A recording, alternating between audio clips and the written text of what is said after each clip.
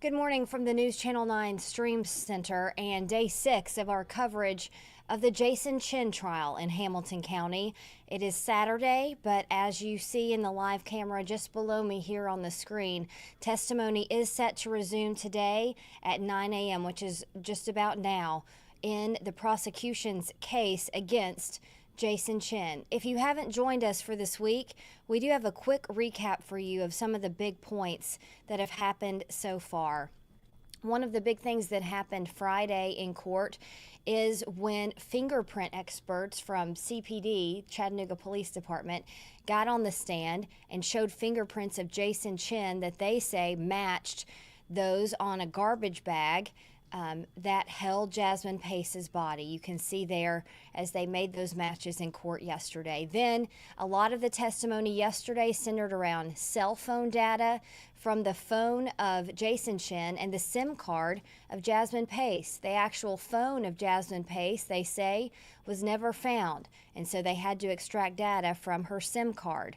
One of course, the big things we've been waiting to hear about here after we heard the defense's opening statements was the Tinder messages that came in from other women, supposedly, to Jason Chen, which the defense says set Jasmine Pace off and sent her on the attack against Jason Chen. The defense then claims that Jason Chen blacked out and woke up standing over Jasmine's body. Will they use these Tinder messages to prove that? That's the big question.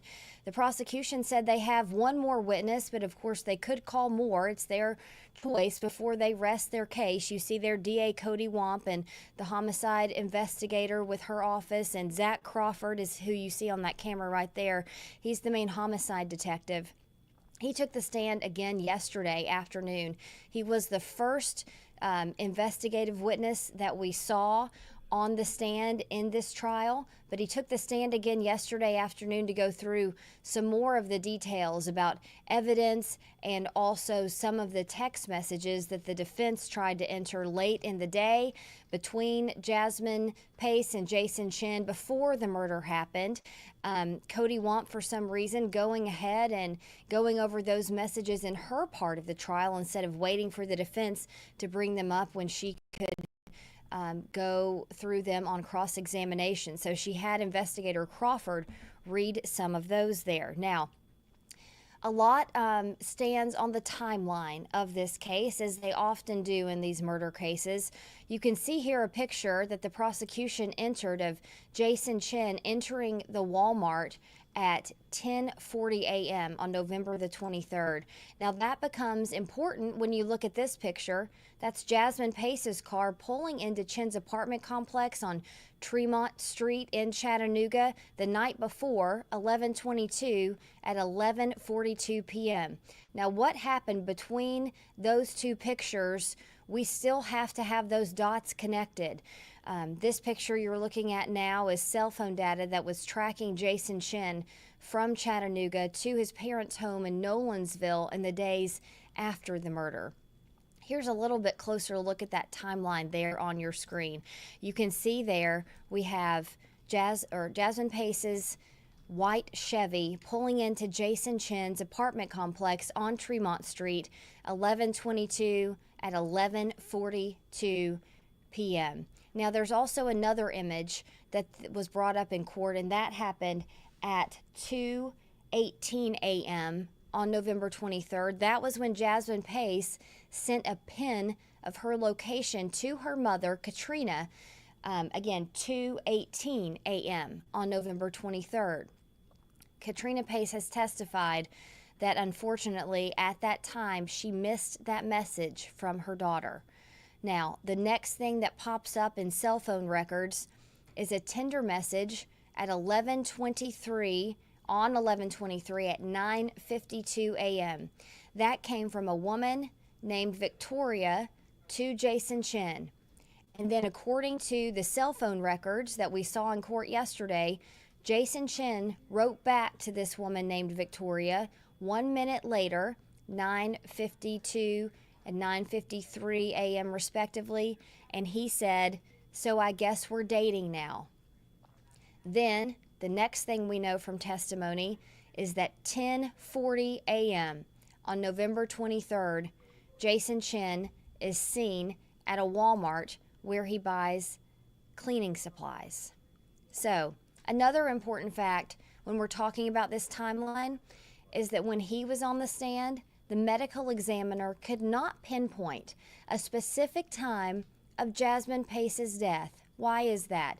He said because she was stabbed 60 times and she likely lost so much blood during about a 5 to 10 minute window that it was so difficult to determine a time of death. Also, her body was then wrapped in garbage bags, put into a suitcase, and left outside for several days before it was discovered on December 1st. So he said those two factors put together make it almost impossible for anyone to determine the exact time of death.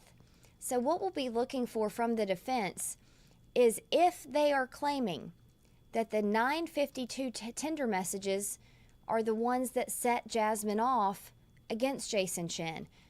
What does that tell us if they say that those are those messages? It could tell us that they're claiming that she didn't die until 9:52 a.m. because so far we haven't seen any specific evidence of her time of death. This is all we've seen here. Again, let's go through it one more time. 11/22, November 22nd of 2022, the week of Thanksgiving. Jasmine Pace leaves her parents' home and drives to Jason Chen's apartment on Tremont Street and arrives at 11:42 a.m. This is a picture of her car, her white Chevy, from what's called an RTIC camera. That's R and then TIC, and that's cameras from the Chattanooga Police Department that are Real-Time Intelligence Center. That's what that stands for. And it's cameras that are on the poles around Chattanooga so they can go back later and look through that footage, and that's what they did to find this picture. So then we have a window of time until 2:18 a.m. That's when we know that Jasmine Pace sent her mother a pin of her location in being at Jason Chen's Tremont Street apartment. Then a few hours later, 9:52 a.m., that Tinder message comes in. Jason Chen writes back a minute later to a woman named Victoria, so I guess we're dating now. And then at 10:40 a.m., we see Jason Chen on that surveillance video come into the Walmart. And the expert yesterday, Mark Hamilton from the DA's office, also testified that the tracking of his cell phone data corroborated that he was there at that Walmart at that time. You can see Jason Chen live from the Hamilton County Courtroom taking his seat for day 6 of testimony to begin. We'll now switch you over to the audio from the court feed so we can follow along the first happenings of court on this Saturday after more than 40 hours of testimony in this case.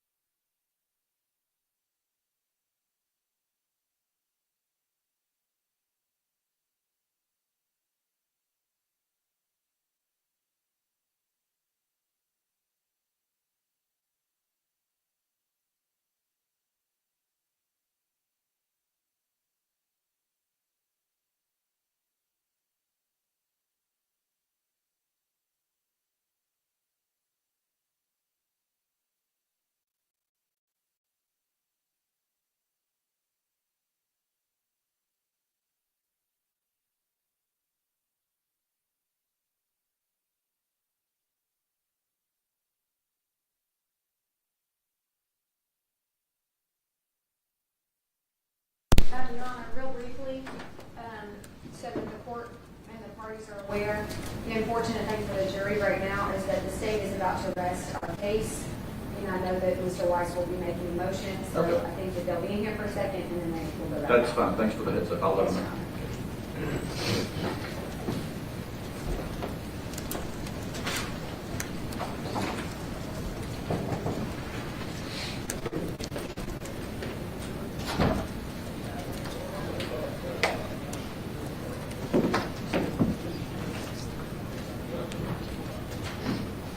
They're using the restroom, Your Honor. Whenever they're ready. Yes, Your Honor. Thank you. I didn't allow my witnesses to be here until a little bit later in the morning, so, Okay. no, never mind. That's okay. They'll be in the jury room after your motion. Yes, So sir. we'll just resume when you're ready.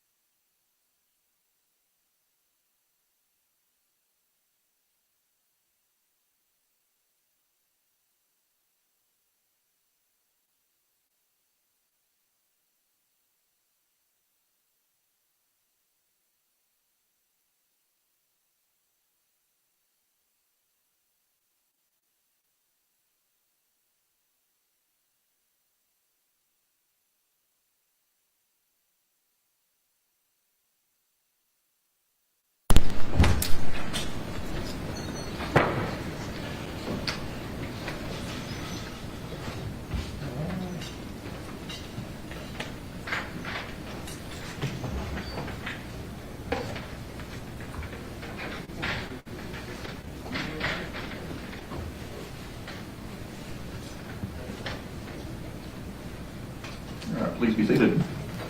Good morning, jurors. Happy Saturday. I don't know when the last time you worked Saturday was, but we're certainly doing that today.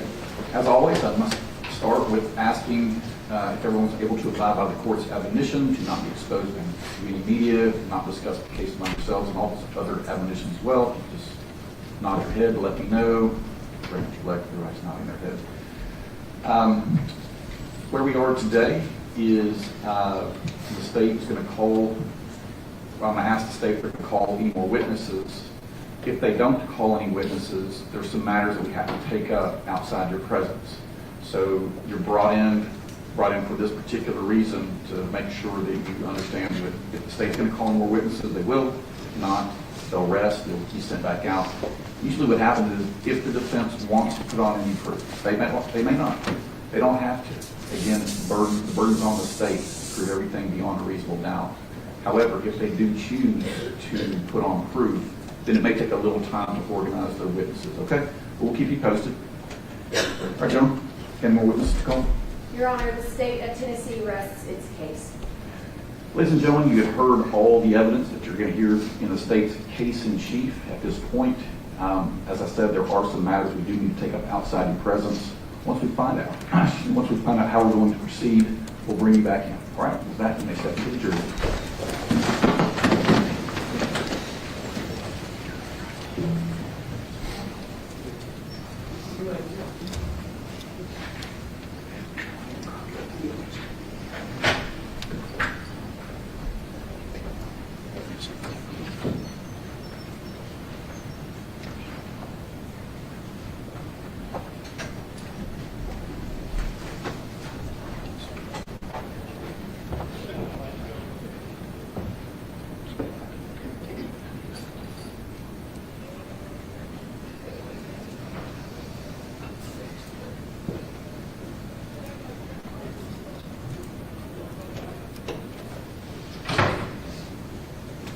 Be seated.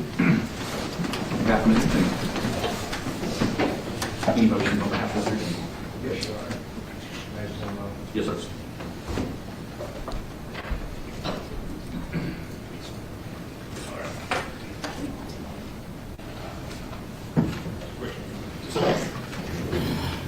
Going to smaller technology then. Good morning, Your Honor. May it please the court. I have two motions this morning. First, pursuant to Rule 29 of the Tennessee Rules of Criminal Procedure, the defense moves for the court to enter a judgment of acquittal on the charge of first-degree premeditated murder against Jason Chen. The state has failed to present sufficient evidence that Mr. Chen acted with the requisite mental state of premeditation as required under Tennessee law. Specifically, the state has provided no evidence of planning, motive, or calm reflection on Mr. Chen's part.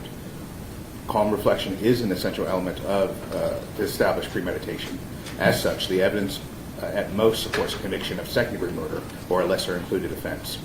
Under Rule 29B, a motion for judgment of acquittal must be granted if the evidence, when viewed in the light most favorable to the state, fails to establish guilt beyond a reasonable doubt. Premeditation requires that the act was committed after the exercise of reflection and judgment and involves more than a mere intent to kill. It must reflect a decision made with cool purpose, free from excitement or passion. I would ask the court to see State v. Davidson.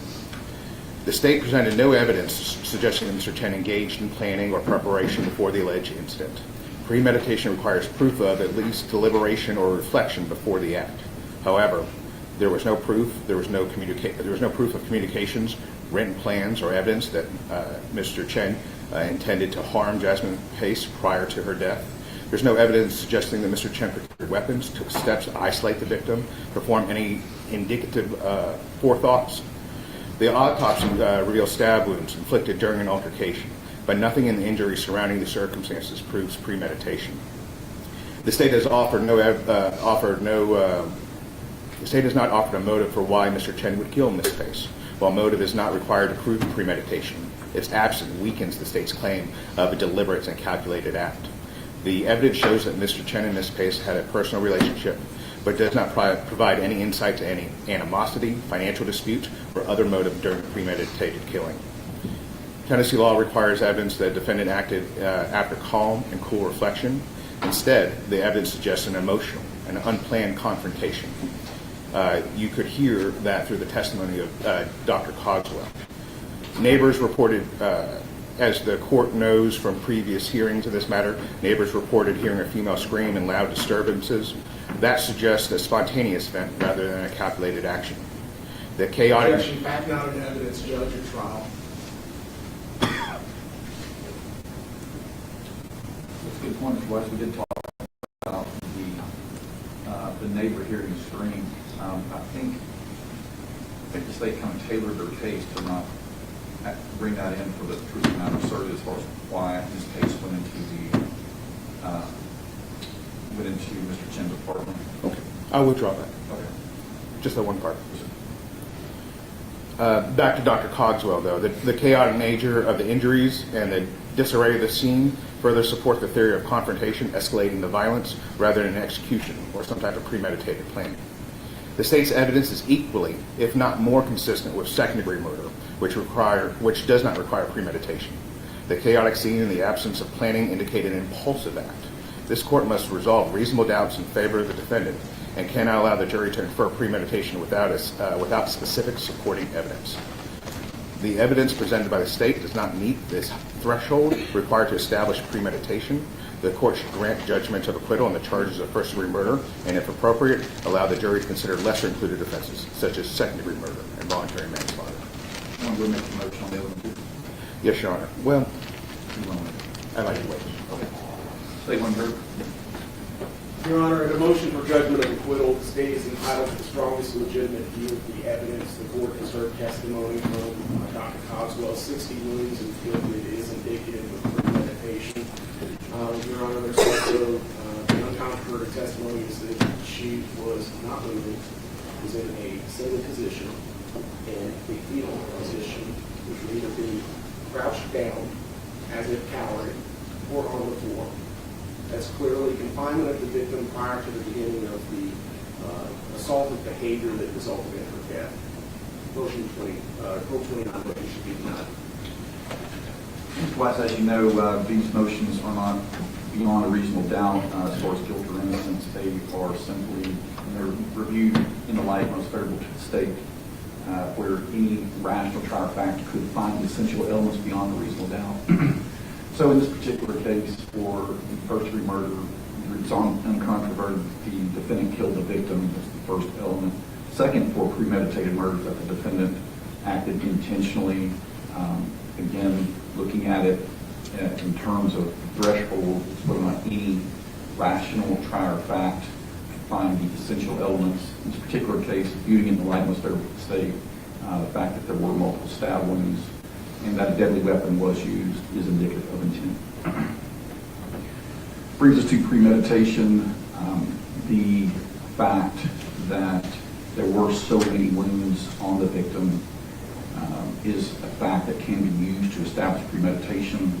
The defendant's attempts to cover up the scene, to clean up afterwards, his purchasing of cleaning agents, his attempts to clean up the apartment, his use of the victim's cell phone to create the appearance that she was still alive and had simply left town perhaps.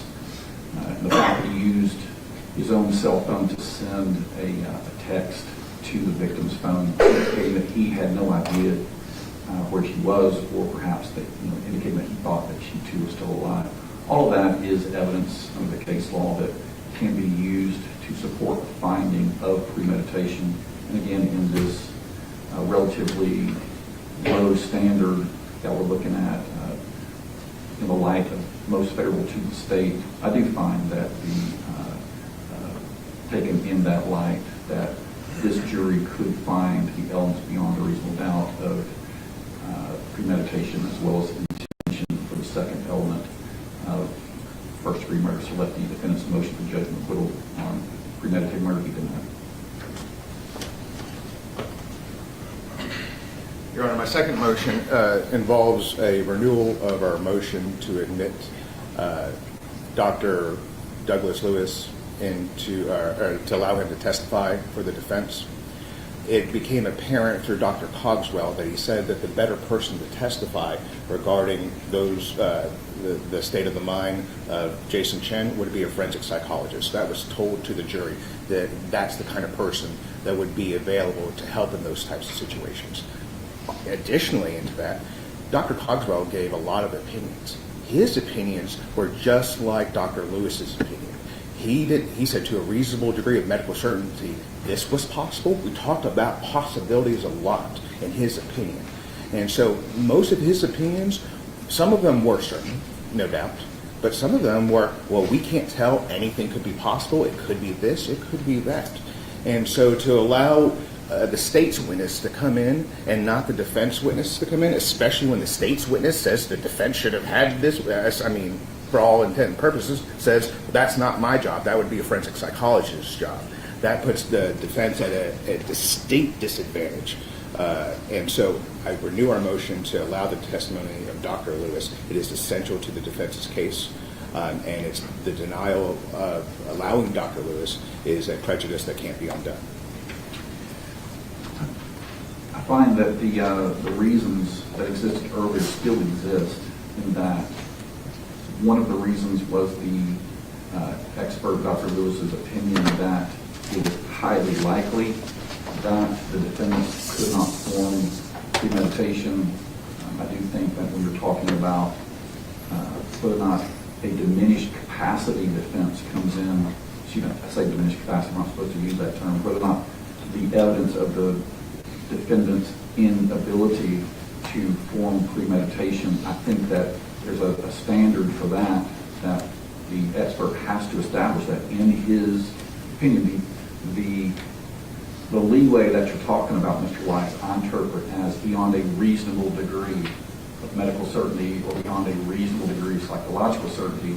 There's some flexibility in that particular aspect of it. That's where it exists. As far as the opinion that for this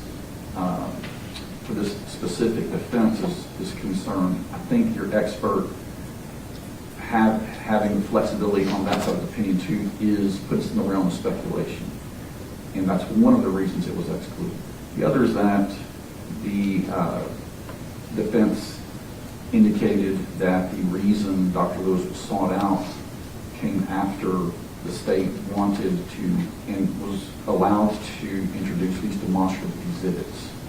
And so while there was no 12.2 violation of a deadline of asking for Dr. Lewis's testimony to be admitted after the jury had been sworn, the way it unfolded in this particular case is that the Friday afternoon notice would have put the state at perhaps an unfair disadvantage. And so the workaround that this court crafted was, since that was the basis of the reason to seek out or at least secure Dr. Lewis's testimony for that issue came from the demonstrative exhibit, the exclusion of the reason that you wanted the expert seemed to be fair to both sides. So that's the other reason that the expert was excluded, is that his testimony didn't seem to be as relevant as, based on what the defense said, that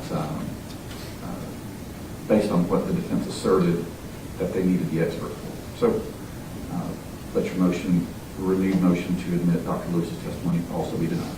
Thank you. No motion on abuse of courts, I guess. No. Okay, let us know when you're ready to proceed. We'll ask the jury in the jury room until you're ready. I'm told witnesses will be here. In half an hour. What is, okay.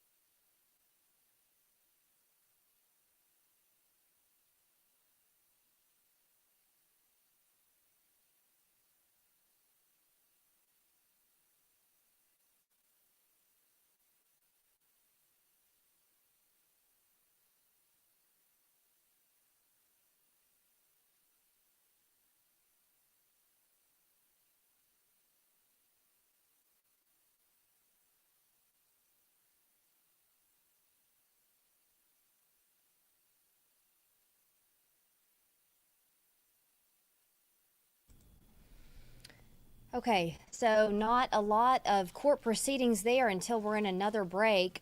Court began at about 9:10 this morning, and very quickly, the prosecution rested its case. Cody Wamp, the district attorney, did say yesterday that they were trying to decide whether they were going to call one more witness to the stand before resting. They did not do that. They rested their case instead. And then a few procedural things happened that are pretty significant.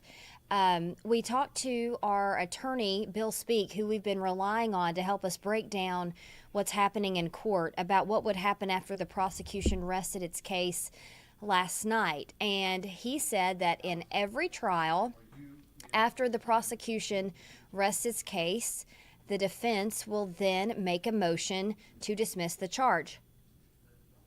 Excuse me there. And so what they're basically trying to say is that they don't believe that the prosecution has met the burden of proof for their charge, which in this case was first-degree premeditated murder.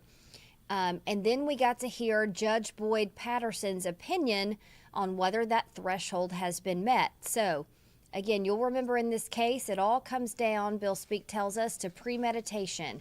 The prosecution trying to say that Jason Chen, there was an element of planning in this, and the defense in their opening statements coming out and saying, we admit that Jason Chen killed Jasmine Pace, but they are going for a charge of voluntary manslaughter, saying this was a crime of passion, that he did this in the moment without planning, and then all the planning happened after the murder.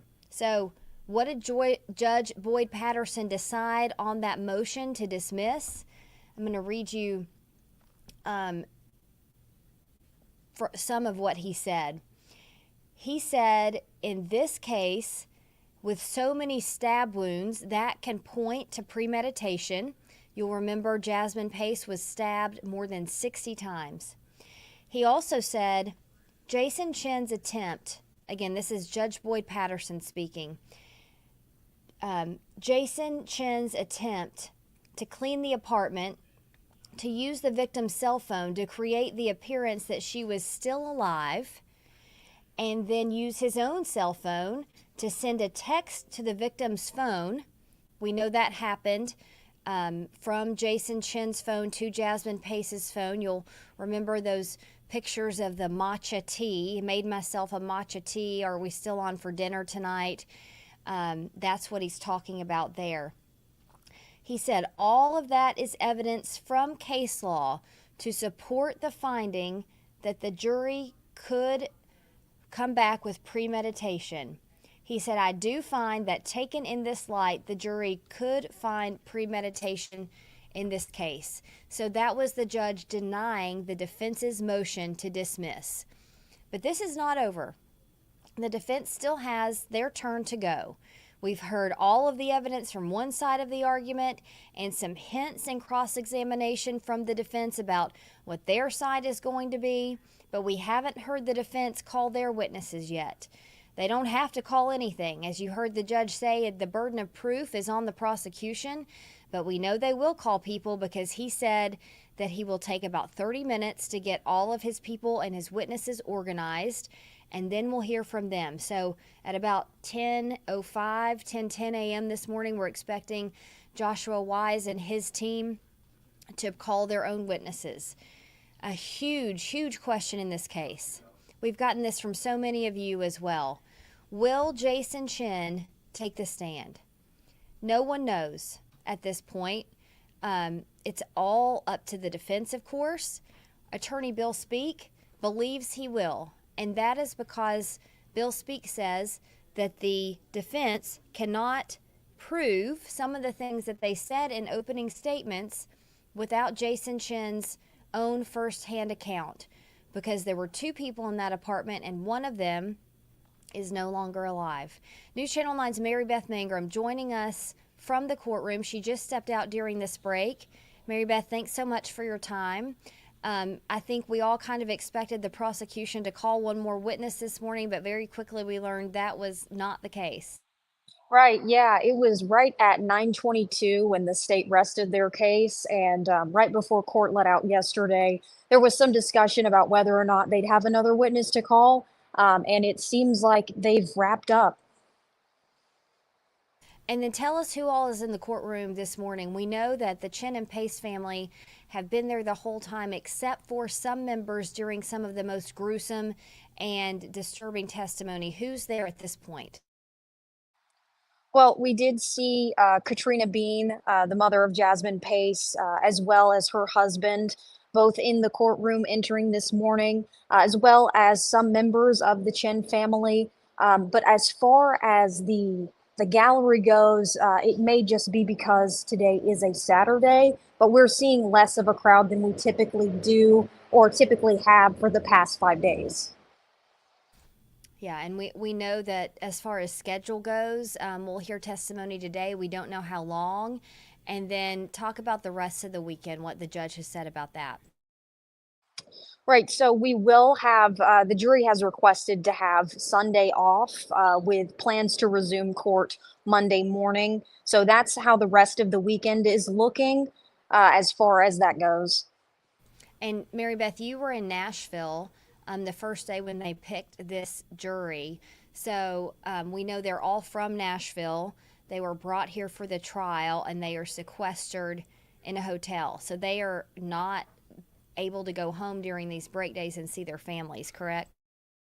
Right, yeah, and actually, I do believe that there was a situation just due to the sequestering of the jury where, because a juror was sending a letter to someone that he had at home, they did have to read it and make sure that there was no sensitive information about the case in that letter. So yes, they are right now just in Hamilton County being sequestered, as you mentioned, and really just trying to keep all the information that they get from this case from the courtroom.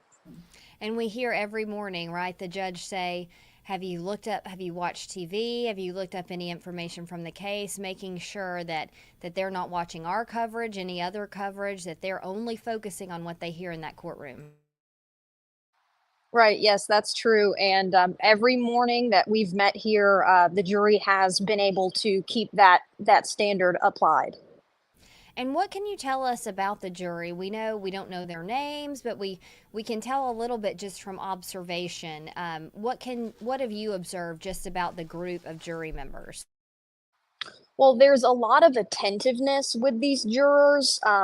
Judge Boyd Patterson, he does allow the jury to ask questions about this case to the witnesses. They don't ask them themselves. The questions are done completely anonymously, and Judge Patterson actually reads them to the witness who then answers to the jury. And he's previously complimented their attention to detail and their real, conciseness when it comes to really trying to nail down this information and judge it appropriately.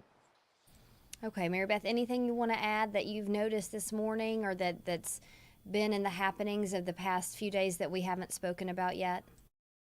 Well, we've had a few motions this morning from the defense team, and right now we're currently in recess until the defense's witnesses do arrive, which should be sometime around 10 a.m. I believe that's when we're expected to be back in session here.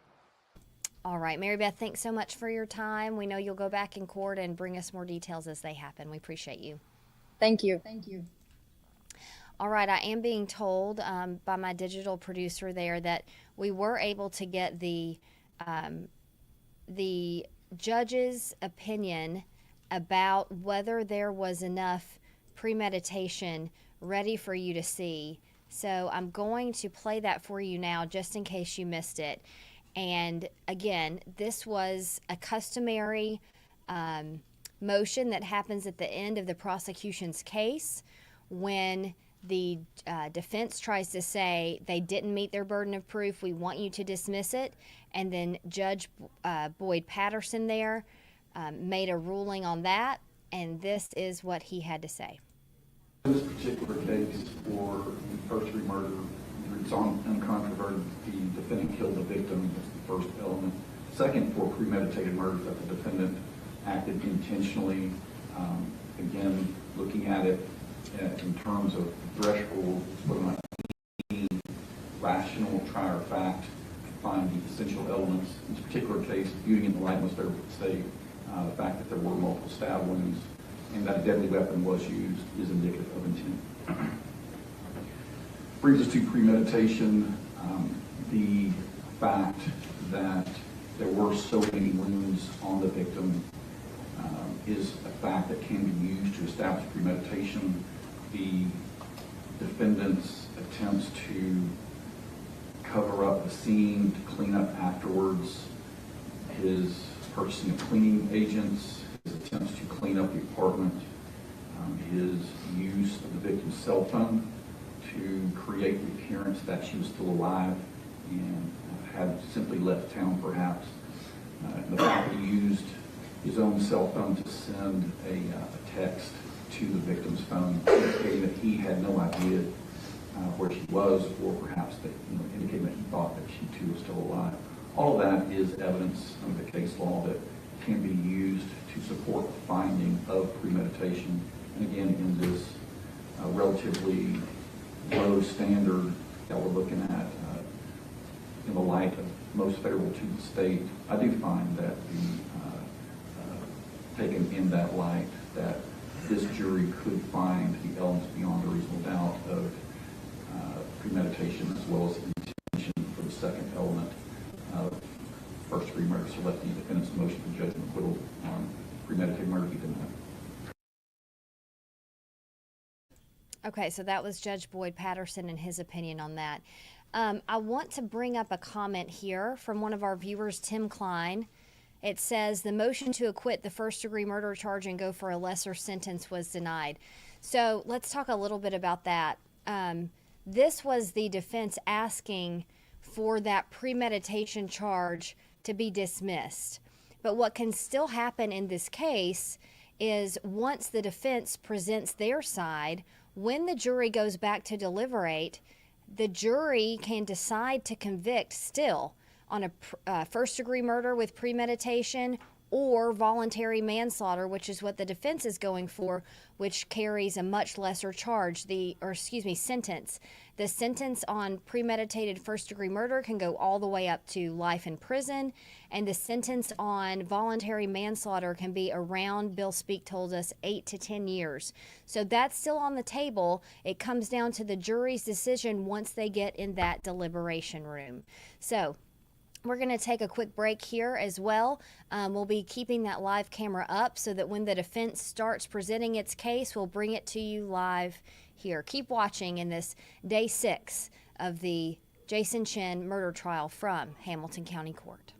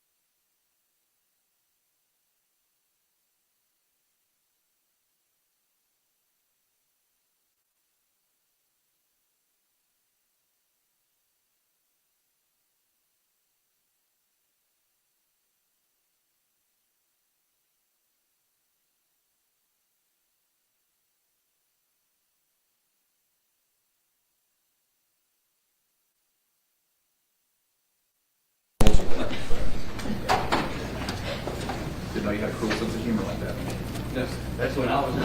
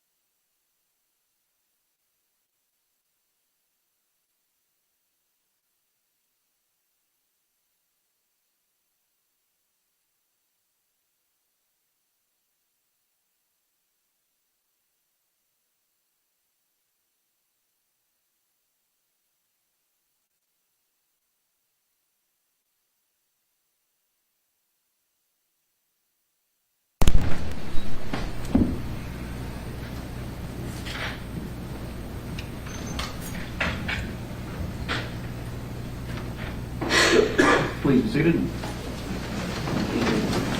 Mr. Wise, will the defense be offering any proof? Yes, sir. All right, call your first witness. Defense calls Courtney Aglino Brewer.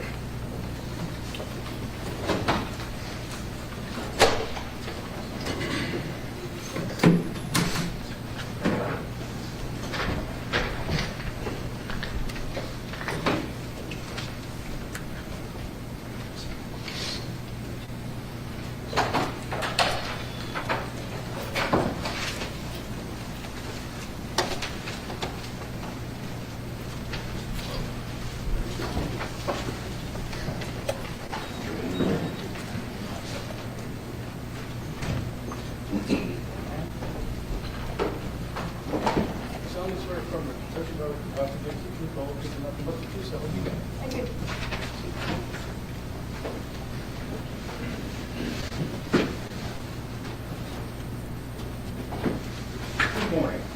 Ms. Aglino Brewer, can you please move forward to the microphone? There you go. Good morning. Can you please state your name for the record? Courtney Paglino Brewer, And can you spell your first name? COURTNEY. May I call you Courtney? Yeah. Courtney, where are you from? Shenandoah, How long have you lived here? forever. Going back to November of 2022, where did you live then? 110 Tremont Street. And is that located on the North Shore of Chattanooga? It is, yes. How long did you live there? 2 years at that point. You said your apartment number is, or the address is 110? And my apartment number is also 110, What would have been the apartment number above you? 210. I'll kind of get straight to the point. On the night of November the 22nd, in the early hours of November the 23rd, was there an incident that you can recall? Yes, I was woken up in the middle of the night by a loud scream. Can you kind of take us, and you can go slowly through the events that woke you up and then everything that you heard from that point until you didn't hear it?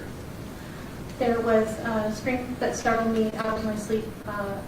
I checked my phone to see the time because I was going to call 911. It was around 2 a.m. There was a voice that was screaming words. The words I couldn't understand fully. Was it a male voice or female? A female voice. And then there sounded, assuming that the apartment above mine is laid out the same as mine, there sounded like chasing, a lot of footsteps going across towards the front door. One person's footsteps or two footsteps? It sounded like multiple. You said towards the front door. Was it towards the front door or towards the bedroom? Towards the front door because I was in the bedroom when I heard it. You had said that you heard a scream. Can you describe the scream? Distressed, not quite angry, emphatic.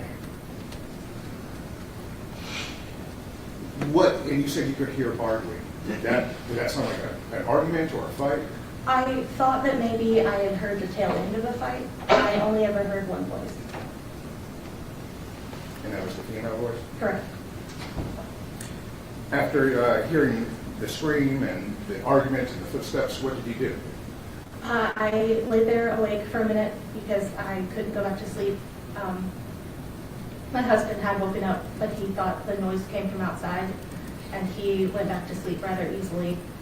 I could hear in the bedroom, I could hear the sounds of a TV. And then when I moved from the bedroom to my living room, there were sounds of someone walking across the apartment and the sound of the washer and the garbage disposal. You said you could hear the arguing? I only heard her voice, so I just assumed it was an argument. You couldn't make out what was being said? No. Did you hear any crying? The voice that came after the screaming, that was, it kind of sounded like when you're already upset but you're trying to prove a point, and you're crying at the same time. So it was just very kind of garbled. I would say that there was crying behind it though. Did you call 911? I did not. Why not? Because by the time I settled down from being abruptly woken up and thought that I heard footsteps go across and a door slam, I thought that it had just been a normal apartment argument and everything had calmed down.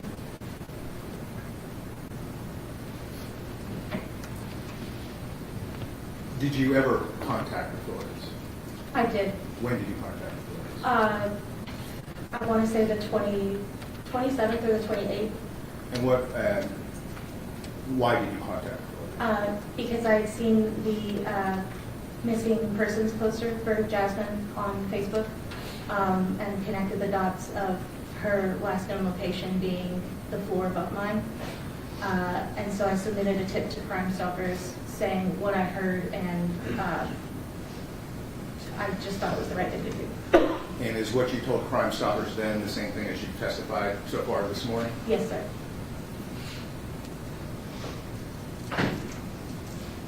Were you interviewed by any member of the Chattanooga Police Department? I was spoken to by, I think he might have been a lead detective. Was it this gentleman right here? I honestly don't remember. That's okay. Were you interviewed by any other persons? I was interviewed by a private investigator for the family, What do you mean by the family? for Jasmine Pace's family, and I think he was a different private investigator working with you. I don't remember anyone's names. That's fine, but it sounds like you spoke to 3 people about that. I did, yes. Did you tell the same consistent, or what you testified to this morning? Is that what you told all those people? Yes, sir.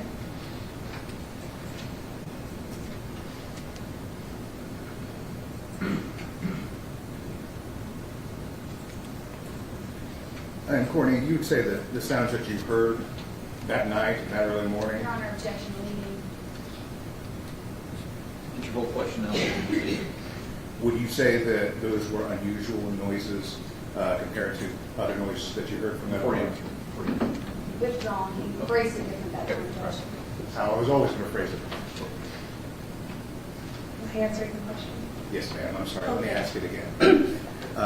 Would you say the sounds you heard were unusual compared to the other noises from that apartment above? Yes.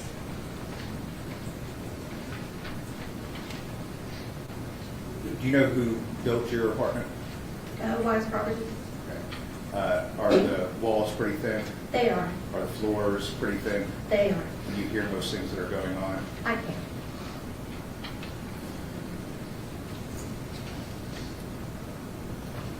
Just one moment. Yes, sir.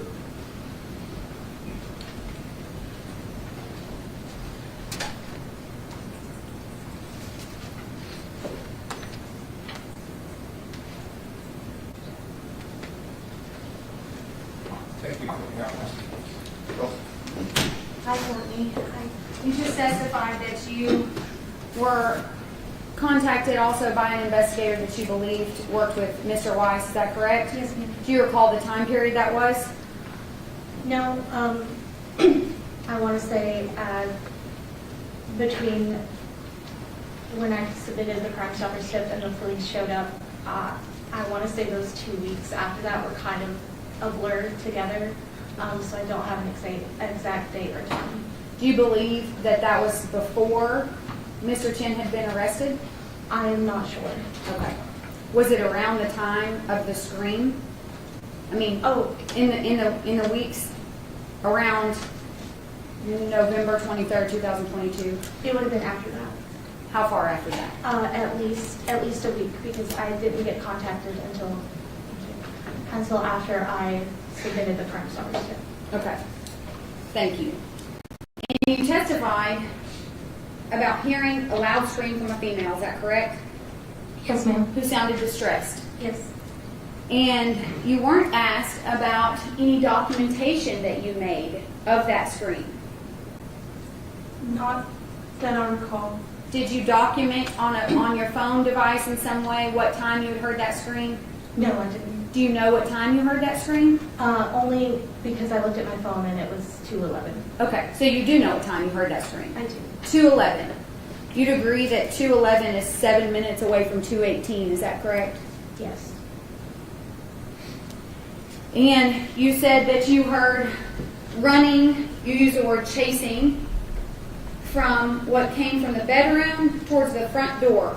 Yes. When you walk into your apartment, are you in the living room? Yes, you're immediately in the living room. And then you would come through the kitchen, is that correct? Correct. And then you have to go through the bathroom Yes. to get to the bedroom. Correct.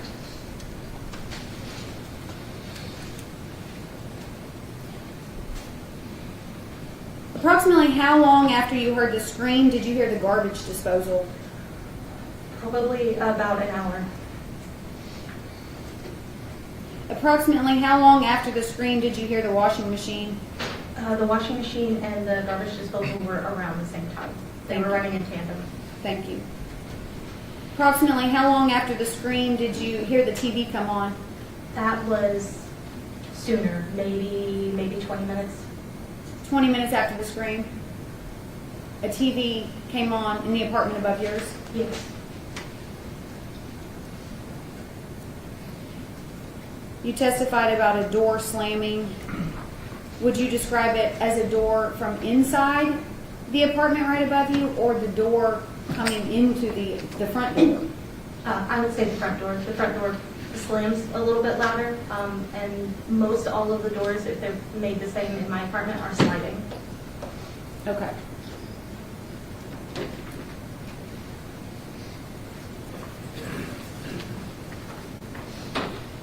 One moment, Yes, ma'am.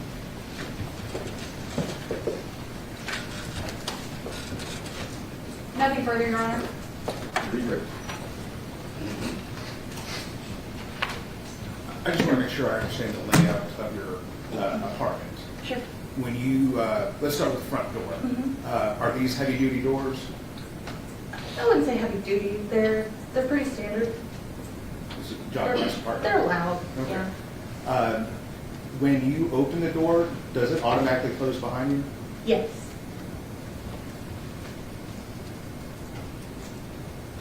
And then, once you enter in through the door, you're in the living room area. Correct. And you know the size of the apartment, how many square feet? Small. Would 500 or 600 square feet sound right? Honestly, I don't know. But it's how many steps would it take you to get from the front door to the back door, or the back wall of the bedroom? 15, 20 maybe. How long would it take? A few minutes. You're Not a thinking- few minutes, sorry. Yeah, maybe like a minute. Okay. Yeah. Once you get past the bedroom, the living room, that's the kitchen area. Correct. And the washing machine and dryer are kind of connected right there into the kitchen area. Yes. And then once you go through the kitchen area, Objection, lady judge, we've let it go on for a while. Sustain, Mr. West. after the kitchen area, what's next? The bathroom. There's a door. Is there a door between the kitchen and the bathroom? There is. Is it a door that you open or you shut? I'm sorry, let me rephrase that. Is it a door that you open or you slide? It's a door that you open. Is there a door between the bedroom and the bathroom? There is. What kind of door is that? That one is a sliding one. Is it called a pocket door? I believe so, yes. Does that make it, is that an easy door to use in your apartment? Sometimes. If you push it in too much, it's kind of hard to get back out. And when you are able to close it, what type of noises? Like Does it make a loud noise? it's a very distinct noise, but I'm not sure how to describe it. It's like a shh. And can you hear that? Can you hear the apartment above you when he slides that door? I can. The night of November the 22nd, did you hear that door slide? Not that I recall.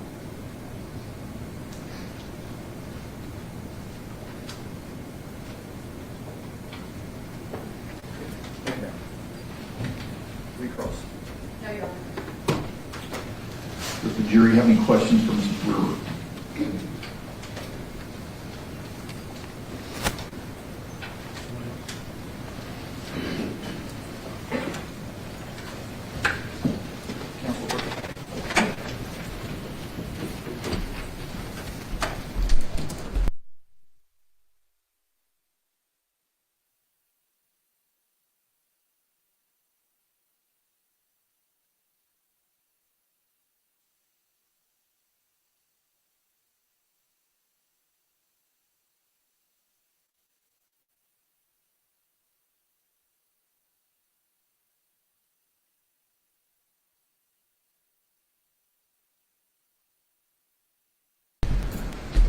Ms. Brewer, the jury has a couple of questions, so I'm going to ask them if you could face the jury when answering, please. Okay. How did you know it was Jasmine Pace in apartment 210 prior to seeing the missing persons poster on Facebook? I did not. Can you explain how you connected the dots then? I think that's the question. Okay. The missing persons poster had her last known location as the second floor of the apartment complex that I live in. And the time frame that she had last been seen matched up with the date that I heard it. So I just connected the dots in a way that I thought they might be connected. Thank you. You might have answered this already, but if you may be a little more specific.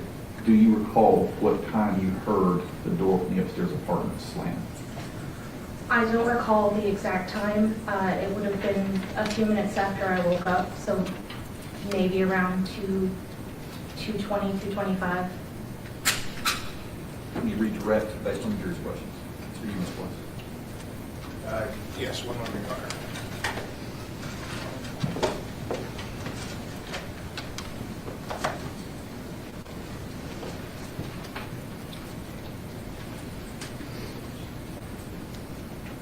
Is your apartment near, are there stairs in the apartment building? There are, And that's how one might get up from the first floor to the second floor? Mhm.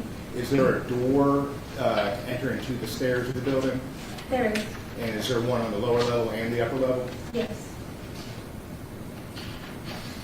Does that door have a distinctive sound? The one on my floor does, yes. It's Go ahead, I'm sorry. more metallic. And can you hear the door that leads to stairs upstairs? I'm not sure if it's that door or it's the door down here, or sorry, on my floor. You said you heard a door close. Could it have been the door leading to the stairs upstairs? I think that's a different sound. Amen. Recross. No, Your Honor. Additional questions from the jury based on that? One more.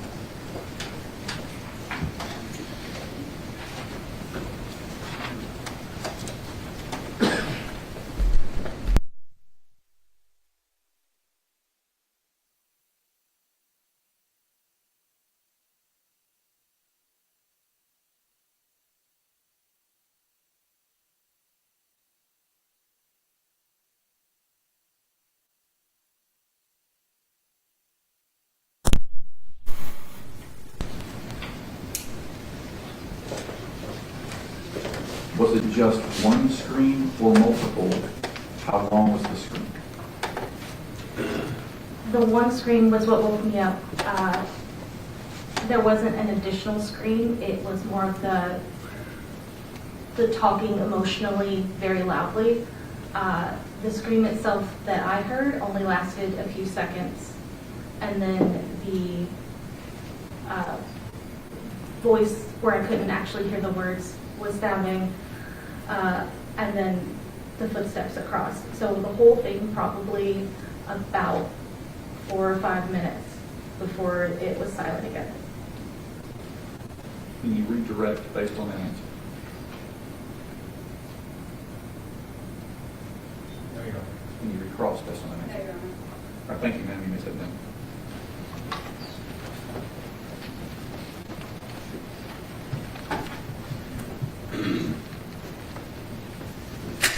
Last part of this one? I would ask that Ms. Taylor Brewer be excused.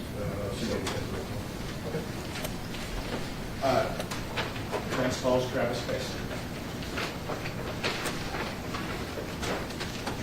Travis Pace.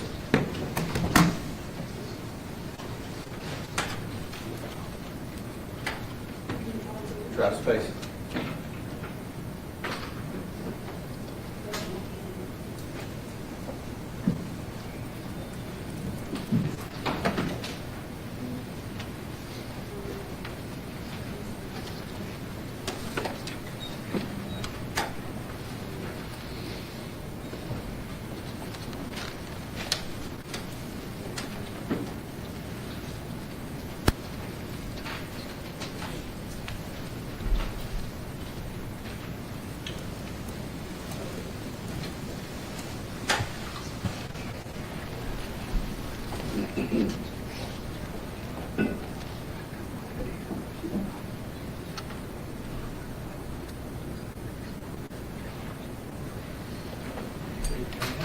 You solemnly swear from testimony like to give the truth, the whole truth, and nothing but the truth, so help you God.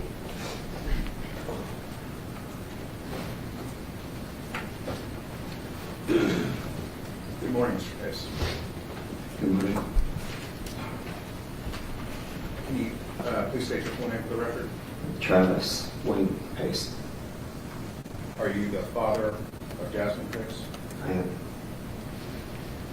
Are you married or divorced from Katrina Pace? I'm divorced. How long have you known Katrina Pace? 25 years.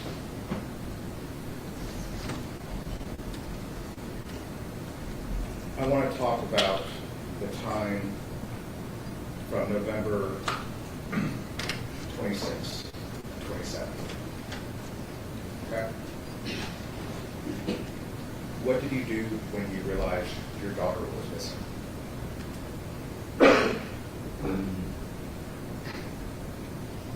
The night started It was like a Saturday night. We were doing a Friendsgiving downtown. I was with my girlfriend at the time, What was her name? Jacqueline. And my daughter Gabby called me and said, Dad, Jasmine's missing. I think it's really serious. We need your help. I said, where are you at? And it was a location that she didn't know the address. And I was like, just send me like your map and I'll just get to you. And it took us to a building near Tremont, but it was on the other side. It was an apartment complex beside it, just one building over. And met them face to face right there. She goes, her car was last parked near right here. Where's right here? I don't know the name of the side street. It's like a little loop that it makes from Tremont. It loops around, and it's like a one-way. You had to loop around to the other side. I don't know the name of the street. But I was like, if she's in this building, let's get in this building. So you're talking about, let me just make sure. Have you been, throughout this trial, have you been in this room? I have. And you've heard all the testimony? I have. And so when I say 110 Tremont Street, do you understand that to be the apartment building that Jason Chen lives in? I do. What did you do when you got to 110 Tremont Street? Tried to get in the immediate front door, which was locked with a keypad, and walked around to the back of the building, one of the other exits, and got into the back door. How'd you get into the back door? Just opened it. It was unlocked. I think so. You didn't have to do anything to the door to get it open. What did you do after you made your range inside the building? Walked to the front door and opened it for everybody else. And who's everybody else? Katrina, my daughter, Gabrielle, Jack. Then what did you proceed to do? Stayed on the first floor to where you could see any exits and the staircase and the elevator, and began knocking as loud and obnoxiously as we could to disturb everybody in the whole building. What were you knocking on people's doors? Every door, in sequence order. What did you do after you were knocking on people's doors? Nobody answered them. That's what I said. We said we got to try the second floor next. But we didn't want to leave the first floor, just in case. So we were talking about how to split up in a way that was safe. 3 women, and then one of her friends, Wayne, also showed up. How long until he showed up? I couldn't tell you minutes or hours that night. And did you personally know Wayne Tubbs? I hadn't met him yet. Is he still alive? I don't think he is. So you went up to the second floor? We did. Who all went up to the second floor? All of us. Prior to this, had you had any interaction with the Chattanooga Police Department or law enforcement? I had not. Why didn't you call the police before going into the apartment building? I did. You did call. I did. I tried to call police department. I tried to call TBI. I tried to call FBI. It was a holiday. It was Saturday night. You only get after hours, leave a message. No switchboard, no immediate person that would pick up the phone or answer. Can you tell, what were you feeling at the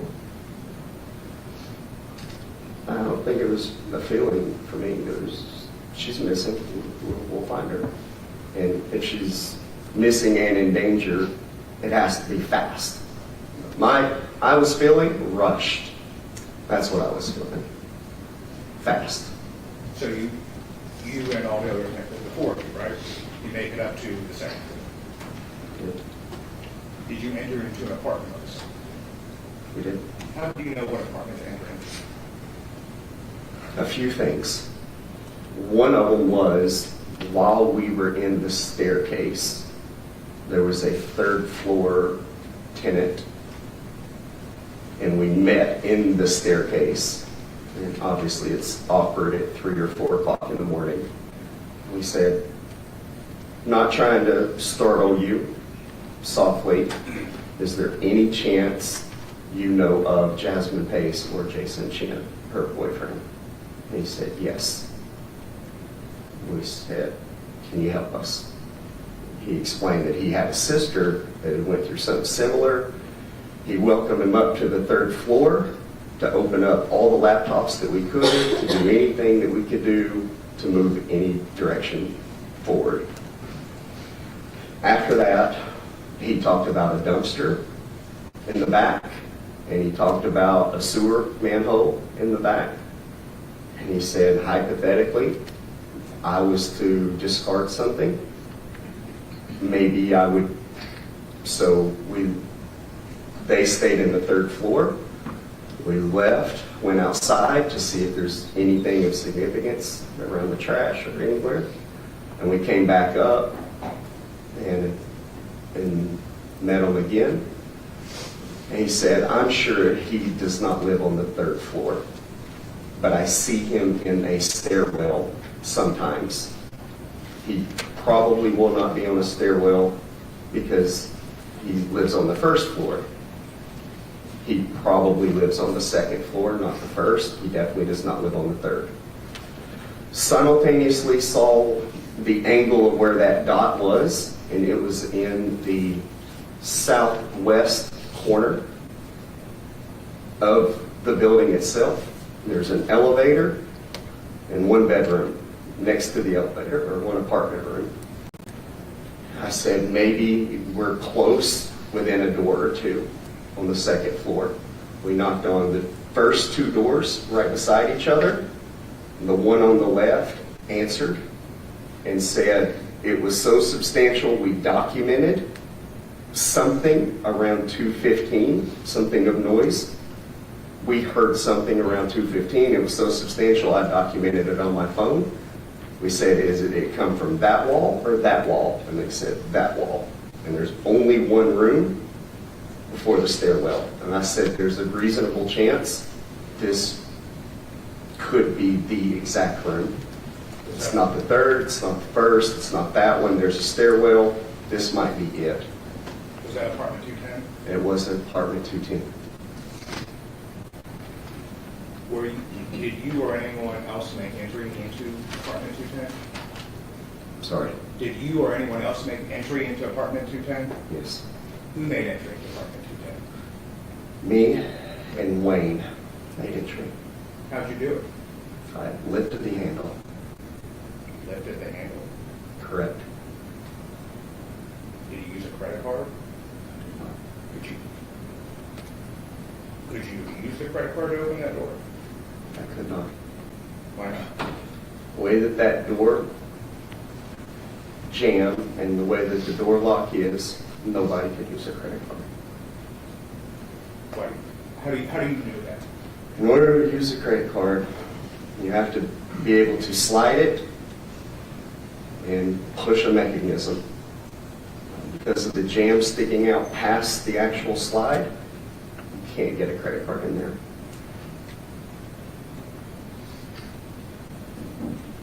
Who went into the apartment? I did, and Wayne was behind me. Can you take me through what you did from once you opened the door?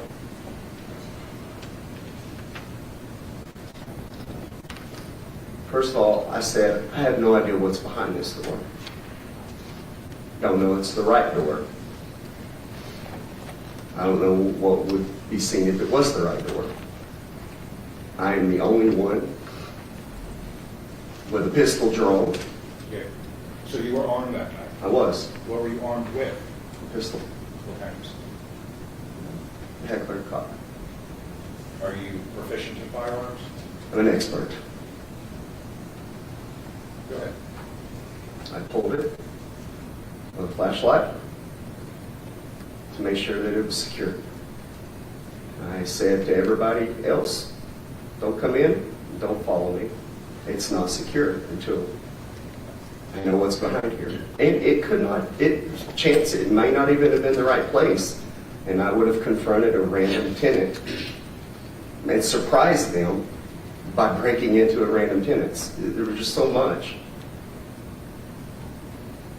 What did you do when you went into the apartment? Please describe your activity. There's a way to attempt to clear a room, an apartment, and where probable places where somebody could be hiding or surprise you, and you safely, sequentially go left to right, back to front in order, and don't let anything be behind you, basically. So slow, methodical. So every door, every cabinet in sequence, that's finished, move forward, that's finished, move forward, till you get to the bedroom. What did you do in the bedroom? Looked, there were no persons in the bedroom. So now I turned around with a different goal of not looking for a person, but to look for evidence of Jasmine. What did you do to look for evidence of Jasmine? The cabinets were open, things were on the surface, and it appeared there were female products in the bathroom. And walking forward and opened the drawer. The drawer of what? There was a computer desk in the top left of the apartment if you're facing to the hallway. So if you enter in through the door, is it to the right? It's to the right immediately. And there's a computer desk. Open the drawer. Jasmine's driver's license was right there on the top, stacked up in a pile.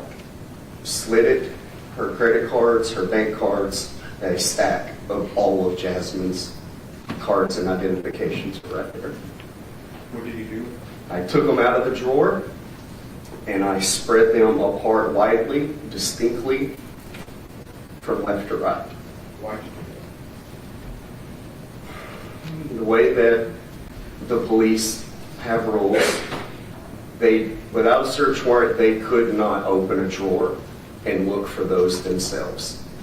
And me telling them that they were there, it was hearsay. But if I laid it across the countertop and they flashed their light on it and recorded it, they can show that to missing persons.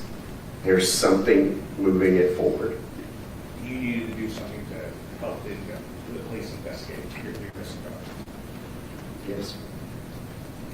What did you do after you laid out the cards? Called 911. Actually, as soon as I opened the drawer and I saw the cards, I called 911 and told them to call 911. This is absolutely the apartment that Jasmine was in. Would you recognize your voice on the 911 call? Possibly.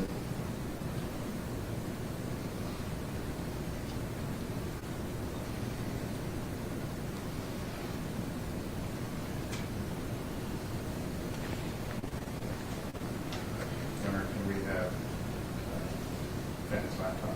Yes, sir.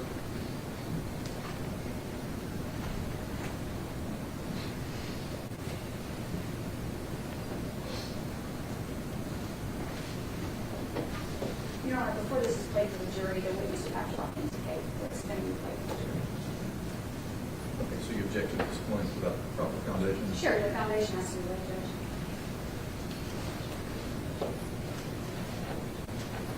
Well, we can send the jury out and listen to it, I guess. Let's do that. Okay. Jury can step out. Play that in.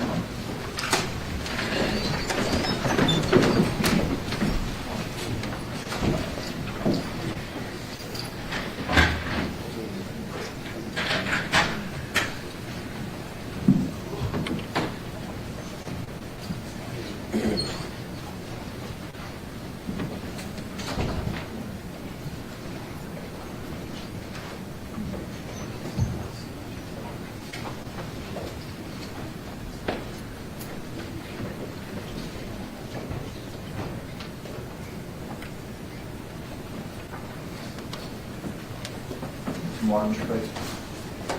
Mr. Pace, would you like some water? Yes, please.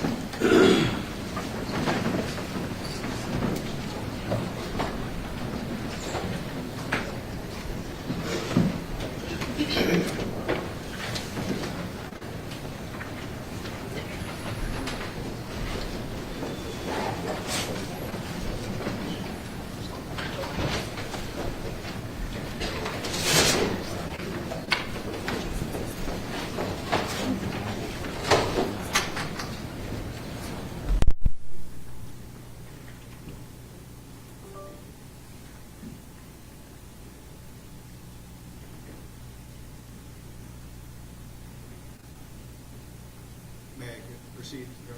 Did not happen. County 911 will put you through your emergency. There has been a kidnapping. Mr. Pace, is that you? I believe so. So, okay. And possibly exploited sex trafficking with my daughter. We are at 110 Tremont. It's called the Loft at Tremont. What's the apartment number? And it's in room 210 on the second floor. Okay. What's going on? So we knew that our daughter had been gone since Wednesday. We've been following posts. We filed a police report on missing persons.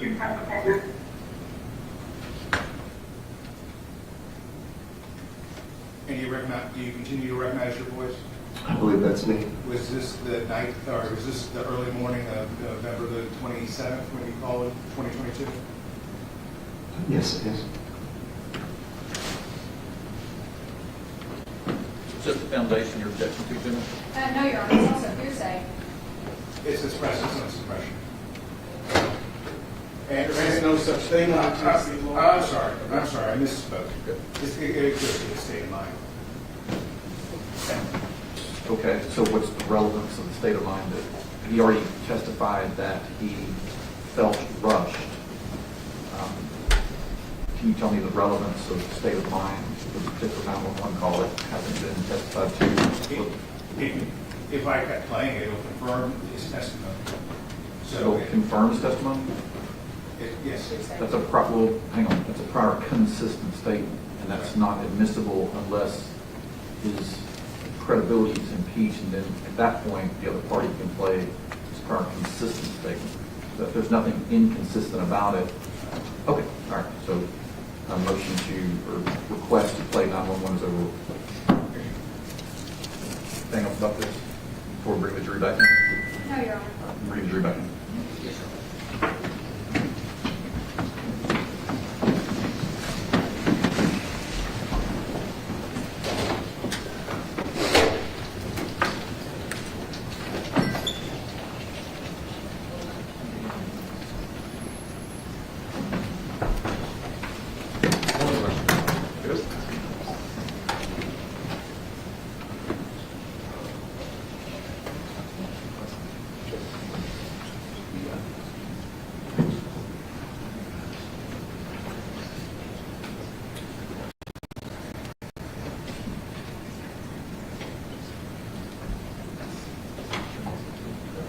They're ready, Your Honor. Bring them.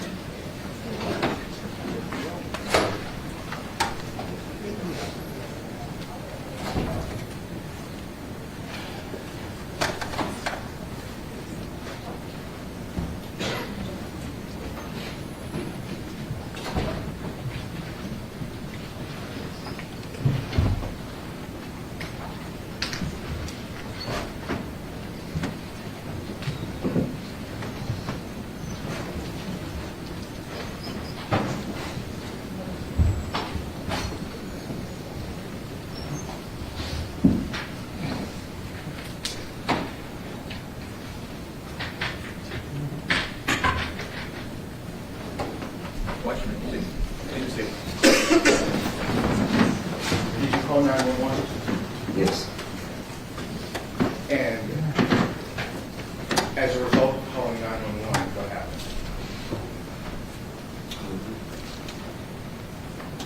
They were going to send officers to the scene. And did officers come? They did. What did they do when they were there? Two of them walked through the apartment initially. A third one showed up, and at some point they broke us to get individual statements, and I believe also talked to the neighbor right beside Jason's apartment. So Did any of those officers go inside the apartment? I believe so. Did they see the ID card and credit cards that you laid out?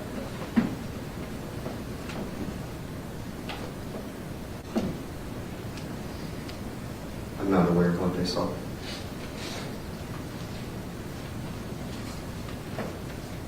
Did they do anything to help you that night? Police officers. Yeah, What did they do? they helped me keep looking for it.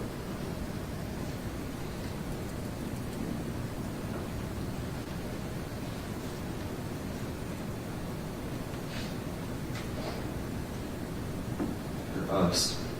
We're fairly, us. They encouraged you to keep looking. No, they was going to take a report and submit a report to missing persons. I said, you get them on the scene. They're on standby, they're not reporting to the scene. Call your detective or your sergeant and put pressure on their sergeant to make their sergeant force homicide. Force homicide.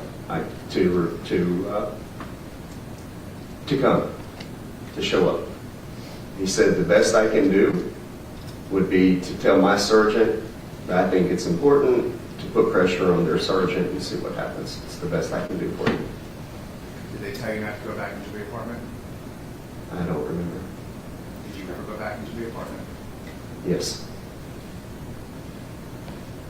When did you go back into the apartment? Immediately, right when they drove off. And what did you do in there? Continue to look for more things. What were you looking for? Anything that would lead to finding Jasmine. How long were you in the apartment? Couldn't tell you. More or less than an hour. Maybe an hour. Was that the last time you entered into the apartment? It was. So you entered into the apartment that one day twice. Correct. Mr. Pace, you were there with Katrina Pace when you were interviewed by Detective Crawford and Detective Seach, weren't you? I was there. You were there, you were here in this courtroom in February of last year, and you heard Katrina Pace testify then, didn't you? I was here. And then this past Monday, you were in this room when you saw Katrina Pace testify on that stand, right? I was. Were any of those statements true? We remember it differently. I'm sorry, were those statements true? I need a verbal response. Who am I to say what the truth is? Did a resident of the apartment building open the door for you and I guess the four of you to come in the building? No, Who did that? I didn't. Did Katrina Pace or others get into Jason's store with a credit card? I'm not aware if they did or not. Did they get in? Who was the first person to get into the door? I was. Did you ever see Katrina Pace or another person use a credit card to get into the door? I did not. And you said earlier it'd be impossible to use a credit card to get into that door? I did.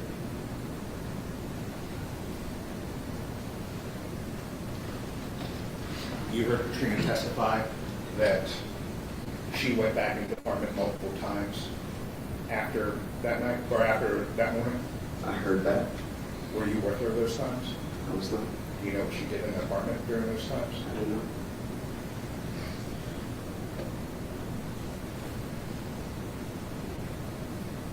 One moment. Sir.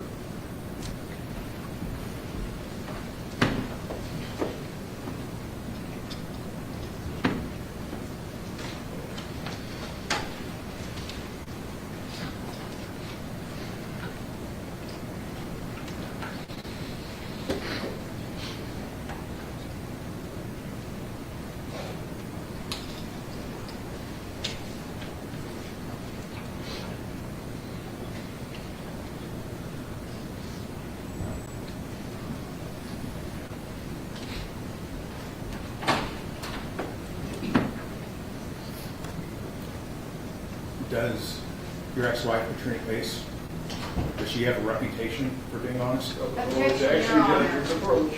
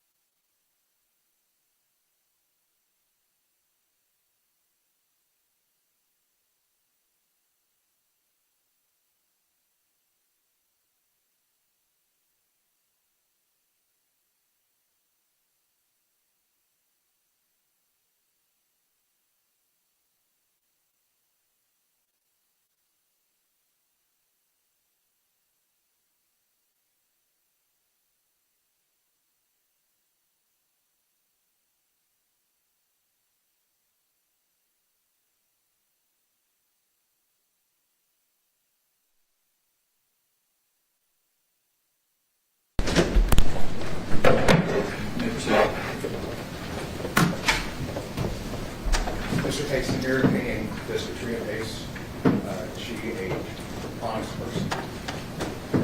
I don't have an opinion. You don't have an opinion?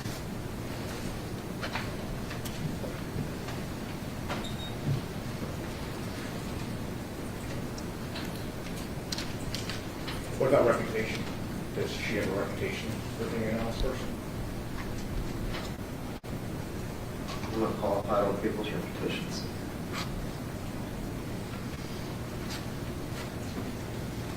Did you have any concerns about Katrina testifying on Monday? I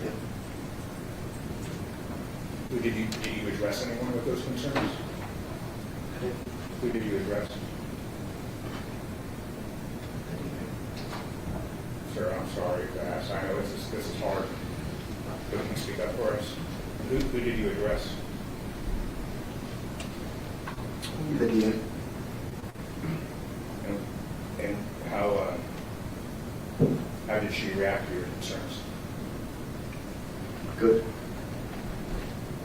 Did you address your concerns with anyone else?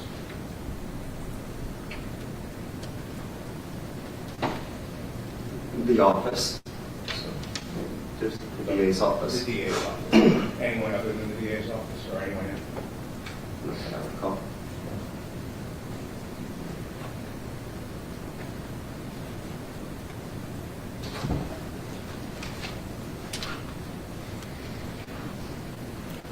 One moment here.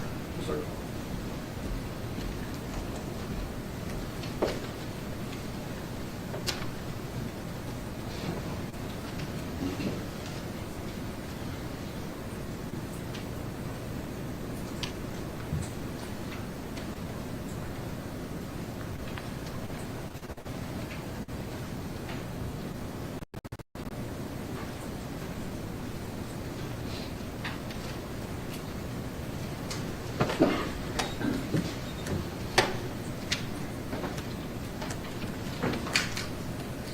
Yes, I'm sorry for the circumstances why you're here.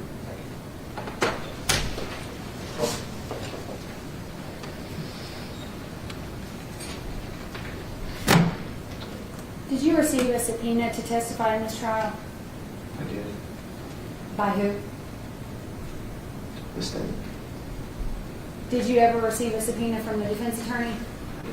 Were you ever notified by the defense that they were going to call you as a witness today? I was not. Did they tell you Monday?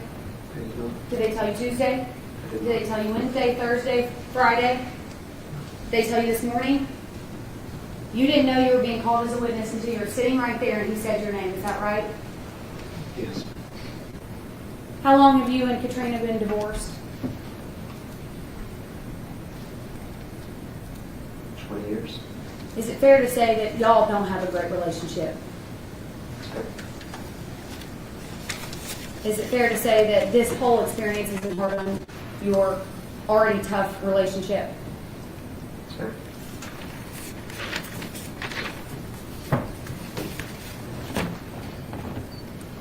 Would you say that you're the one that initially saw Jasmine's photo ID, her driver's license, and her credit cards in Mr. Chen's apartment?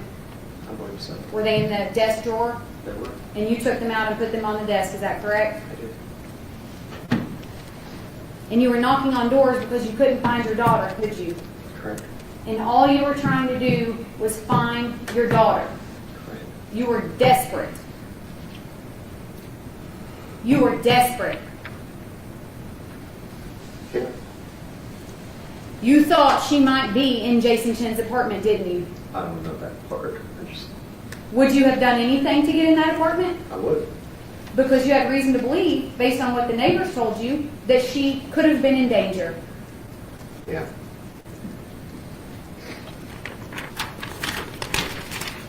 You have a military background, is that correct, sir? I do. Is that one reason you're proficient in firearms? It is.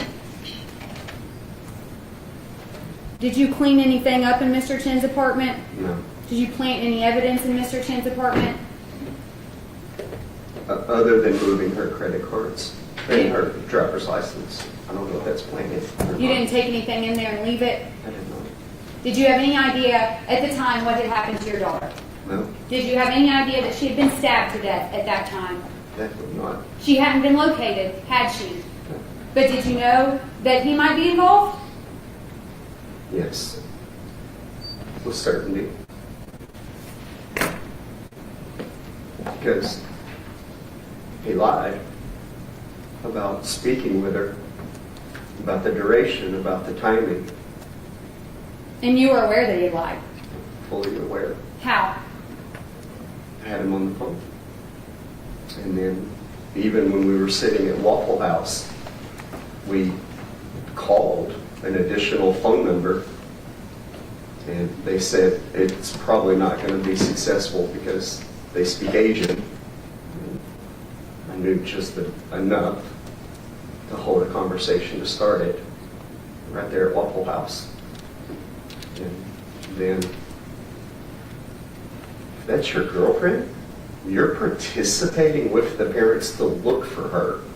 What can I do? I'm equally concerned that she's missing. How can we find her together? And the fact that that wasn't happening was the biggest immediate flag. He's my #1 suspect. Well, did he tell you that he did it, but it's because she came after him with wine glasses? No, he lied. When did he say he had seen her last? He lied about that. Do you recall when he had said he had seen her last? I don't remember exactly what he said. I just know that it wasn't what the phone record showed. It was different than what we had proof of. He wasn't concerned about her, was he? No. At all, was he? Were you monitoring Facebook during this time period? We were. Do you recall a time that week when a photo was posted from your daughter's Facebook account? It was literally like the match that lit this whole thing on fire, because it was not a modest photograph posted on Facebook, and anybody that knew Jasmine knew she would not have posted that. And it was a different timeline of her photo, so it wasn't even recent either. There was just so many problems with it that it drew immediate red flags to everybody in the family. And friends, and people that knew her. What day was that posted? I believe that was the same Saturday, the 22nd. And how'd you know it wasn't 26th. the 26th, Saturday the 26th? Saturday the 26th. And how'd you know it wasn't a recent photo of her? She has tattoos, and we can know basically what month and year it is on which tattoos she has. Did she have tattoos in the photo she allegedly posted from her Facebook the week of Thanksgiving? They were missing, which means that it most definitely was an earlier photograph. Do you think if you saw that Facebook post you would recognize it? I would.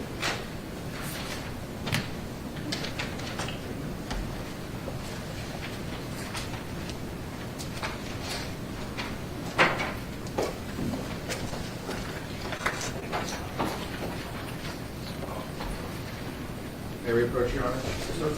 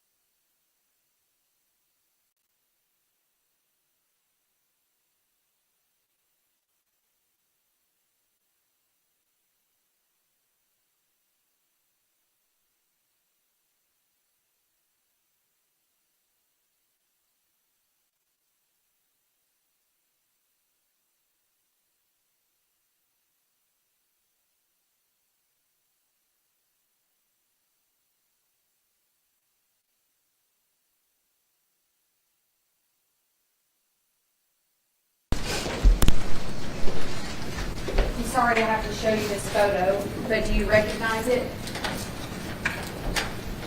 You can look at the second page as well, please.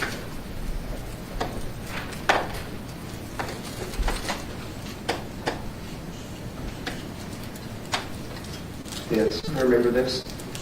Is that an accurate reflection of the Facebook post that came from Jasmine Pace's Facebook as you saw it that week? It is. Your Honor, I'd ask that this be the state's next exhibit. I've got 223.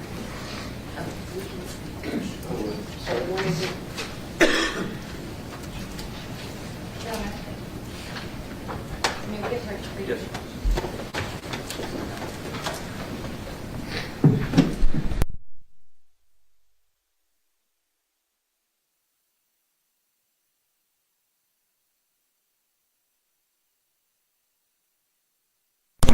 There was an exhibit for hiding only, that was 223. Okay. May I have DVD, Your Honor? Yes.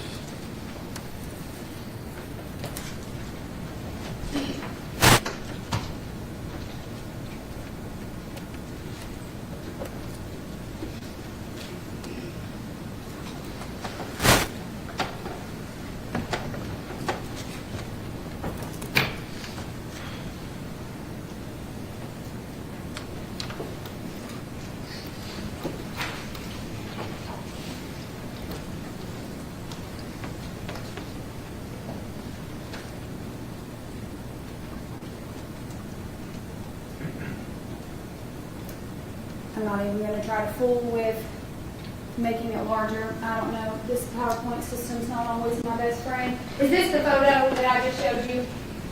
Yes, it is. Is that your daughter? Is that your daughter? It was.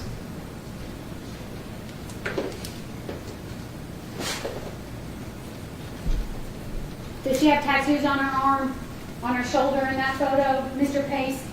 No. Does that say enjoying Thanksgiving with my baby?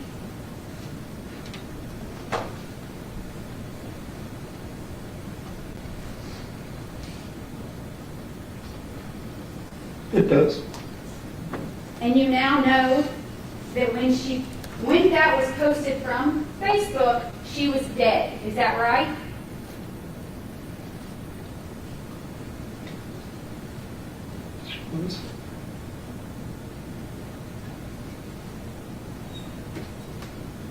And you now know that at this point in time, he had her phone, didn't he? You do.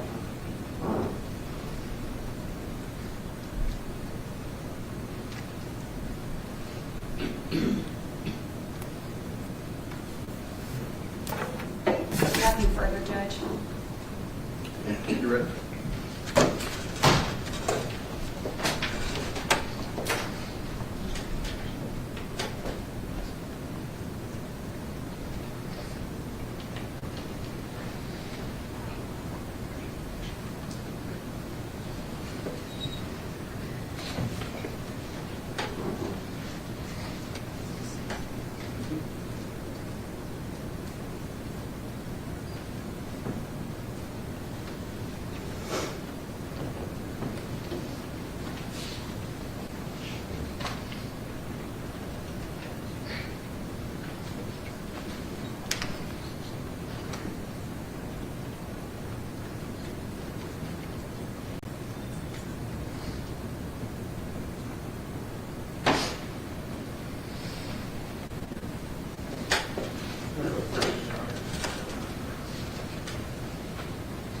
The jury have any questions for Mr. Pace?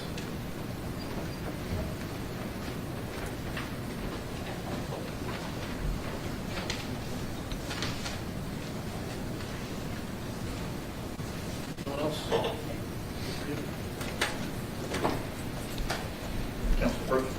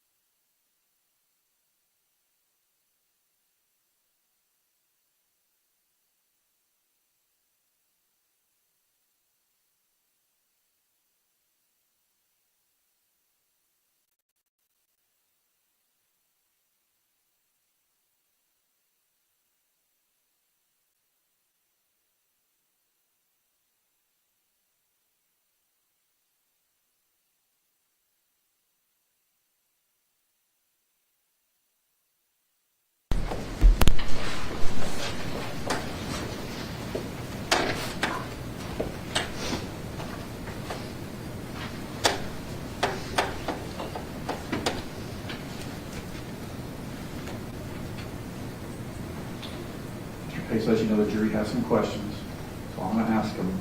Take your time answering if you need to. All right, but just face the jury when you answer the questions, okay? How did you know Jason Chen was Jasmine's boyfriend?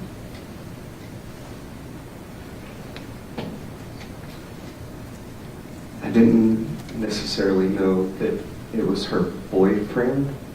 I knew that they had been speaking, his name had been spoken about, and that they knowingly went on a trip to Chicago together, and that his name was relevant. So we knew they were at least somehow close enough to take a trip to Chicago. More than that, I wasn't aware how much more that they were dating or not dating. At least enough to go to Chicago. You might have answered in that last answer of this one, but I'll ask it anyway. Had Jasmine ever mentioned Jason Chen to you? No, she never mentioned Jason Chen to me directly. But she did mention him directly to other people that she trusted and loved and was concerned about sharing things that were important to her. You said you lifted the handle to get into the apartment. Was the door open? How did the door get open?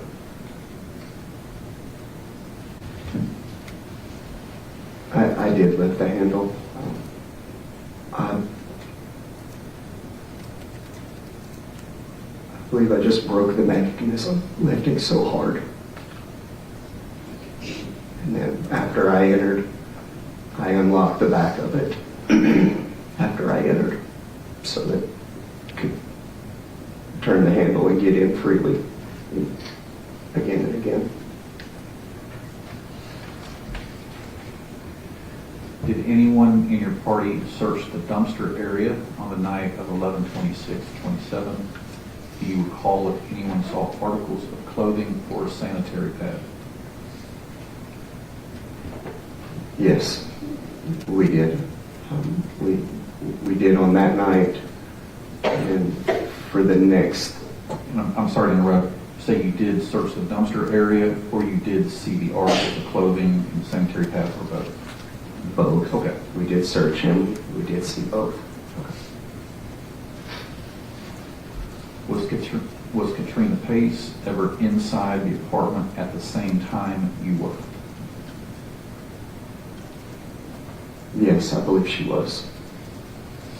Were you present when any items were taken from the apartment? If so, what do you recall being collected? Did you take anything from apartment 210? I'll ask it one at a time. Were you present when any items were taken from the apartment? No, I was not present for that. Did you take anything from apartment 210? No, I did not. Possibly, and I really don't recall. Possibly we would have on the very next entrance, right after the police had left, and we kind of all concluded that their help was going to be less than expedient, and we may have actually grabbed all of her IDs and stuff at that exact moment, but it's a blur if we grabbed them at that next moment, or it's a blur. I don't specifically remember that we grabbed them at that exact moment, but it's reasonable that that's probably when it happened. Just kind of following up with that, I just want to make sure you understood that when the juror's question was, did you take anything? You mentioned we took things from apartment 210. Did you physically take anything yourself from apartment 210? No, I did not take anything from the apartment. Do you recall smelling marijuana when you entered the apartment? I don't recall smelling marijuana, but I do expressly remember the bong that was on the computer stand and a baggie beside it, which maybe it's a crime, maybe it's not a crime, but we pointed that out, or we expressed that they should be looking and knowing that it was in there, that maybe it was somehow related, or maybe we would have known fingerprints or something like that. So it was pointed out. But the smell itself, there was no smell. If you do remember, what items do you remember observing on the bed at the time you arrived for the first time?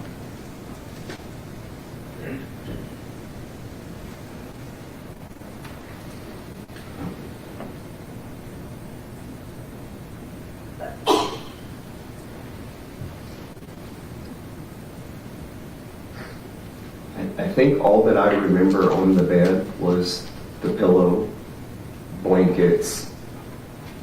It was messy. It wasn't made up. So there's a lot of wrinkles and folds. Possibly there was clothing on top of the cover, the bed itself. I don't think anything else was on there at that time.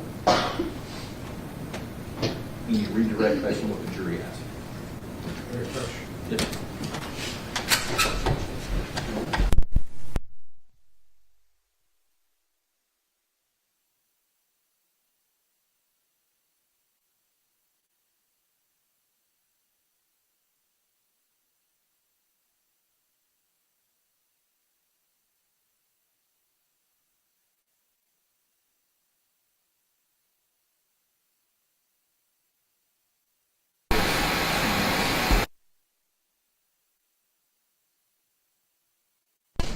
All right, jurors, we're going to take a break at this point. It's 10 minutes to 12. Try to have you back at 5 minutes after 12.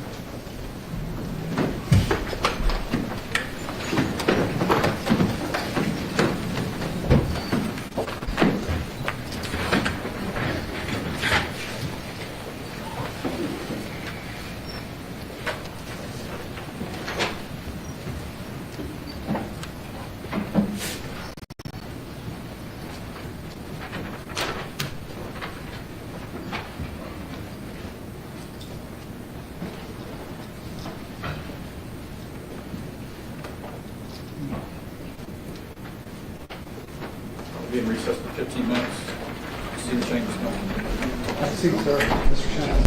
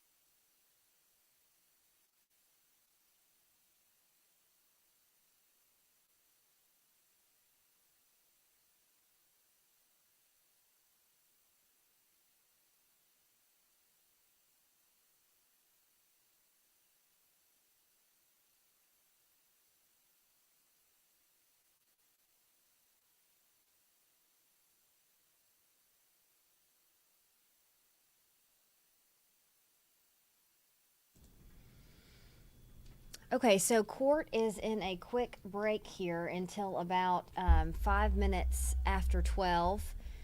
They've been going for several hours this morning, and the big point that we've seen are a neighbor that came on to the stand. This was pretty significant here, and we'll talk about why. So this neighbor's name is Courtney Brewer. She lives directly under the apartment of Jason Chen on Tremont Street, on the apartments there. And what she testified about is that at 2:11 a.m. on the morning of November 23rd, She said she was awakened by a female scream. She knows it was 2:11 a.m., she says, because she looked at her phone at the time.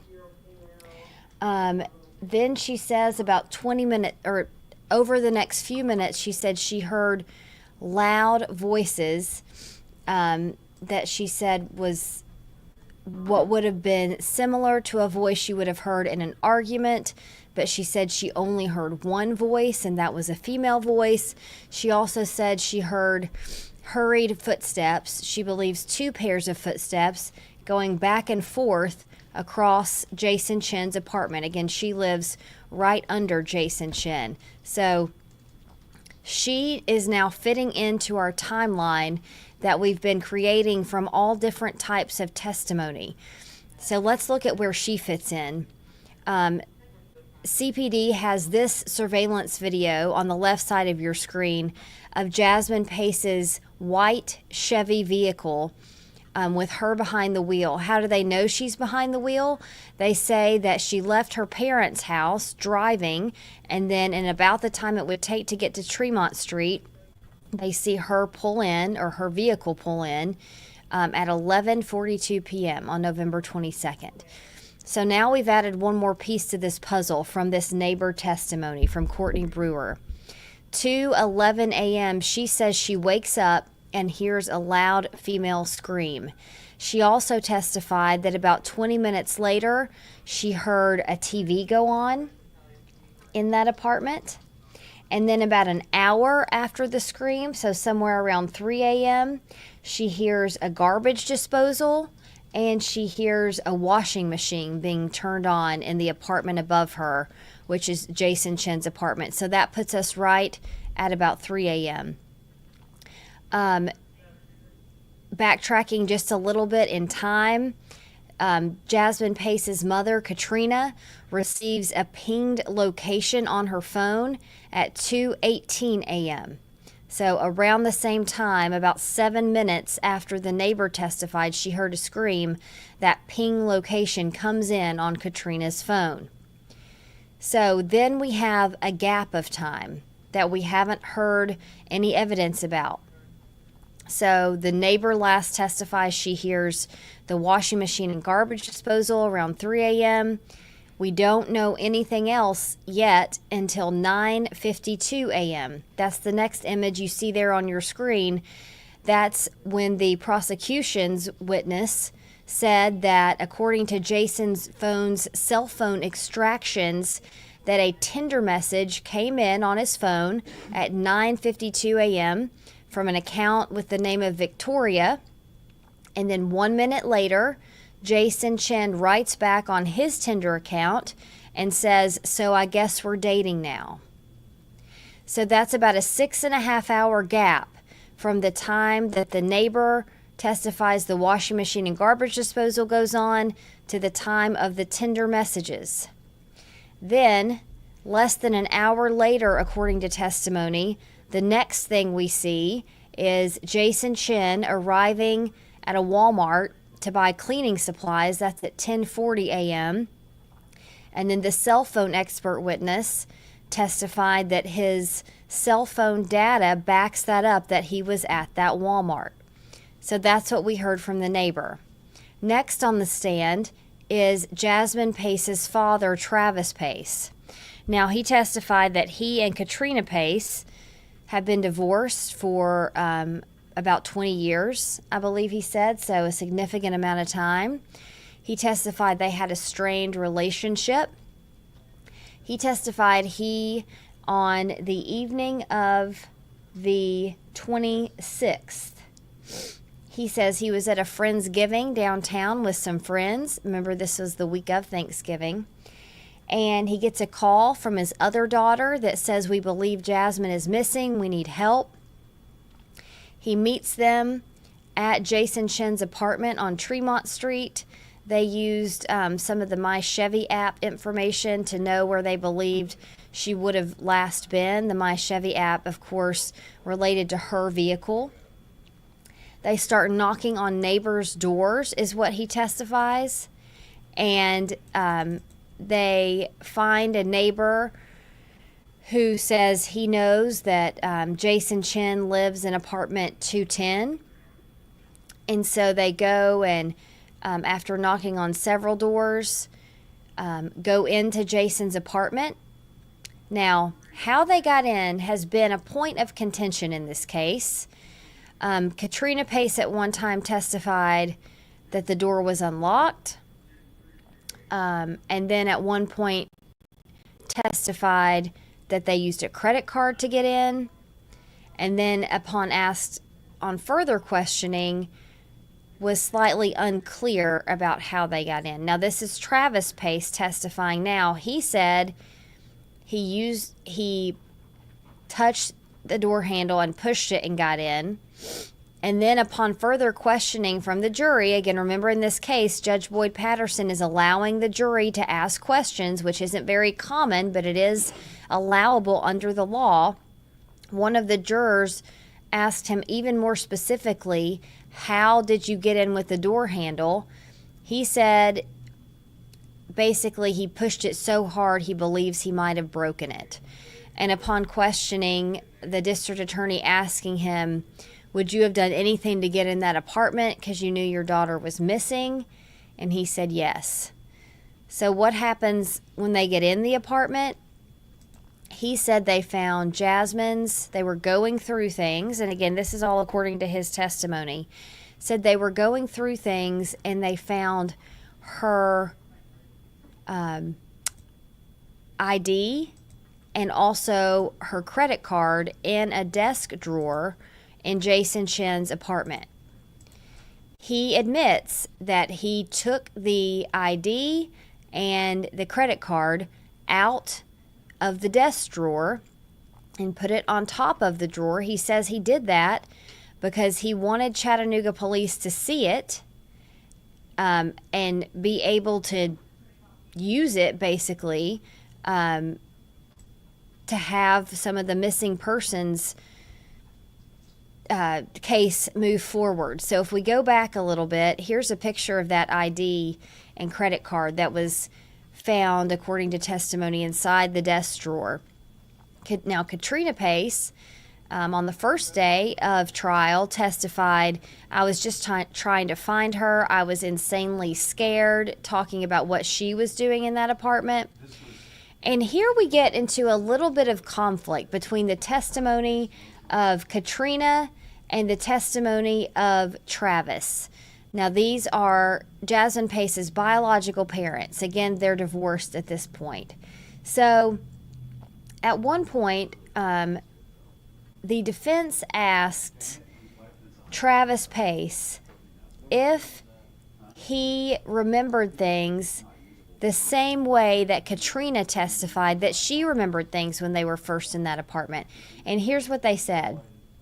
Joshua Weiss asks, that's the defense attorney, asked Travis Pace, you were there with Katrina Pace when you were interviewed by Detective Crawford and another detective. And he says, I was there.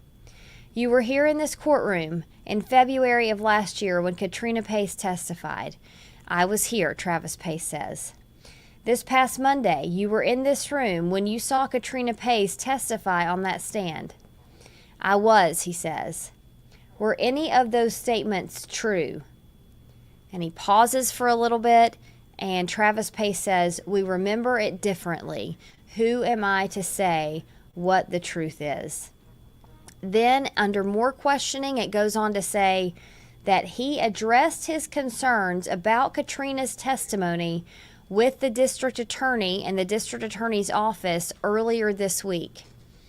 So it does seem that there is a discrepancy between Katrina Pace's testimony and Travis Pace's testimony, but also he's been very clear that Katrina went into the apartment without him on a couple of other occasions, that he did not go back in, so he can't testify as to what happened during those times. And then something that we just heard pop up, but that we don't quite know the significance of yet, and that is what he saw, what Travis Pace saw when he was in Jason Chen's apartment.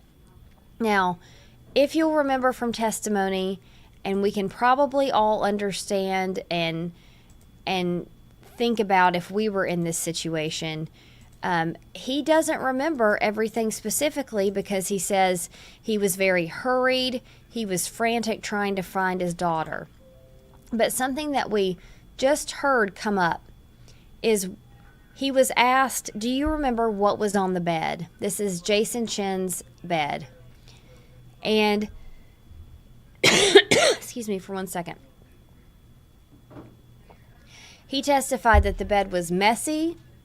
He testified that he believed that there were clothes on it, but he didn't specifically remember anything else on the bed. What we know from evidence photos is that when police went back into the apartment and took their evidence photos, there was this knife on the bed. Now, we also know from later in testimony that this knife is not as significant as perhaps once thought in this case, at least as the testimony began to roll out, and that's because of this picture here. You can see the knife on the bed in the blue gloved hand, and then you can see this is one of the CPD crime scene investigators, Michelle Johnson. She's holding another portion of a knife that the medical examiner later testified was found inside Jasmine Pace's lung in the autopsy. So we at least know from that Jasmine Pace was stabbed with that knife that broke off. The medical examiner says he can't determine if all of those 60 stab wounds came from this particular knife, but we know at least some of them did. So the question now, will the defense try to say that someone planted this knife or moved this knife onto the bed? Now, we don't know that, but that's just with this line of questioning, asking what he remembered on the bed. That could be something that we hear more questioning on when they come back from the break here. Another point of fact, we know that Travis Pace was on the prosecution's witness list. The prosecution has to turn in their witness list ahead of time. The defense does not. The prosecution that rested their case this morning never called Travis Pace to the stand, which is not that uncommon. They often put more witnesses on their witness list than they end up actually calling. Upon questioning from the district attorney, we learned that Travis Pace didn't know he was being called by the defense as a witness until they said his name in court. So he was unaware he would be on the witness stand today, according to his testimony. So that's one other interesting fact there. We don't know who the defense will call next.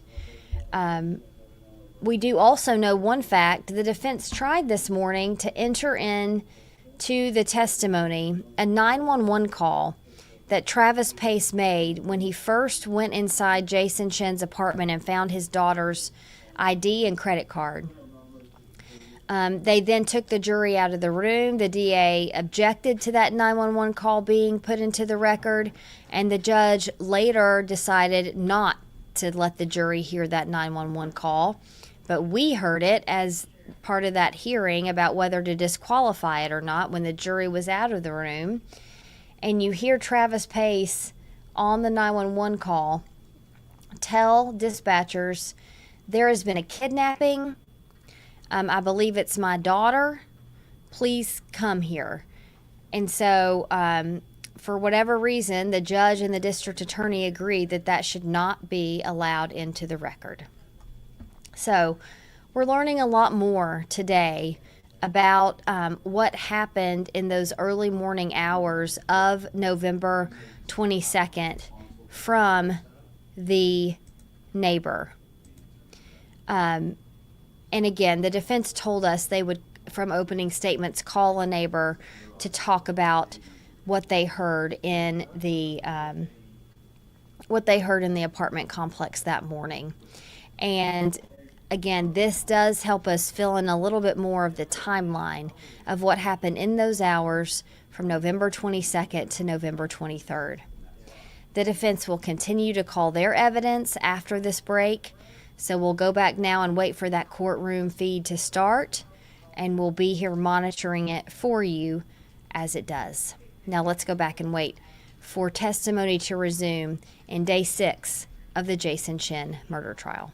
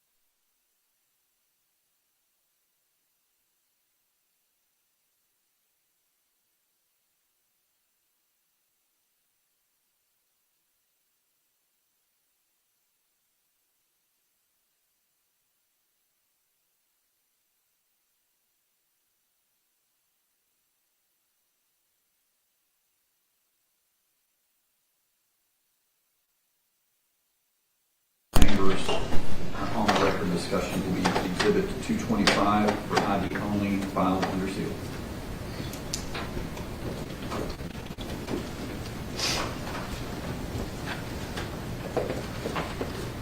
Mr. Case, one of the things in our conversation in Chambers happened to talk about whether or not you'd be asked any more questions from either side. Neither side has any more questions for you, so you may step in.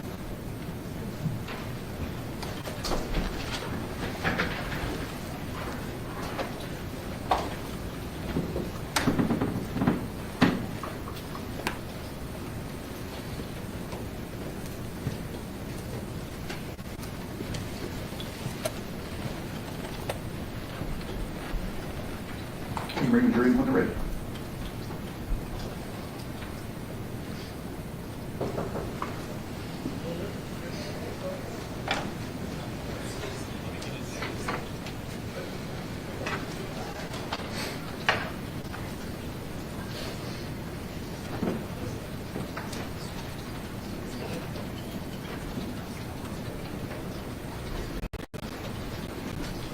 By the way, court notice there's a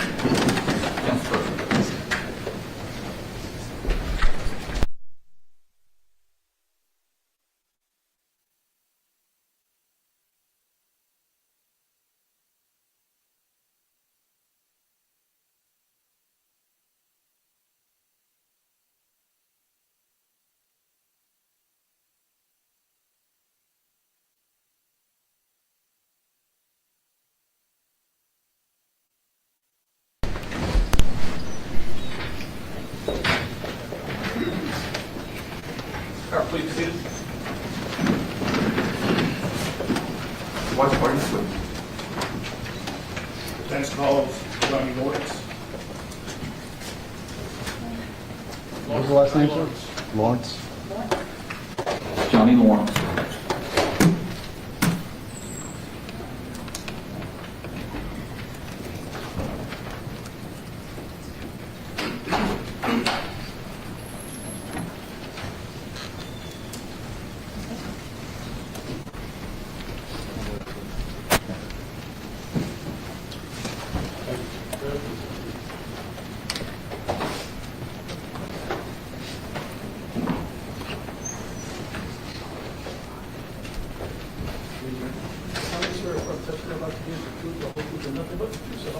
I do.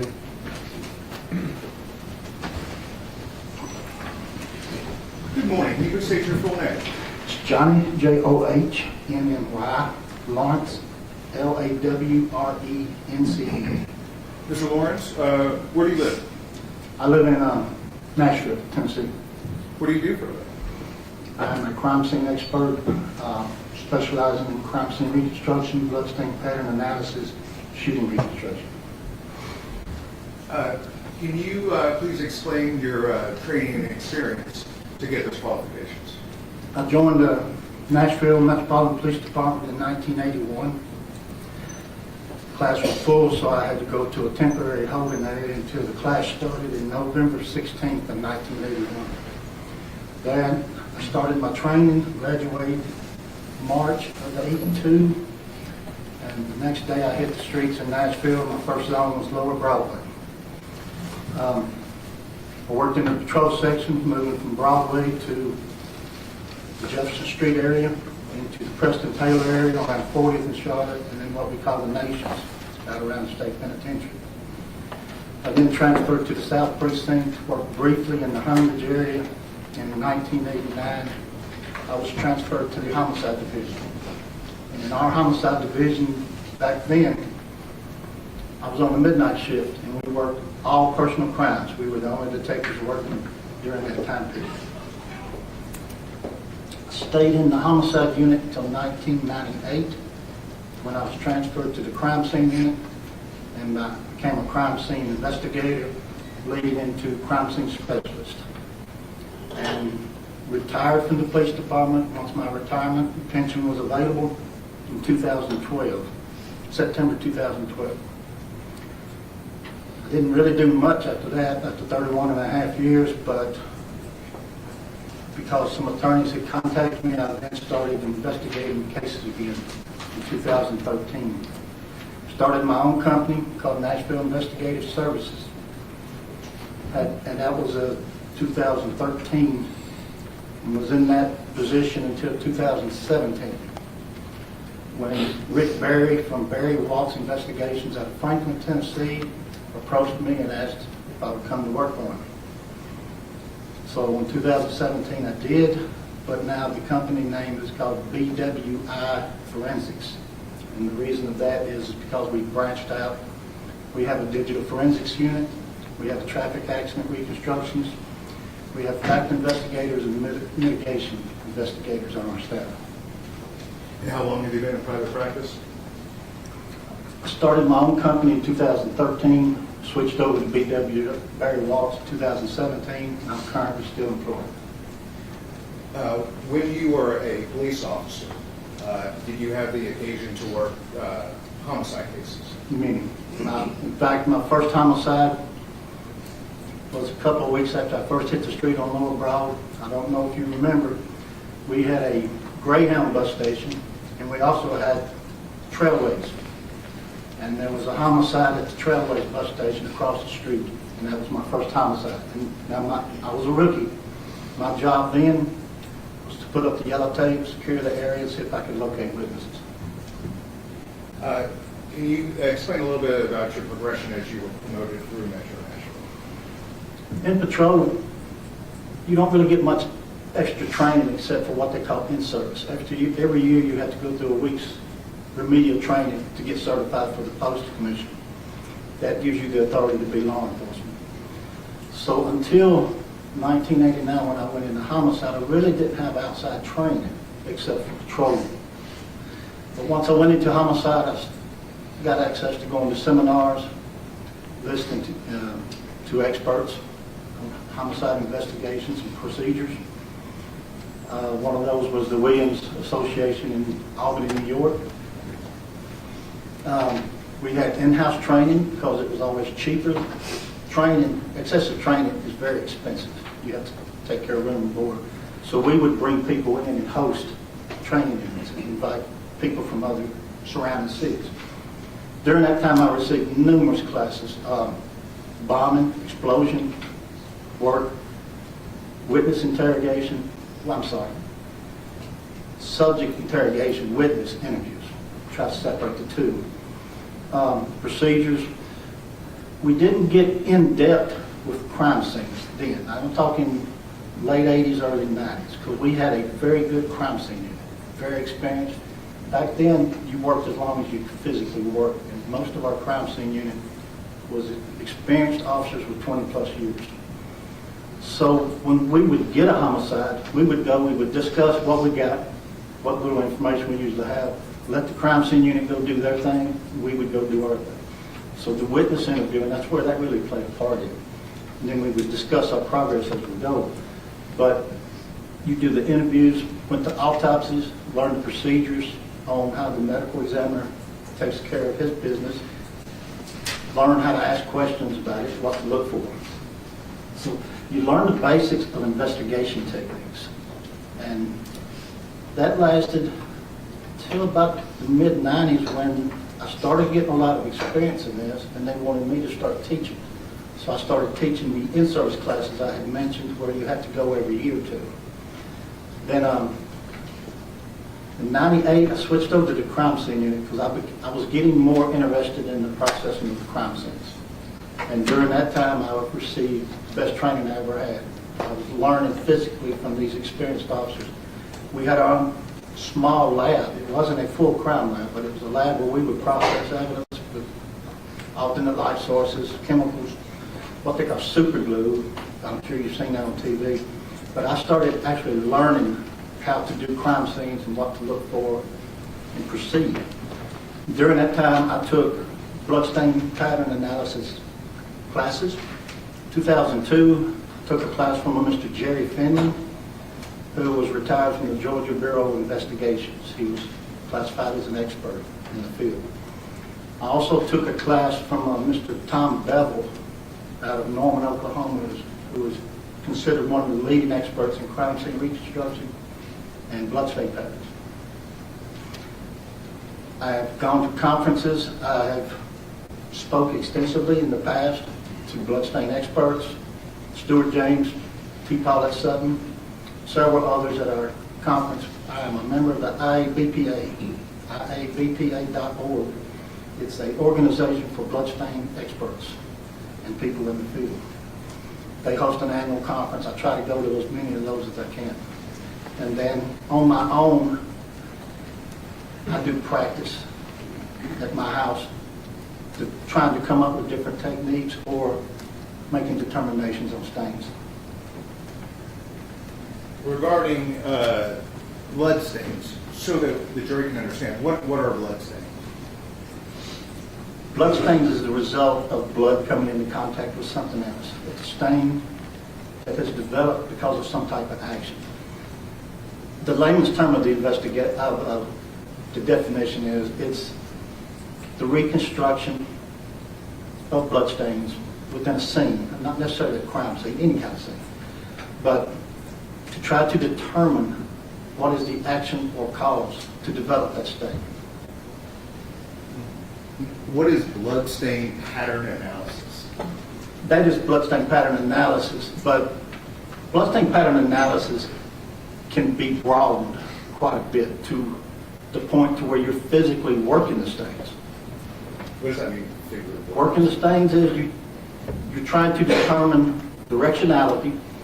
You're obtaining the size of the stain, whether it's a drop. That's what you normally have, the impact stains. You try to get the measurements, the width and the length of the stain. There's a trigonometry formula you use, and that will give you the angle of projection of that stain.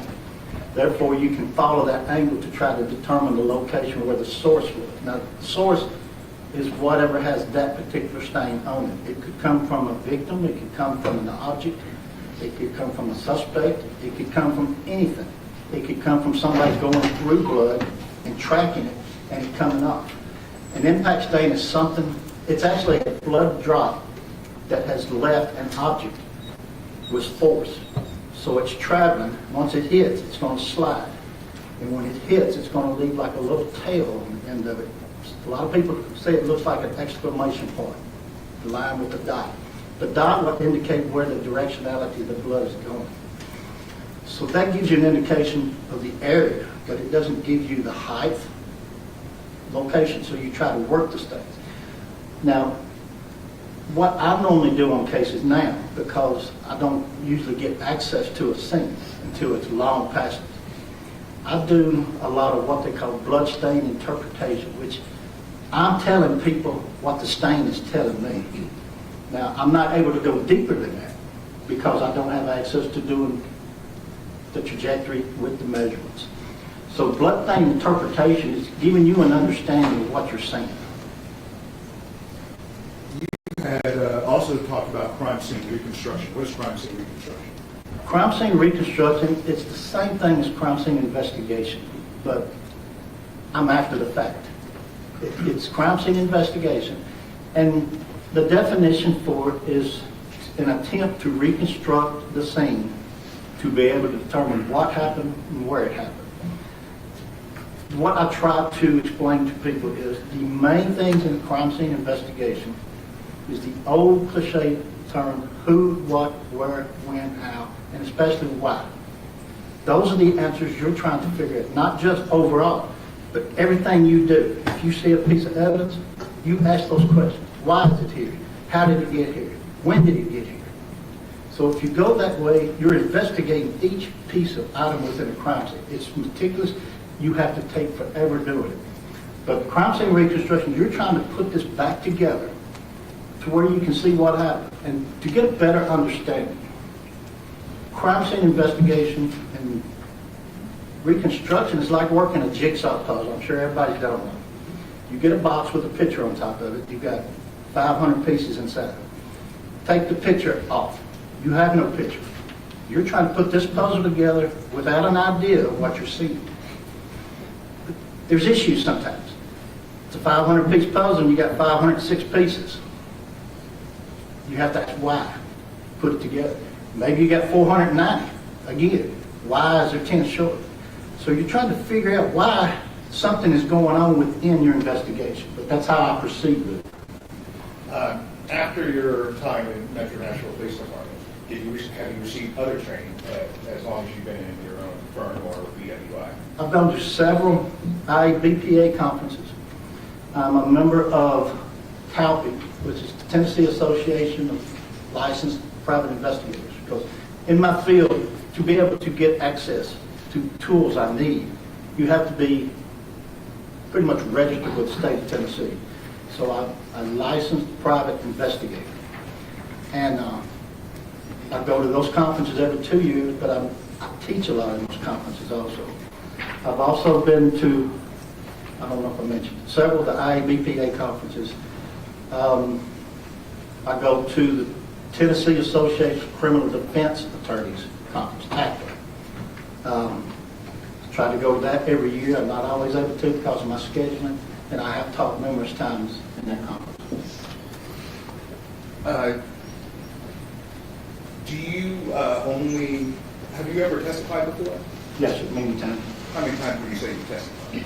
Total testifying dates back to around 1990. I have no idea to give you that number, but as an expert in the field that I mentioned, I've testified on numerous cases throughout my career, not necessarily as an expert, but as a witness, or to clarify things in a case from a witness. But as an expert, I was asked to look at some cases, a case out of Williamson County, which is around Franklin, Tennessee, Spring Hill, Tennessee. And I testified as an expert there right about the time I was retired. I think it was 2013. Testified in Memphis, Tennessee on a double homicide case. Were you qualified as an expert in there? Yes. Hickman County, which is near to Dixon, testified. Well, I was going to testify as an expert the day I showed up. The case was settled. So I actually didn't testify, but I was recognized as an expert prepared. Knoxville, Tennessee, we had a case, but it was actually Roane County, just outside of Knoxville. That was actually last year. Many times in Davidson County. Some cases you probably remember, but the majority of cases are not as broadly in the news. Testified in Montgomery County, Clarksville, Tennessee. I testified as a crime scene investigator in Pittsburgh, Pennsylvania on a case, only because the victim was brought to Nashville. So that's how I got involved now. The defense hired you in this case, correct? Correct. Do you only testify as an expert for the defense? No. Who do you testify for? Whoever hires us, we work for prosecution, the defense, and we also work for private citizens, because a lot of times private citizens are not content with the result on the death of a relative, so they want a second opinion. But I do cases for prosecution and I do cases for defense.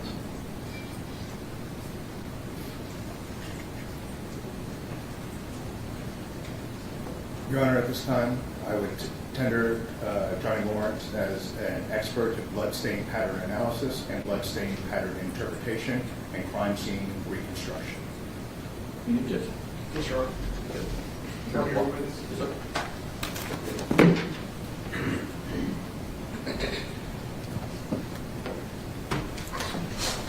Sir, how many times, a number, have you testified as an expert witness at a trial? That is listed on my CV. I'm thinking, and I'm guessing because I don't have it in front of me, 12 to 15 times? Would it surprise you to learn that we've not received your CV, sir? No, sir. That wouldn't surprise you at all? Well, I'm not sure of the procedure. Did you provide it to the defense Just the other day. Yes, sir. just the other day? So you've only been on this case for how long? Since December 7th of 1922. December the 7th of 1922. That's when I was notified of the case. Yes, sir. Okay. In what fields have you testified as an expert? Crime scene investigation, crime scene reconstruction, bloodstain pattern analysis, bloodstain pattern interpretation, and shooting reconstruction. You provided expert testimony in those fields. Yes, sir. How many times? It's on, I say it's 12, 15 in that area. 12 to 15 times in that one particular area. That's what I could remember to be able to honestly document it in my CV. There could be others, I don't remember.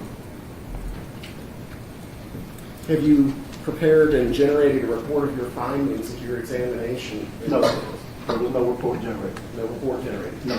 Who told you not to generate a report? Nobody. May we approach?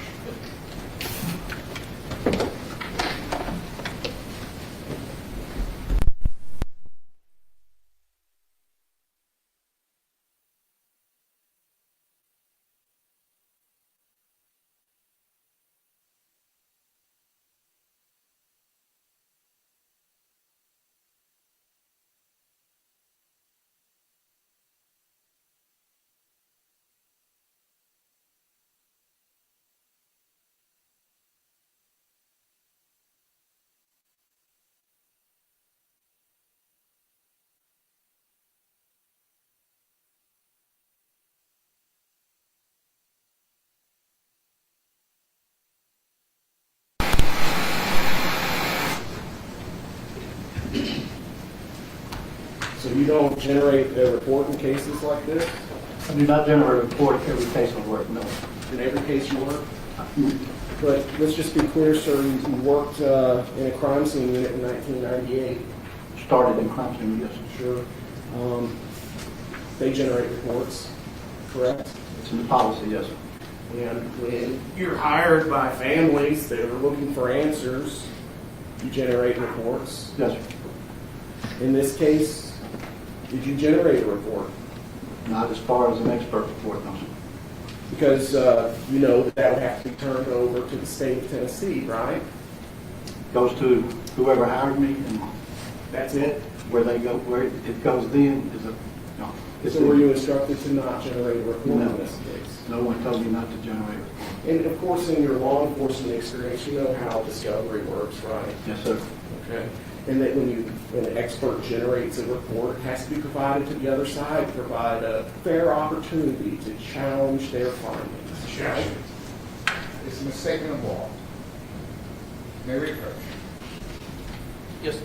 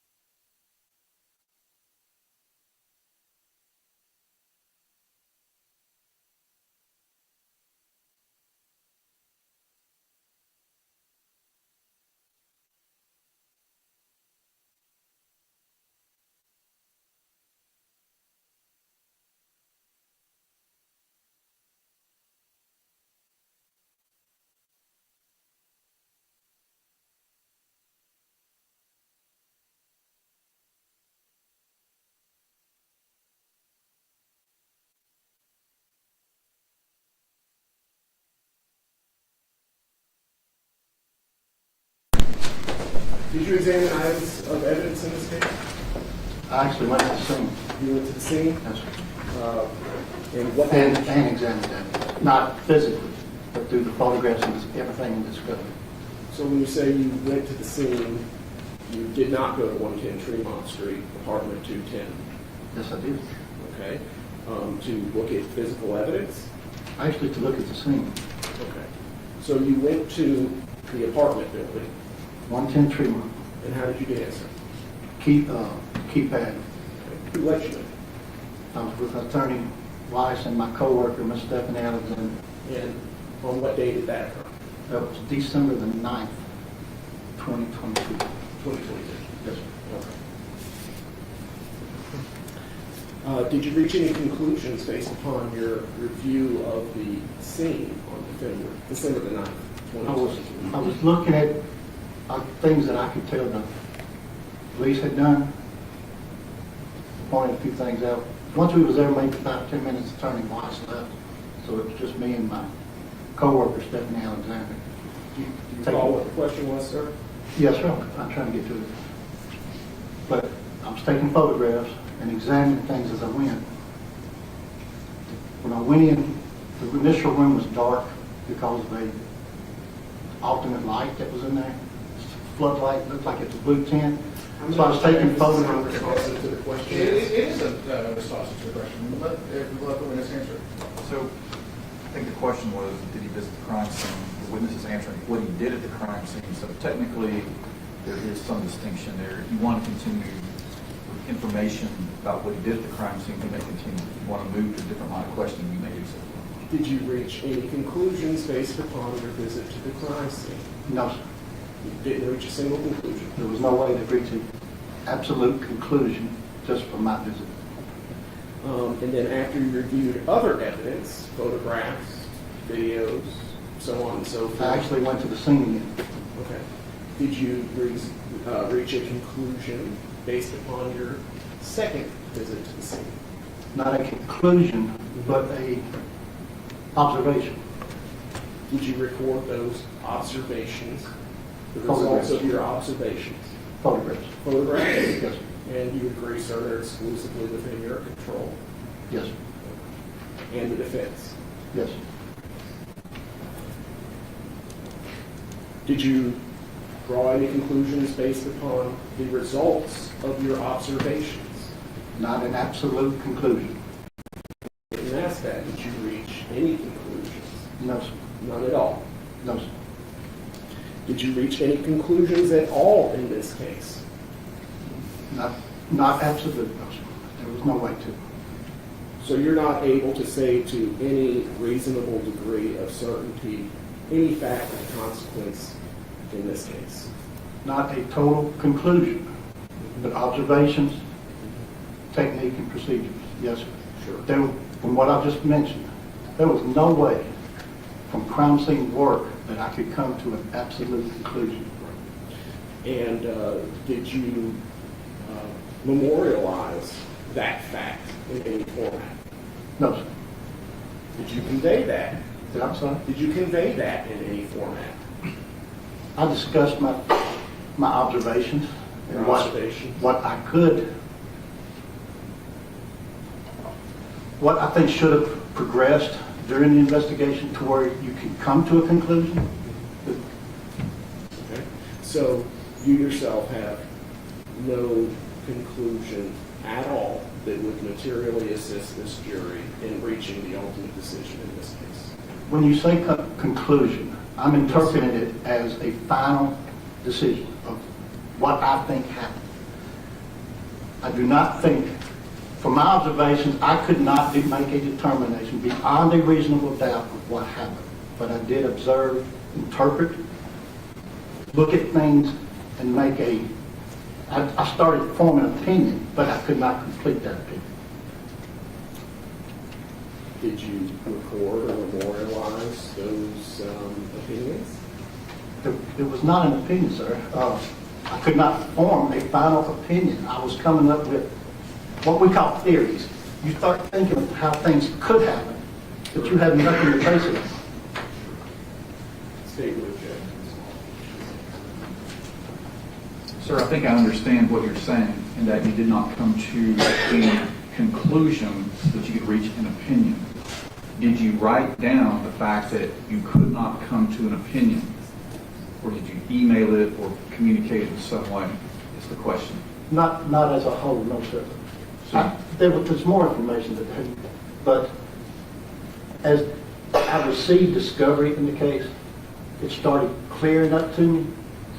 But for me to put an opinion in a report as this is what happened, I could not do that beyond a reasonable doubt. But I had information, I learned information from my 4 visits to 110 Tremont that this needs to be looked at. Something happened here. And hopefully the discovery was going to relay that, but it never did. Okay. All right. Any redirect on this issue?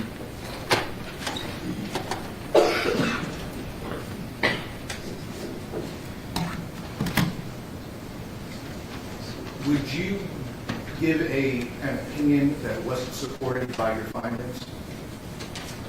Sorry. Would you make an opinion that wasn't supported by your findings? No, sir. Would you give an opinion that wasn't supported by your investigation? No, sir. In your time as a police officer or when you've been in your private practice, have you had an opportunity to look at crime scenes before? Me. Okay. And take me through the process of what you do when you begin your investigation. There's a lot of changes in it. The majority of the time when I get involved is long after the incident. It has to be after a preliminary hearing or a direct presentment indictment. That is when the defense starts getting case information, reports, photographs, things related to the case. Normally, sometimes it happens, but normally they don't get any of that until after those hearings. Then I would receive that, and I can begin my investigation.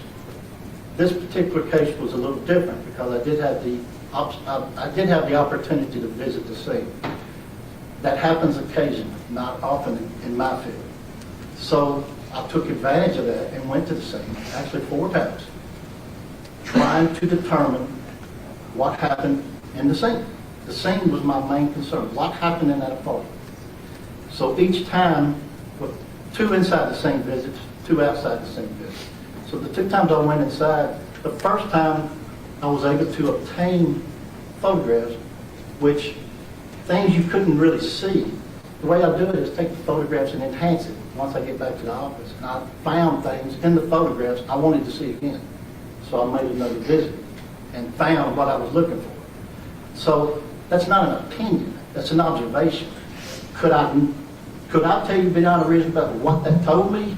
No, but I can give you an idea of what possibly caused it. Is it your responsibility or is it part of your job to critique or go through what the crime scene investigators working for law enforcement did? It's part of my job because it plays a big part of what took place, and it helps me to come to a final opinion or a conclusion. In this case, I got the discovery at different times. You get one thing 1 month, the next month you might get something else. So you proceed hoping the questions that you're forming are going to be answered with the continuous discovery. You don't know if you've got all the discovery until right at the end. Hopefully you do. In fact, when was the last time you received that? Okay.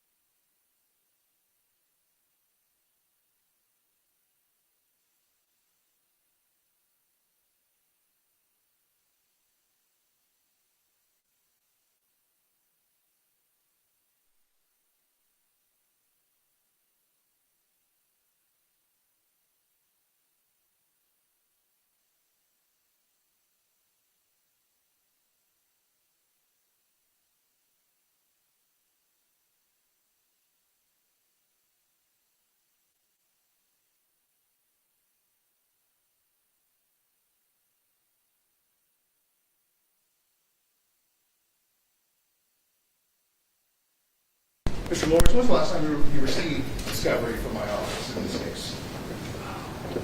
It was this year, the exact date, I don't remember. A couple weeks ago? Yes, sir. You can tell about right. I didn't want to lock in on a certain date. Did we receive discovery in December too? Yes. I want to talk more about there's a nomenclature being used here. Findings, opinions, conclusions. Let's go through each one. What does findings mean? Finding is basically what it says. You found something that could be involved, couldn't be involved, and you try to determine if it was. It's something that could lead you the right way or could deter you. Did you have findings in this case? Many.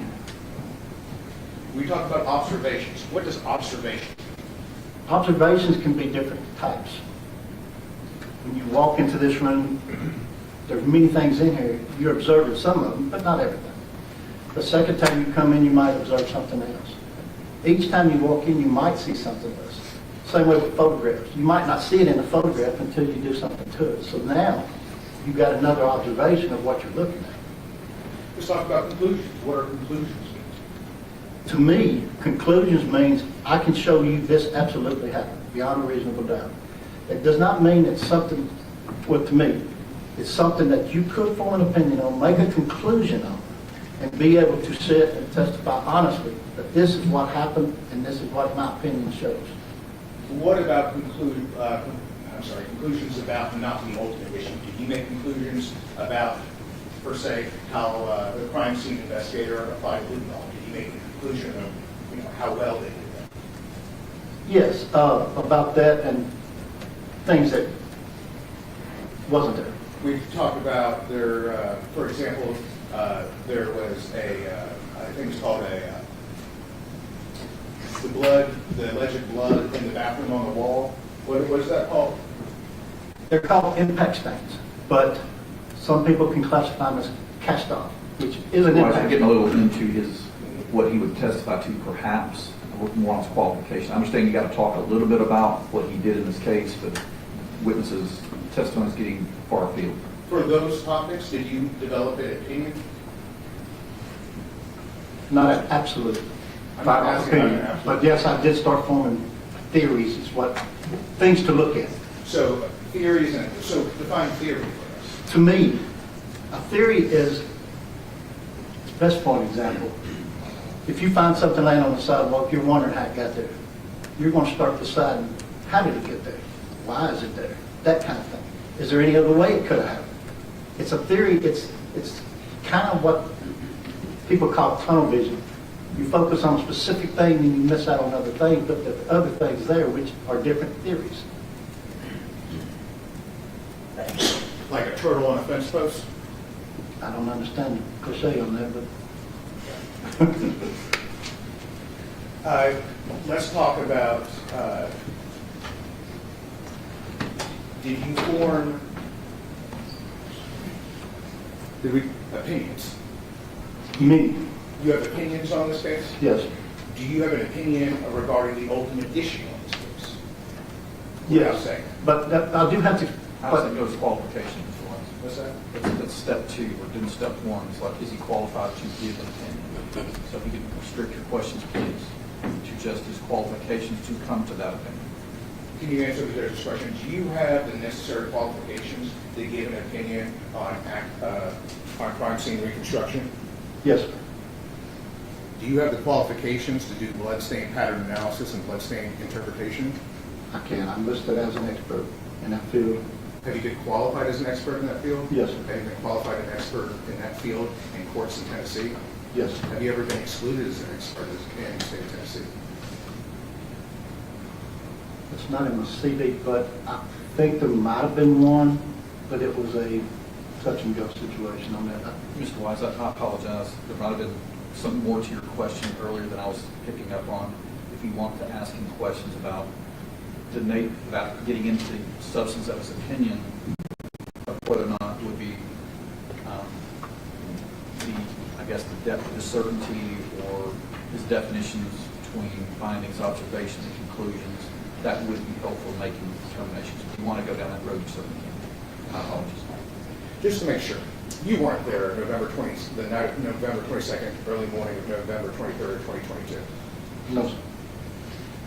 And because you weren't there, what is a crime scene investigator's job what is your job when you go in there?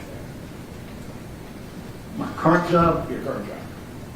I normally don't get access to the scene. So it's usually all after the fact, from the discovery. Whatever work has been done that's been provided to me. And is that how someone in your profession goes about doing their job, doing their investigation?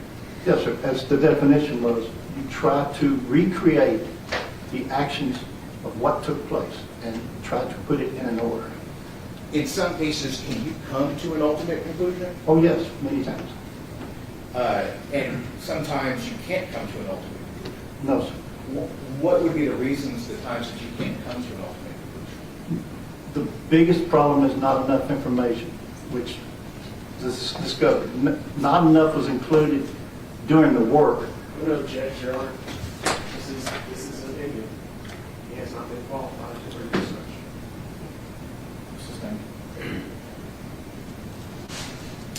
In other cases, you said you developed opinions. Yes, sir. Did you develop opinions in this case too? Yes, sir.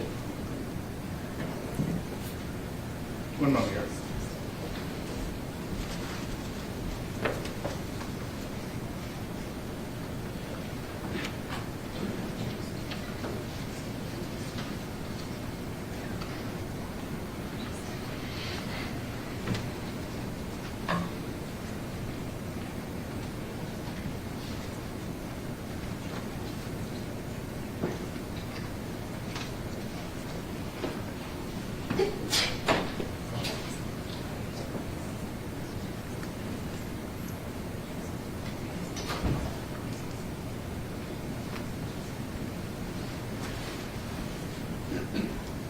You have testified to opinions in other cases, Yes, sir.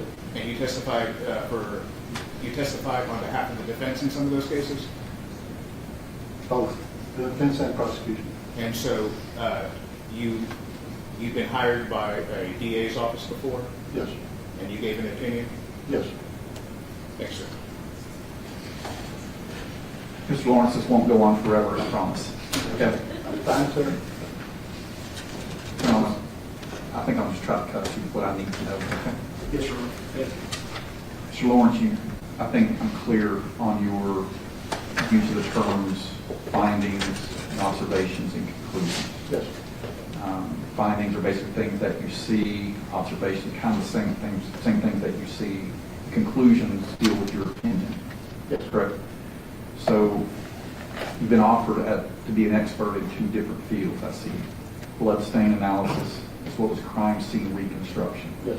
You see those as two separate distinct fields as well? They are distinctly different, but in many cases, they almost have to be used together. Well, they're overlapping for sure. Correct.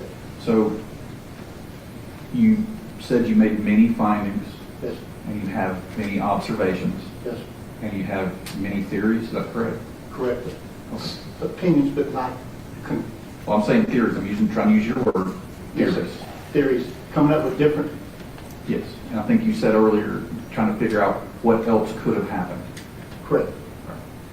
So on the bloodstain pattern that you've looked at, I'm talking about, without getting into the specifics of your opinion, you're talking about developing those many theories about what else could have happened. Are any one of those theories more likely than other theories that you've come up with? Or would you describe them all as generally, these are all within the realm of possibility? With what's in discovery, the theories I came up with was from multiple things. Multiple possibilities? Yes. Not possibility, but as far as photographs, one photograph might tell me one thing, the next one might tell me something that's unrelated but related. And those are findings But, yes. and observations. Correct. We're talking about your theories now, which is getting a little... Same thing. Well, theories and opinions are derived from those lower, more factual things you're seeing. Correct. So make sure, I think I understand what you're saying. Just want to make sure you understand what I'm saying. Yes, the theories unrelated to the findings of observation, it led to a theory that I had come to. So you have a theory. Or is it multiple theories? And that led me towards an opinion, yes, sir. You have an opinion? Yes, sir. Okay. Getting closer. Can we approach? Yes.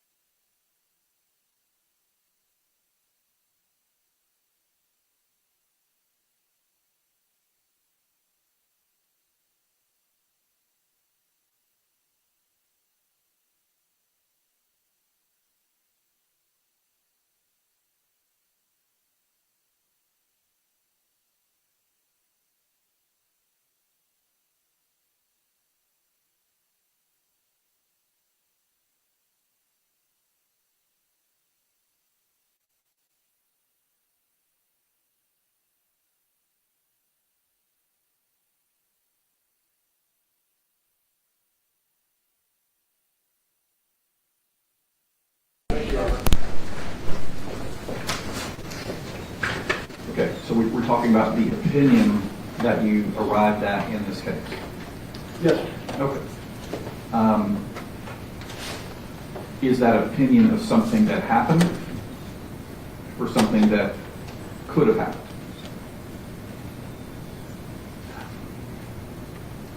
I'm saying something that I believe happened. That you believe happened? Yes, sir. So maybe I didn't understand what you're saying earlier, but the phrase that I wrote down earlier is that you could, quote, give an idea of what possibly caused it. That's part of my theory and findings, but it's coming to an opinion. I believe this happened, but there's not enough there to come to a final, beyond a reasonable doubt conclusion. Okay, we're not asking for beyond a reasonable doubt. That's not the standard for what we're talking about. Yes. The jury has to find the elements of the crime to prove beyond a reasonable doubt, but for what we're talking about, so you can put that out of your mind as far as your conclusion does not have to be proved beyond a reasonable doubt. Okay? I just need to understand if it's your opinion to a reasonable degree of certainty as a crime scene investigator or as a blood pattern analysis investigator, whether that opinion is to a reasonable degree of certainty in those fields. Yes, sir. I did come to a reasonable degree that I felt like this occurred. Okay. So that brings us to the next point. Lunch is here, so the jury's going to be sent out for lunch. We'll continue with the next phase with a particular witness. We'll bring you back when we're finished. We typically take an hour and 15 minutes. I'm going to try to stick to that. If this part of the testimony takes longer than expected, you guys may be out a little longer while I give the attorney some time to get some lunch. Okay? So you step into the jury room, we'll speak to you lunch.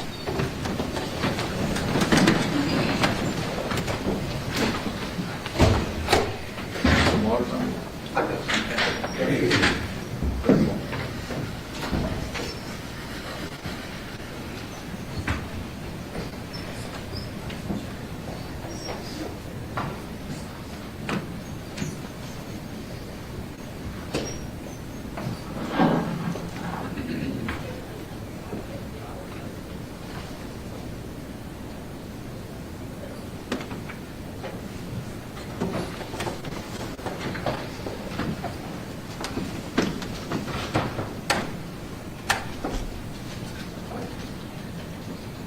Mr. Law Enforcement, please be seated. What we're talking about before, we're trying to make a determination whether you even had an opinion that met the threshold that meets the standard of being able to substantially assist the trier of fact. We're still talking about that, but at least we know you formulated an opinion which you say is beyond, or excuse me, is to a reasonable degree of certainty in those two fields we're talking about. Okay. So at this point, I think that both sides, Mr. Weissman, there you go. You disappeared from my physical picture. Sorry. So at this point, I think we can get into, we're not still not beyond his qualifications yet. I think at this point we're getting to the mixed examination of his qualifications and what his actual opinion is. The jury's out. So Mr. Weiss, if you want to talk a little bit about his opinion as well, based on his qualifications, you can. The state will be able to do the same. Does the court want to get to it or lay a foundation? You can start wherever you want to. The jury's out. So if you want to talk about what your opinion is and then how we got there, you certainly can. Mr. Lawrence, did you form an opinion on whether or not Jason Chen killed Jasmine Pace with premeditation? No, sir.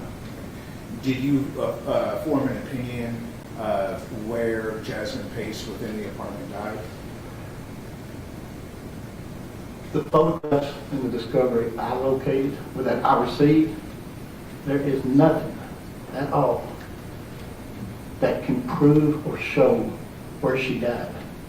I can show where a big part of this incident took place. And where's that? In the bedroom. Why is that? Because of findings and observations I noticed from my pictures and the crime scene pictures taken by the Chattanooga Police Department. Detective Crawford said that Jasmine Pace died in the bathroom. Can you refute that opinion? Again, I cannot say, and I don't believe anybody can say where she actually died at. Why not? Because there's so much blood throughout the scene. So what you look for is indications of actions, reaction to actions, of where things occurred. I could see that in the bedroom. But what was being shown to me in the crime scene pictures is reactions from Blue Star of stains, which is giving me different opinions of how those things were developed. But that it stopped there, and that's a problem. Have you ever trained crime scene investigators before? Many times. And do you have any opinions regarding the efficacy, the job that the crime scene investigators did in this case? It's hard to say on this because the crime scene units, and it's multiple departments are like this. The crime scene unit is a separate unit of the homicide division. They need to stay separate. You don't need everybody in a huddle and people telling others what to do. The detectives are there to figure out what happened, investigate what happened, interview witnesses. They bring the crime scene unit in to do their job, investigate the crime scene. You try to keep information out so you can keep bias down. Let the investigators do their job and proceed. I saw a lot of issues with this where the investigators appeared to be being told what to do and when to do it. Therefore, that's why I see a deficiency in the Blue Star. There should have been a lot more done once that blood or reaction, possible blood, was created. Therefore, we could have probably been able to show exactly what happened, where it happened, and how it happened. Do you have an opinion on the type of testing that the crime scene unit did? Blue Star is one thing you use. It's an up-to-date version of the old term luminol. Blue Star is actually luminol with 2 types of sodium added to it. It gives a better fluorescent. It lasts longer, and you can see it much better, and it's more stable.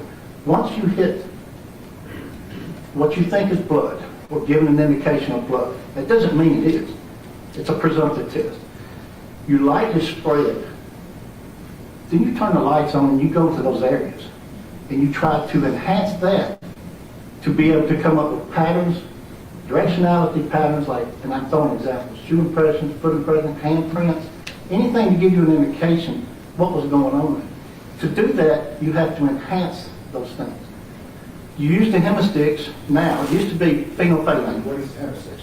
Hemosticks is kind of like a diabetic uses in a glucose machine. You prick your finger, you put a little strip on it. That's it, like the hemostic.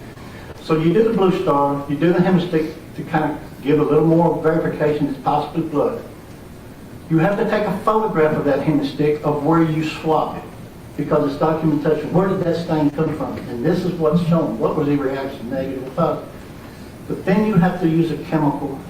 The one I use is glucose crystal violet. It's a stain. What it does is you spray that stain like you did the luminol, and it will develop your pattern, which is that It's not going to dissipate until you clean it. Thank you. Thank you for sharing that with me. I think we're getting into more of the depth of the opinion, which is fine to touch on that for this point. Mr. Weiss, again, I'm going to go through what I think you said so far. If there's anything else that I haven't noticed, I have more on different types of opinions. Yes, sir. Okay. Did you develop any opinions regarding whether or not the scene had been contaminated? Yes, I did. What were your opinions on, this is what I want to hear, the opinions on whether the scene was You contaminated? can get into a little bit, but again, we get into the granular level of it. That's right. Briefly, tell me your opinions on how the scene was contaminated. There were multiple items either brought in or taken out. How do you know that? Because of photographs and documentation from the discovery. What about in regards to the Blue Star? Do you have an opinion that the Blue Star showed any type of contamination? Again, the Blue Star pictures, the only thing you're getting out of it is illumination. It tells you nothing about the blood. Had you observed the, hold on, Your Honor. Yes, sir.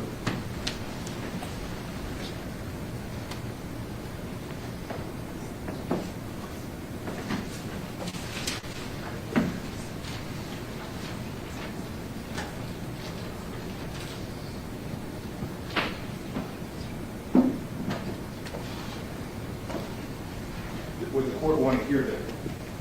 What all did, I hear all his opinions that he would offer as an expert. I've got 4 so far.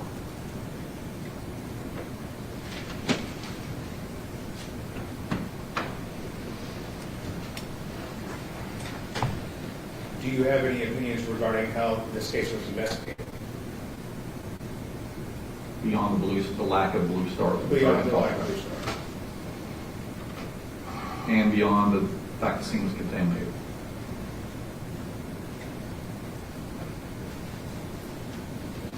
Yes, I can, yes, sir.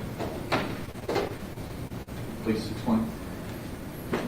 What I mentioned about the bedroom, there were several things that I was able to locate during enhancement of the photographs or observation of the discovery from the state, and I located things that could substantiate my opinion. I'll let Mr. Weiss direct, but we're getting to what your opinion is. Okay.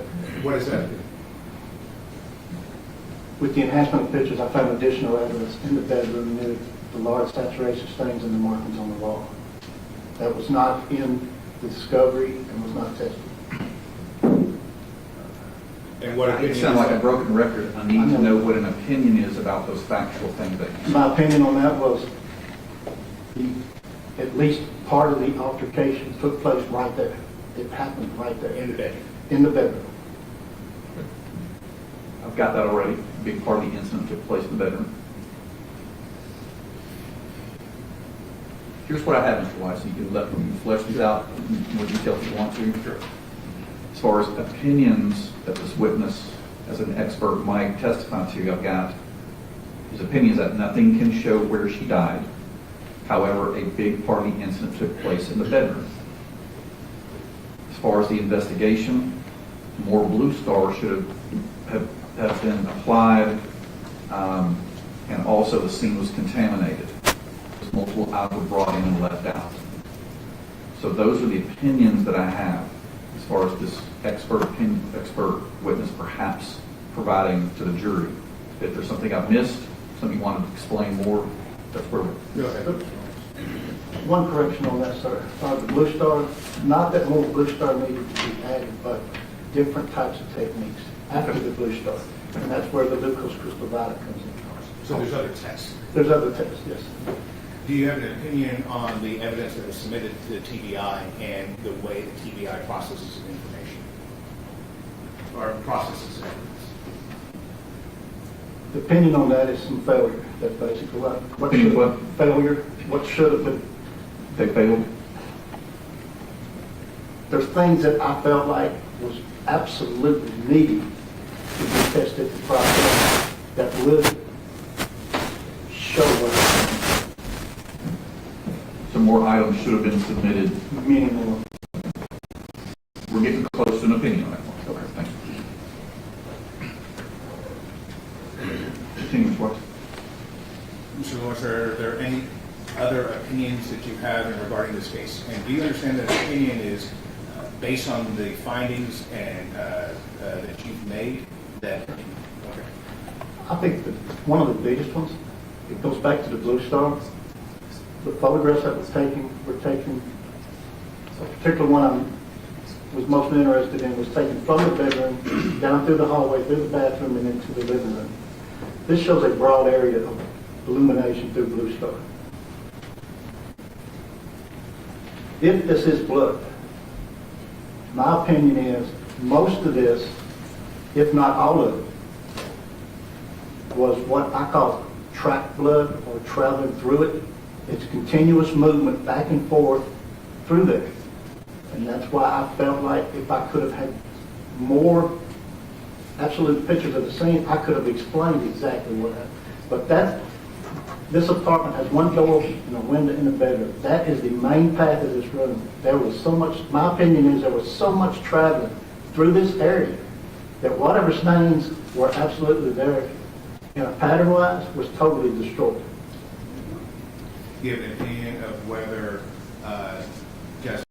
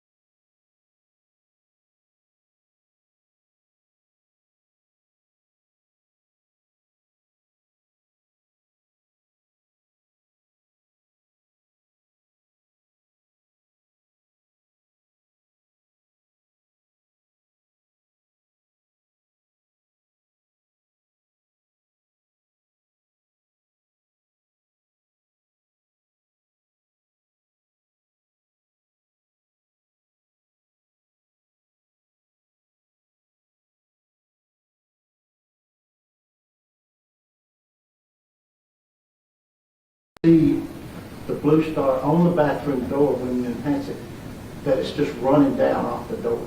You don't need excessive. You have to have a thin layer, so you're just trying to locate blood. Once you locate it, it has to be processed. I think that's all the opinions that I would seek to. Okay. Well, while you're there, let's go down my list to make sure that we all agree. This witness has an opinion that a big part of the incident took place in the bedroom. He has an opinion that the Blue Star aspect should have been investigated further than it was. He has an opinion that the scene was contaminated, with multiple items being brought in and taken out, as well as a lot of the blood that showed up on the luminol, which I guess is part of the opinion too. It was tracked blood. And the last one I have is that more items should have been submitted to the TBI. Anything else beyond what I just said that you have an opinion about, not findings or observation, but an opinion about? Not that I can think. That's because I'm solely keying on the scene itself. So okay. I think I'm pretty much. Okay. All right. Anything else you want to develop further, Mr. Lawrence? All right. You may step down for right now, sir. Your Honor, we asked that we did.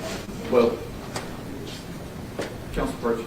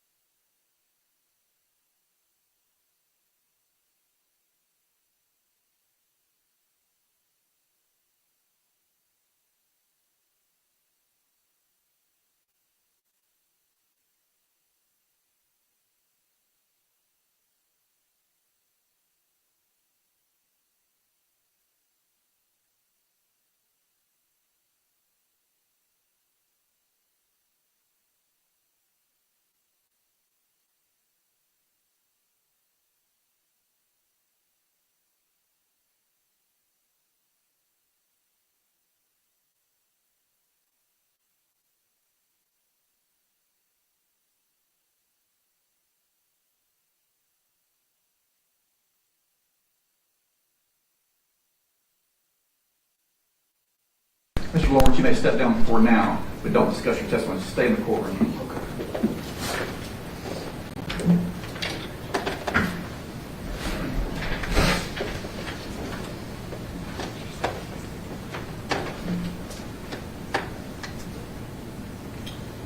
All right, as counsel knows, the reason experts are allowed to testify is if they can, if their opinions can substantially assist the trier of fact.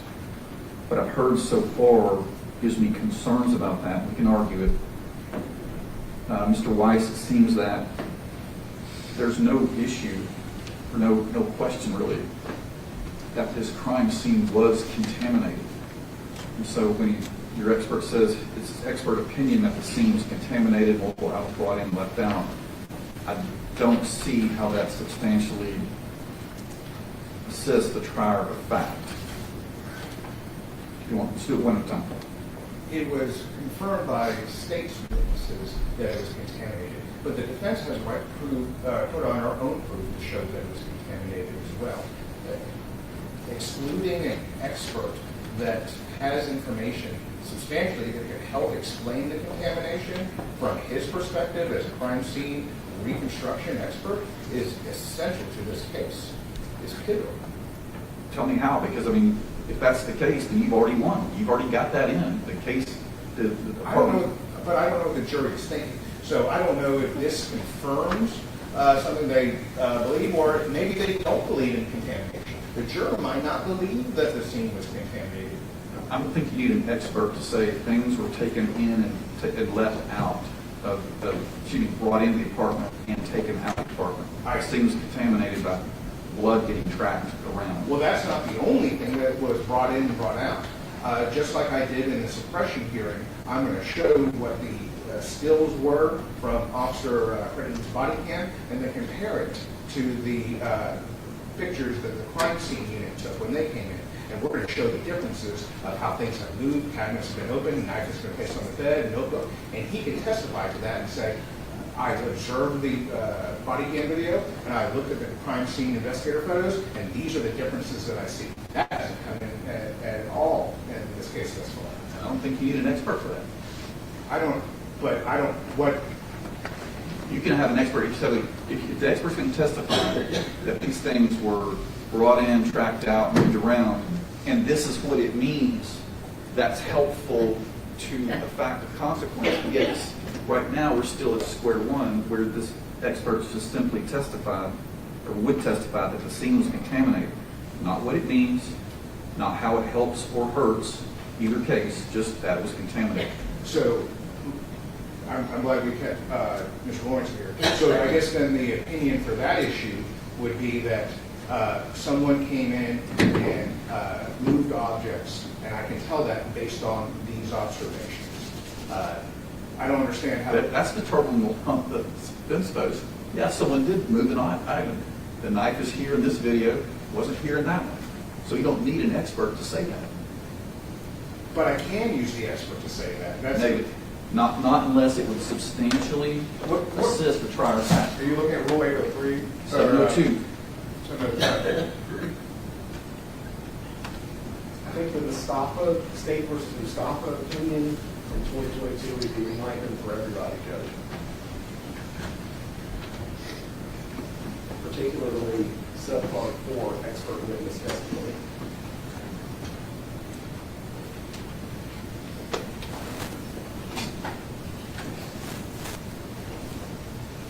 What's the site? There is a court of opinion, 2022 Westlaw 2256266. Stop.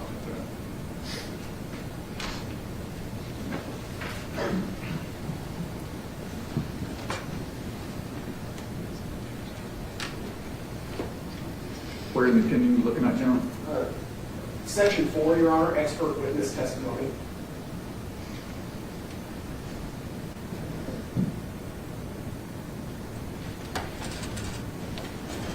Are you getting that, Mr. Weiss? No, Your Honor. I don't have access. Yeah, if you don't mind, let me give the defense counsel a copy. Or let them I see can it. project it if the court would like. Can you email it to them? Yes. Well, it wouldn't help, Judge. That's true. Oh, if you could email it to Ms. Morrison.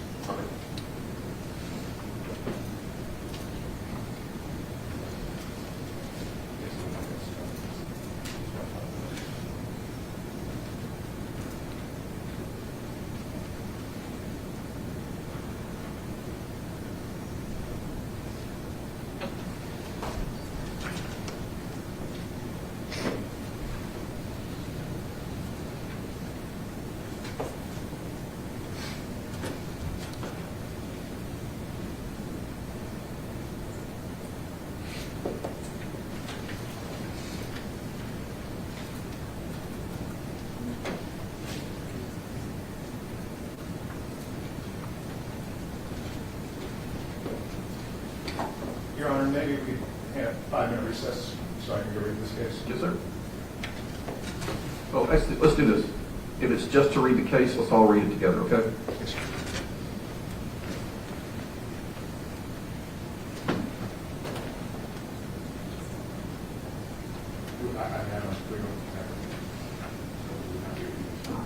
Sorry, what? We still don't have it, so we're not. I'm sorry, Judge, I'm trying to work off of Okay. Outlook Internet, and I just hit the send button right before they That's okay. said they didn't have it. So they should have it momentarily. Just print a copy. Ms. Pledger, if you could Ms. Morris is unable to respond. Ms. Pledger, I just printed a copy of this case. You might grab it from the printer. We'll make 2 copies if you don't mind.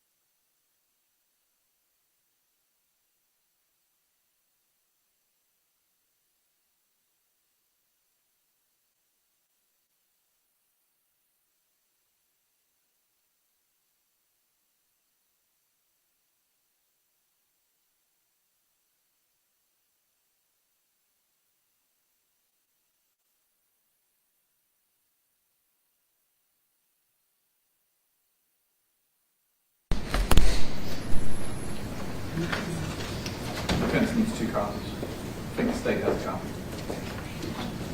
You need a copy, Jim?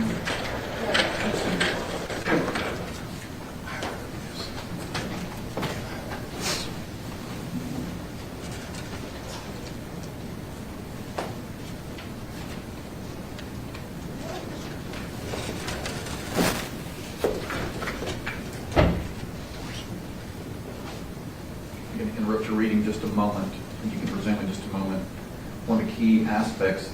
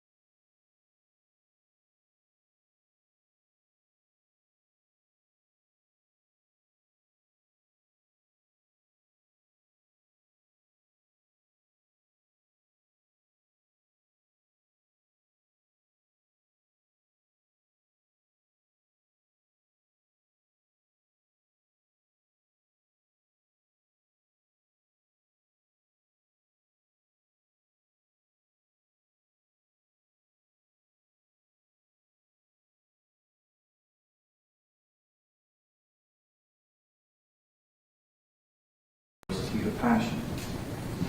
I don't see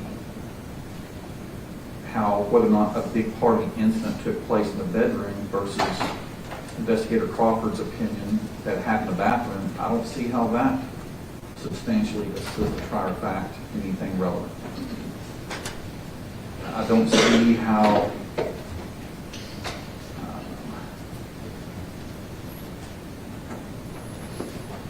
the Blue Star investigation should have included 2 more components when the defense had already admitted that the defendant killed the victim but did so in the heat of passion. I don't see how the Blue Star aspect of this is relevant to premeditation versus heat of passion. Whether or not the TBI should have sent more items might be. That's still open. We haven't explored that as much. For those other 3, I don't see right now how it's relevant. So when you're finished with the case, feel free, when you finish developing your thoughts from it. That's what I need to hear from you. Your Honor, it's 1:30. Okay. It's 1:30. We're going to take a 45-minute lunch break. That'll give you time to eat and review and discuss, and we'll be back at 2:15 for this case. Please let the jury know that we're still debating.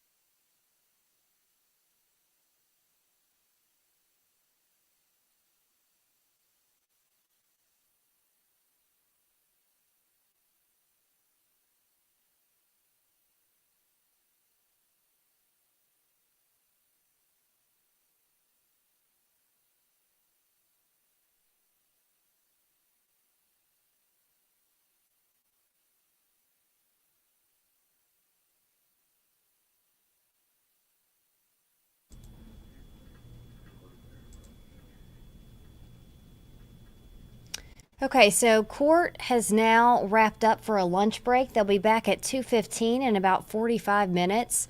Now, some of the arguments that you just heard over this defense expert witness that they'd like to include happened without the jury in the room. The jury actually went on their lunch break about 20 or a little bit more minutes ago.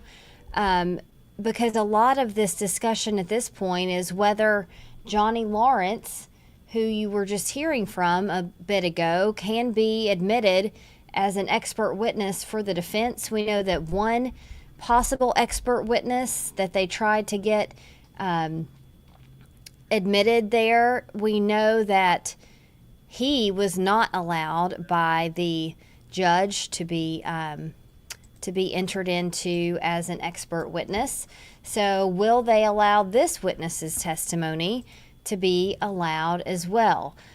We did have a lot of developments happen earlier in the morning, and that is a lot of the things that we're going to talk about in this break here. So what we're going to do now is go back just a little bit and talk about some of the early developments from court this morning. So here we're seeing a neighbor. Her name is Courtney Brewer.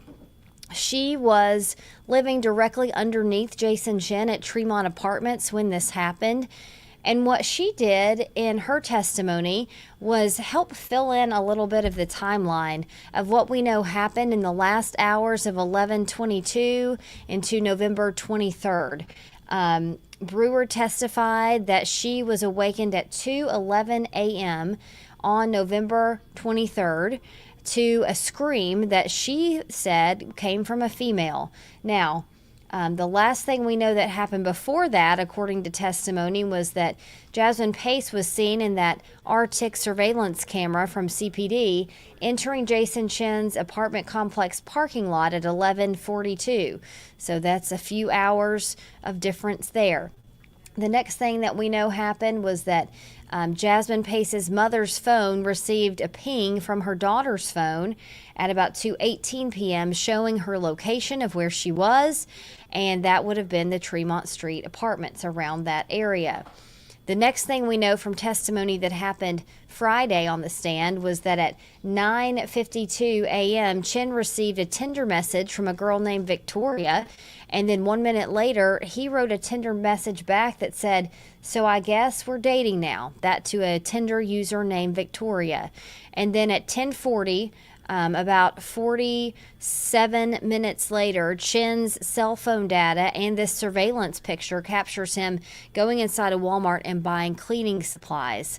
So the biggest gap in time there is from the pin that was received on Katrina Pace's phone to the Tinder message. You'll remember why the Tinder messages are important. The defense in their opening statement said that Jasmine saw Tinder messages come in on Jason's phone, got angry, and actually went after him, and that Jason then blacked out and woke up over her body.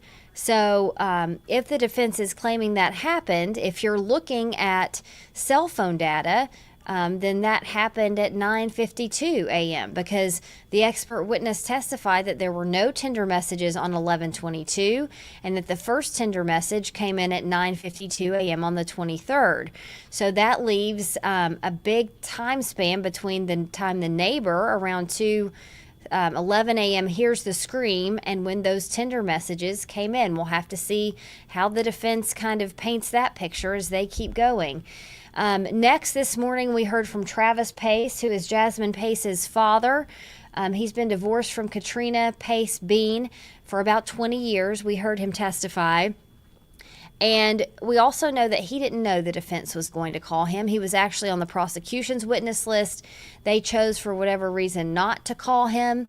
And so he was called by the defense to talk about what happened when the Pace family went inside Jason Chen's apartment. And he testified that he was called by his other daughter. They told him that Jasmine was missing. This happened on 11/26. Then they head over to Jason Chen's apartment complex because of that Chevy app location that they found on Jasmine's car app showing where it had been parked. They go into the crime scene. They admit they go into Chen's apartment. We hear from Travis Pace that he pulled on the door handle so hard he thinks he might have broken it to get in because he was distraught and in a rush to find his daughter because he felt she was in danger. He found, more specifically, Jasmine Pace's Tennessee driver's license as well as credit cards in a drawer on Jason Chen's desk. They said that they pulled out the ID and put it on top of the drawer so that police could see it easier. Now here is an image from the body camera of police because Travis Pace said when he found that license, he called police and asked them to come. They came to the apartment. This was the first time they searched the apartment. And you can see from that police body camera, Jasmine Pace's mother and father, they're standing in the hallway outside of the Pace apartment. Now that becomes important in just a moment. He also testified that he knew that this text message came from Jason Chen to Jasmine Pace on November 23rd, later in the day. But we know from earlier testimony that the actual picture that was in this was actually taken from July 2021. So it wasn't a new picture. The prosecution asking Travis Pace if he knew now that this was Jason Chen sending this after they believe his daughter died, and he said yes. The text there says, "Good morning, slept like a baby, made myself a matcha." And then another text, "Hey, are we still good for dinner tonight?" The prosecution asking Travis Pace, do you believe Chen sent these messages to establish an alibi after Jasmine Pace was already killed? And Travis Pace testifying yes. So then we get into this person here, Johnny Lawrence, that the defense is trying to get as an expert witness in blood splatter specifically. He was with the Nashville Police Department. He said he'd done extensive training.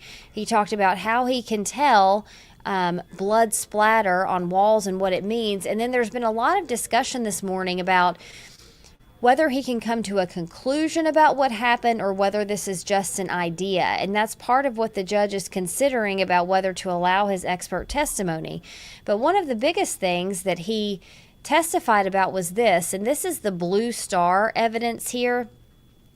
The blue star, if you'll remember, is a technology that they use to spray on different surfaces so they can see blood that may not be visible to the human eye. And so what this expert is saying, again, some of this testimony was done with the jury out of the room. This is customary, and then they'll decide whether then they'll ask these questions again once the jury is in the room. And so this witness plans to testify, if he's able to, that he believes that this blue star was exacerbated by people walking back and forth on top of it. Who's he talking about? Well, let's go back a little bit. The Pace family admits they went into the apartment looking for Jasmine and searched it and walked back and forth. So he's basically saying that he believes this crime scene was compromised from the Pace family walking back and forth in the apartment. But what the judge is saying is he kind of gives his thoughts about this witness is that the Paces have already testified they went in the apartment. The homicide investigators that were prosecution's witnesses have already testified that the Paces were in the apartment. So he now has to consider whether that testimony is enough to actually enter him into the record. Is it transformative enough? He also said he thinks that that CPD should have done more Blue Star in more rooms than just the 2 rooms that we've seen them do it here. A lot of it here is in the bathroom, that you can see the door to the bathroom in the back of this shot with lots of the Blue Star there. He said he believed that could give us more of an indication of where the actual biggest part of this attack happened. Zach Crawford, the homicide investigator, has testified it happened in the bathroom. This witness, if he's able to enter his opinion into the record in front of the jury, says he believes it happened more in the bedroom.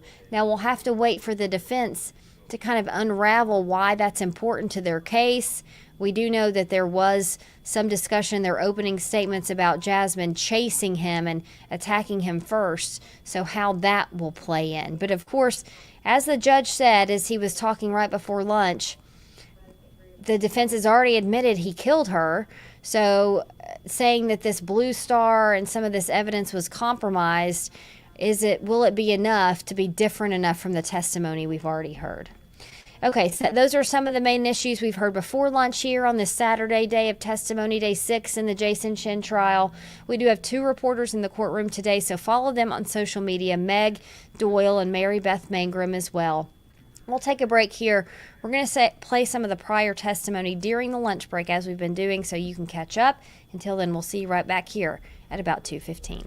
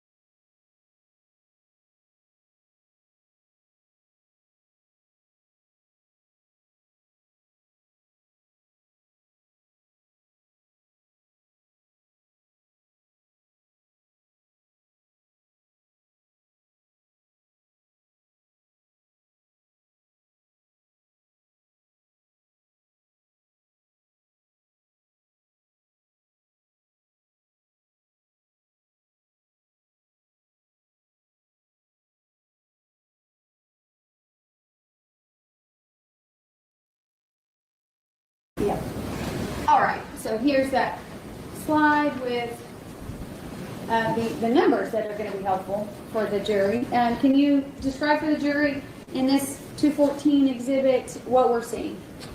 So once again, you have the two late impressions. You have late in 06, late in 07. Then you have the corresponding ridge features that are marked as minutiae, once again, bifurcations, red indents, dots, with red arrows going to those associated numbers. So in this image here, you have 20 ridge events that are marked. And are those 20 ridge events what you were able to look at and then match to a certain person's fingerprints? That's correct. And is that certain person Jason Chen? Yes, ma'am. Okay. Is this a common practice, a common demonstrative exhibit in your examinations? Yes, when I testify in court, I always prepare a chart for the jury. Okay. In every case, are there 20 ridge points? Is that the right term? It depends on the late impression. Can there be less than that? Oh, yes. Can there be less than 20 with a positive identification? Yes, if the Scientific Working Group for Research Analysis Study Technology has a sophisticated chart that basically gives you a guideline if your quality of your latent is better or less, how many ridge events you need to affect the identification. How many ridge events do you need to affect the valid identification? 1983, the IEI, which is once again everybody, determined there's no scientific proof for a set number of ridge events to affect an ID. Depends on each examiner's training, experience, and knowledge. With that said, certain labs or agencies will have a threshold. We do not have a threshold. There are agencies out there that may have a threshold of 10 or 12 and so forth. What do you feel comfortable with? It's each case is specific. Okay, in this case, you feel comfortable with 20 ridge events? I've never seen anybody have 20 ridge events in common that's not been the person we identified to. There's no one's had 20 ridge events that match up. Thank you. And then the other page to Exhibit 214. Tell the jury what we're seeing here. So these are the known images of Jason Chen's left ring and left middle finger, and that's the corresponding ridge events that match the previous slide of the latent impression. So you have, once again, you have 20 ridge events. And I thought all 20 that match, but this is 20 that mark on the chart. Understood. Let's go back to the report that you prepare that memorializes your findings.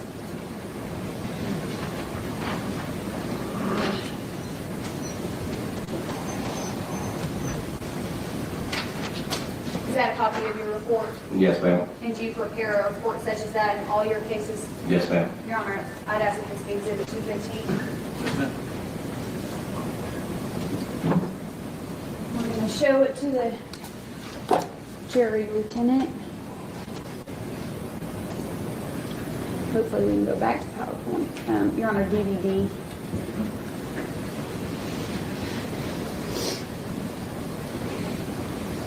Okay. Is this part of your report? Yes, ma'am. All right. I didn't want to get it too small, so I've separated it into two slides.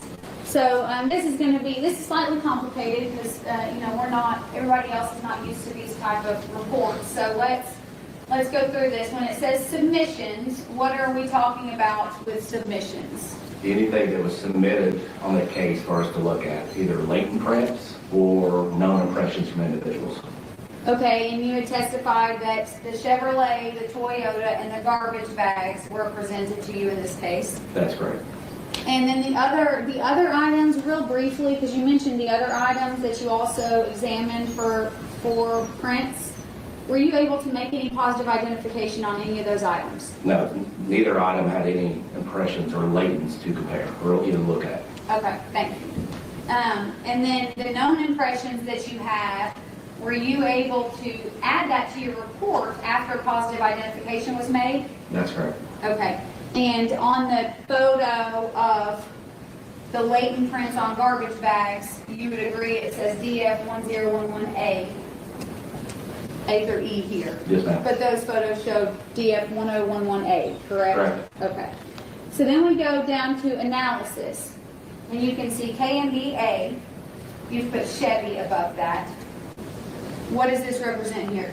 That's the lift that was of value that I could compare to another individual that was off lift of KMBA, which Kristen Booker at the time, that was her lift.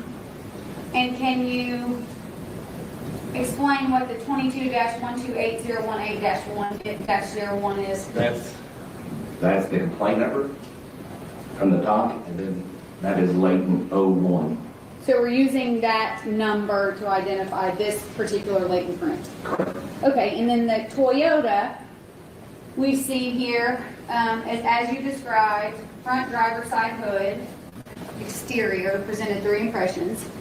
And we can see that says 02 to 04 after that complaint number. Correct. That's because there were 02, 03, 3 prints identified. 3 prints, that's correct. Okay, and then MJ 74585, document is being recovered off the front driver's side hood. Again, now this is 05. Correct. A 4th, and this was also Investigator Crawford's. Yes, it was. 02 to 05 were Investigator Crawford's. 02 to 05 were Investigator Crawford. Okay. Now we're going to go to the next page. We need to start at the top here. Now you get to garbage bags. Correct. And you can see the DF1011A, which is reflective of the bag and the identification on the garbage bag. Correct. Okay. Document is being recovered off garbage bags. Exterior presented 2 impressions. Those are the impressions you've testified to. Is that correct? Correct, ma'am. Okay. And then your conclusion section at the end here is where you make your identifications and you report them in your official APHIS section examination report. That's correct. So what you had previously testified to was the fingerprint on the passenger side door of the Toyota was Jim Cooper's. Correct. The fingerprints found, the only examinable fingerprints found on the Toyota were from Investigator Crawford. Correct. And then the 2 prints of quality to examine from that garbage bag around the body of Jasmine Pace were made by who? Were made by Jason Chen. The prints of value were made by Jason Chen.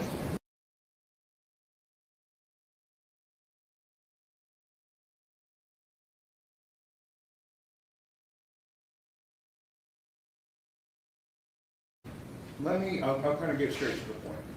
On the night of November the 22nd, in the early hours of November the 23rd, was there an incident that you can recall? Yes, I was woken up in the middle of the night by a loud scream. Can you kind of take us, and you can go slowly through the events that woke you up and then everything that you heard from that point until you didn't hear it? There was a scream that startled me out of my sleep. I checked my phone to see the time because I was going to call 911. It was around 2 a.m. There was a voice that was screaming words. The words I couldn't understand fully. Was it a male voice or female? A female voice. And then there sounded, assuming that the apartment above mine is laid out the same as mine, there sounded like chasing, a lot of footsteps going across towards the front door. One person's footsteps or 2 footsteps? It sounded like multiple. You said towards the front door. Was it towards the front door or towards the bedroom? Towards the front door because I was in the bedroom and I heard it. You had said that you heard a scream. Can you describe the scream? Distressed. Not quite angry, emphatic. What, and you said you could hear arguing. Did that sound like an argument or a fight? I thought that maybe I had heard the tail end of a fight. I only ever heard one voice. And that was the female voice? Correct. After hearing the scream and the argument and the footsteps, what did you do? I lay there awake for a minute because I couldn't go back to sleep. My husband had woken up, but he thought the noise came from outside, and he went back to sleep rather easily. I could hear in the bedroom, I could hear the sounds of a TV, And then when I moved from the bedroom to my living room, there were sounds of someone walking across the apartment and the sound of the washer and the garbage disposal. You said you could hear the arguing? I only heard her voice, so I just assumed it was an argument. You couldn't make out what was being said? No. Did you hear any crying? The voice that came after the screaming, that was, it kind of sounded like when you're already upset but you're trying to prove a point, and you're crying at the same time. So it was just very kind of garbled. I would say that there was crying behind it though. Did you call 911? I did not. Why not? Because by the time I settled down from being abruptly woken up and thought that I heard footsteps go across and a door slam, I thought that it had just been a normal apartment argument and everything kind of calmed down.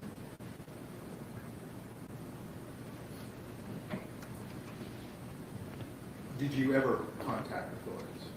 I did. When did you contact authorities? I want to say the 27th or the 28th. And why did you contact authorities? Because I had seen the missing persons poster for Jasmine on Facebook and connected the dots of her last known location being the floor above mine.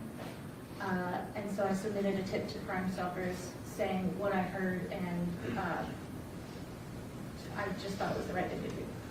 And is what you told Crime Stoppers then the same thing as you testified so far this morning? Yes, sir.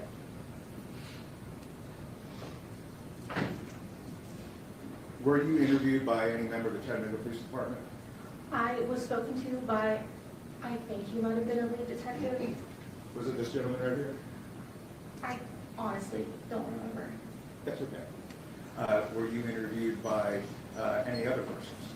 I was interviewed by a private investigator for the family. What do you mean by the family? For Jasmine Pace's family.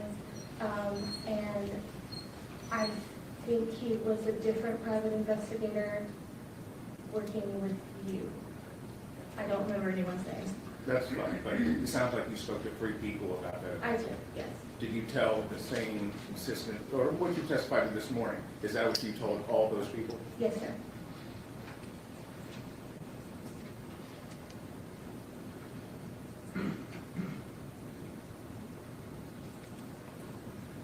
And Courtney, you would say that the sounds that you heard that night, that early morning, Your Honor, objection, Interval question now. would you say that those were unusual noises compared to other noises that you heard from that morning? Withdrawn, you phrased it different that time. I was always going to phrase it. Okay, answering the question. Yes, ma'am, I'm sorry, let me Okay. ask it again. Would you say the sounds you heard were unusual compared to the other noises from that apartment above? Yes.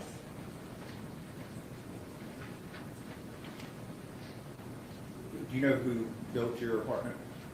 Wise property. Are the walls pretty thin? They are. Are the floors pretty thin? They are. Do you hear those things that are going on? I can.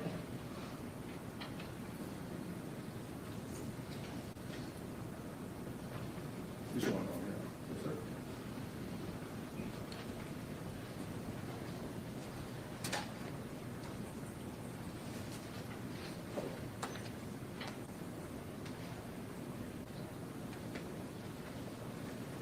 Thank you. Hi, Courtney. You just testified that you were contacted also by an investigator that you believed worked with Mr. Weiss, is that correct? Yes, ma'am. Do you recall the time period that was?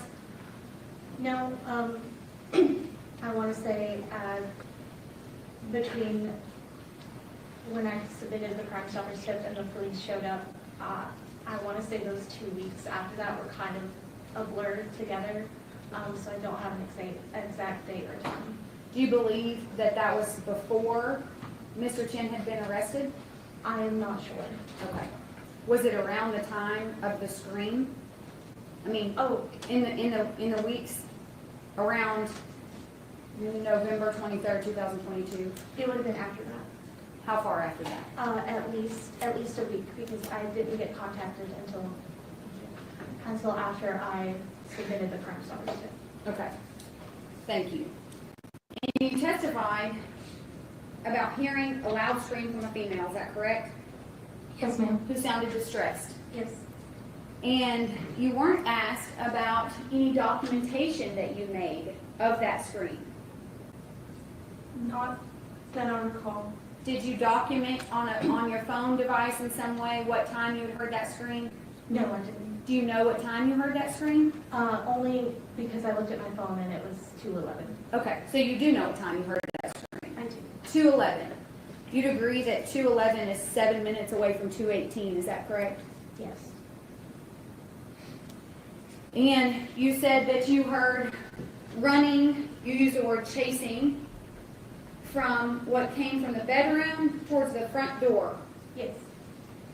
When you walk into your apartment, are you in the living room? Yes, you're immediately in the living room. And then you would come through the kitchen, is that correct? Correct. And then you have to go through the bathroom. Yes. To get to the bedroom. Correct.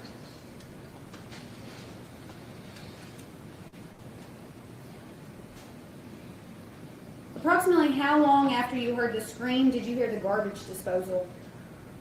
Probably about an hour.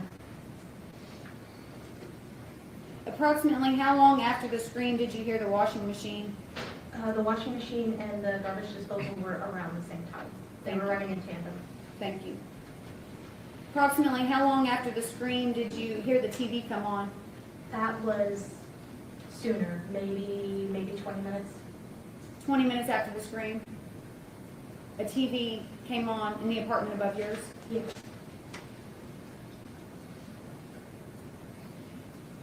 You testified about a door slamming. Would you describe it as a door from inside the apartment right above you, or the door coming into the front door?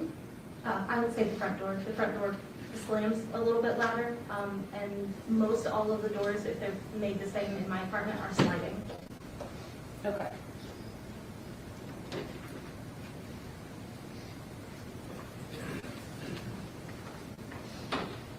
One moment, Judge.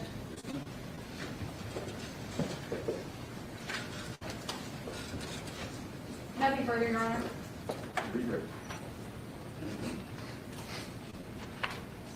I just want to make sure I understand the layout of your apartment. Sure. When you, let's start with the front door. Mm-hmm. Are these heavy-duty doors? I wouldn't say heavy duty. They're pretty standard. This is John West apartment. They're loud. Okay. Yeah. When you open the door, does it automatically close behind you? Yes.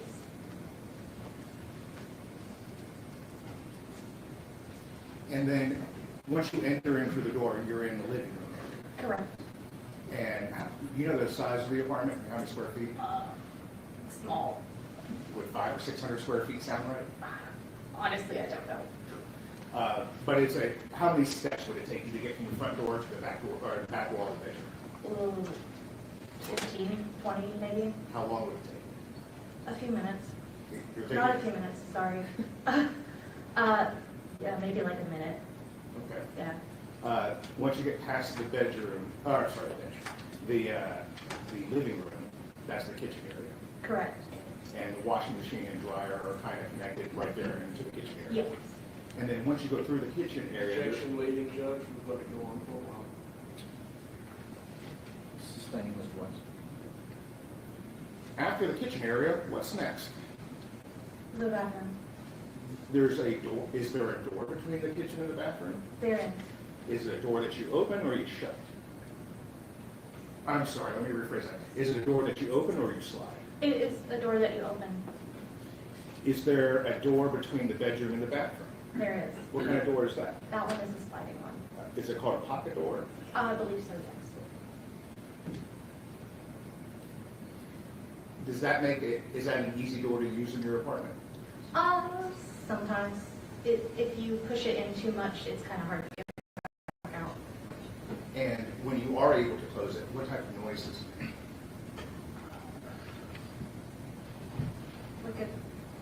Does it make a loud noise? It's a very distinct noise, but I'm not sure how to describe it. It's like a shh.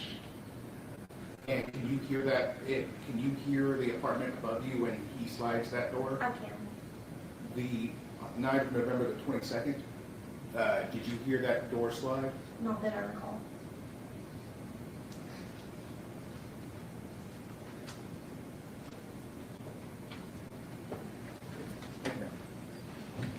Recross. No, Your Honor. Does the jury have any questions for Mrs. Brewer?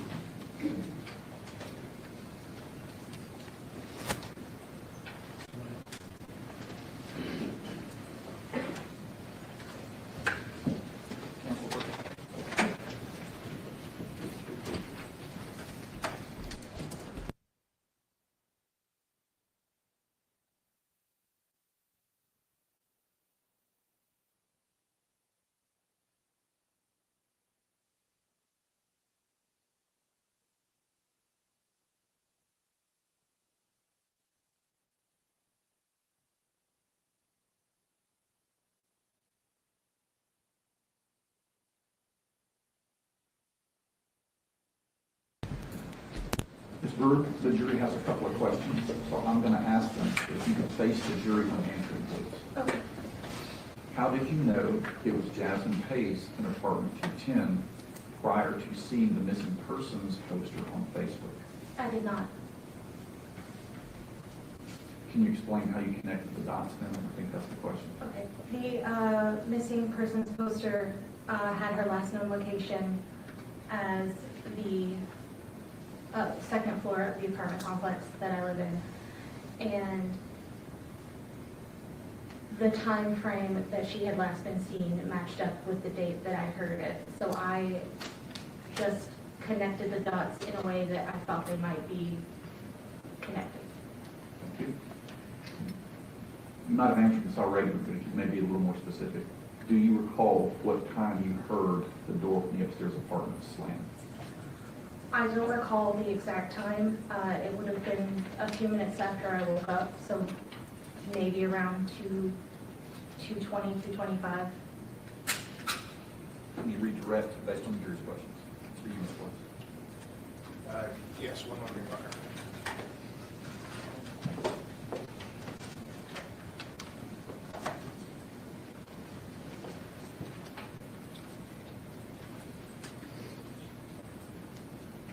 Is your apartment near, are there stairs in the apartment building? There are. And that's how one might get up from the first floor to the second floor? Mhm. Is there a door entering to the stairs of the building? There is. And is there one on the lower level and the upper level? Yes. Does that door have a distinctive sound? The one on my floor does, yes. It's Go ahead. more metallic. And can you hear the door that leads to stairs upstairs? I'm not sure if it's that door or the door down here, or sorry, on my floor. You said you heard a door close. Could it have been the door leading to the stairs upstairs? I think that's a different sound. Amen. Recross. No, Your Honor. Additional questions from the jury based on that? One more. If you're looking to sell your car, Carvana will give you a real offer in seconds. You will be paid right when they pick up your car. Did you call 911? Yes. And as a result of calling 911, what happened? They were going to send officers to the scene. And did officers come? They did. What did they do when they were there? Two of them walked through the apartment initially. A third one showed up, and at some point, they broke us to get individual statements, and I believe also talked to the neighbor right beside Jason's apartment. So, Did any of those officers go inside the apartment? I believe so. Did they see the ID card and credit cards that you laid out?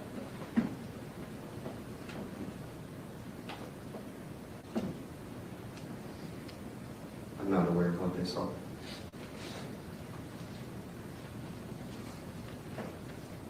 Did they do anything to help you that night? Police officers. Yeah, What did they do? they helped me keep looking for her.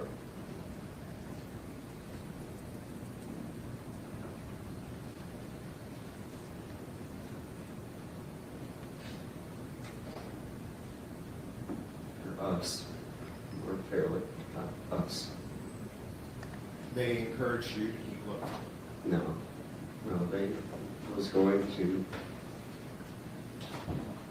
take a report and submit a report to missing persons. I said, get them on the scene. They're on standby, they're not reporting to the scene. Call your detective or your sergeant and put pressure on their sergeant to make their sergeant force homicide. Forced homicide. To come, to show up. He said the best I can do would be to tell my sergeant that I think it's important to put pressure on their sergeant and see what happens. It's the best I can do for you. Did they tell you not to go back into the apartment? I don't remember. Did you ever go back into the apartment? Yes, When did you go back into the apartment? immediately, right when they drove off. And what did you do in there? Continue to look for more things. What were you looking for? Anything that would lead to finding Jasmine. How long were you in the apartment? Couldn't tell you. More or less than an hour. Maybe an hour. Was that the last time you entered into the apartment? It was. So you entered into the apartment that one day twice. Correct. Mr. Pace,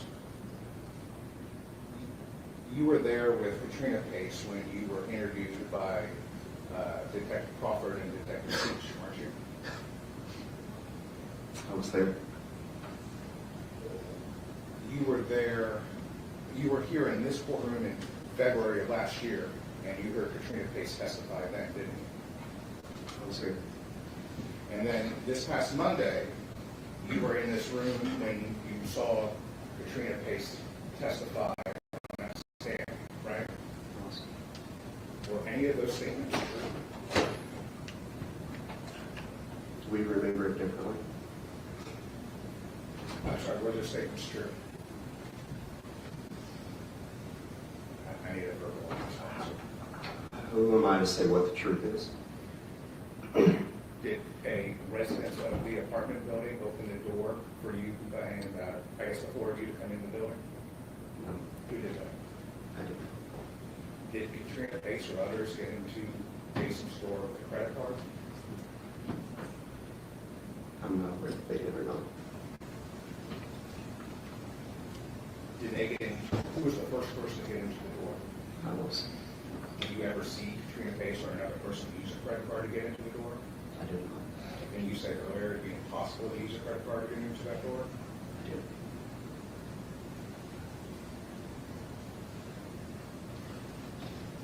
You heard Katrina testify that she went back into the apartment multiple times after that night, or after that morning? I heard that. Were you with her those times? I was not. Do you know what she did in the apartment during those times? I didn't know.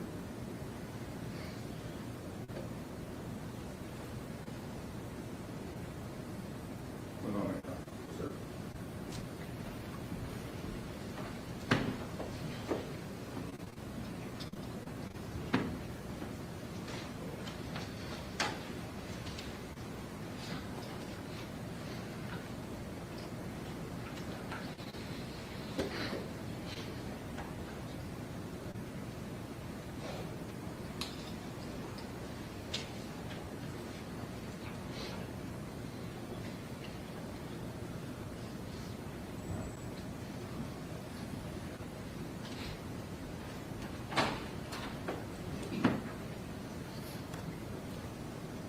Does your ex-wife, Katrina Pace, does she have a reputation for being honest? Objection, Your Honor.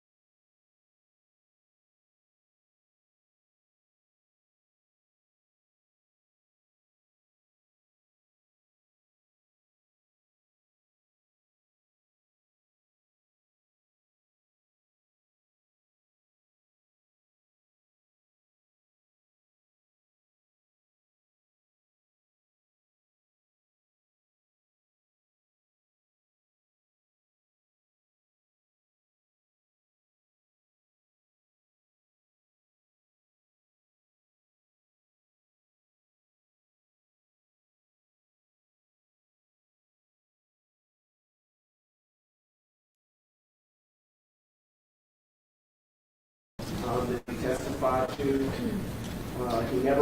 He did go to the scene on 4 occasions, Your Honor, but at that point, evidence had been removed. He describes that there is no peer review of his methods. He hasn't described any scientific or reliable system which he was using to take measurements of the scene or to conduct an analysis of what he observed at the scene. He hasn't provided any clue. He hasn't provided us any clue to the processes, methods, or procedures used to render his opinions other than they are his theories and guesses as to what happened. And on that basis, we would say that we just can't testify. All right, I'm going to take one thing off the table for discussion. We can focus on what we want. I do find that Mr. Lawrence, with his experience in the criminal justice system as a crime scene team, I guess a crime scene investigator, where he served in Jason County since 1998. His experience before that as a homicide investigator, seeing many homicide scenes apparently. He started National Investigative Service in 2013. He's currently employed there. He did list many teachings that he's done and trainings he's attended. And so I do find he would probably qualify as an expert in crime scene reconstruction and what's named pattern analysis as an occupied defense. The question is whether or not he can form any opinions that are helpful in this case. Yes, sure. All right. And he can. So, first off, the court needs to understand that Mr. Lawrence is. Does the court want Mr. Lawrence in here?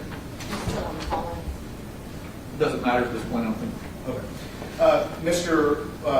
Lawrence is a rebuttal witness. He is to rebut the state's proof. And so that is essential to the defense's case. The court has already excluded the forensic psychologist, and with utmost respect, as the court knows. We believe is an error because Dr. Cogswell talked about what a forensic psychologist does and what kind of proof that he would be in this case. But the point of Mr. Lawrence is to rebut the state's investigation. Specifically, let's talk about Dr. Cogswell. Dr. Cogswell opined, and a lot of his opinions, I've brought this up before, aren't exact, aren't certainties. If the court is looking for certainties in the criminal justice system, you're not likely to find it very much. On that point, just make sure, so I know we've revisited that a few times now. Yes, sir. No one has to say with 100% certainty this is what happened. What they can say, or supposed to say as an expert, is to a reasonable degree of medical certainty or psychological certainty, their opinion is this.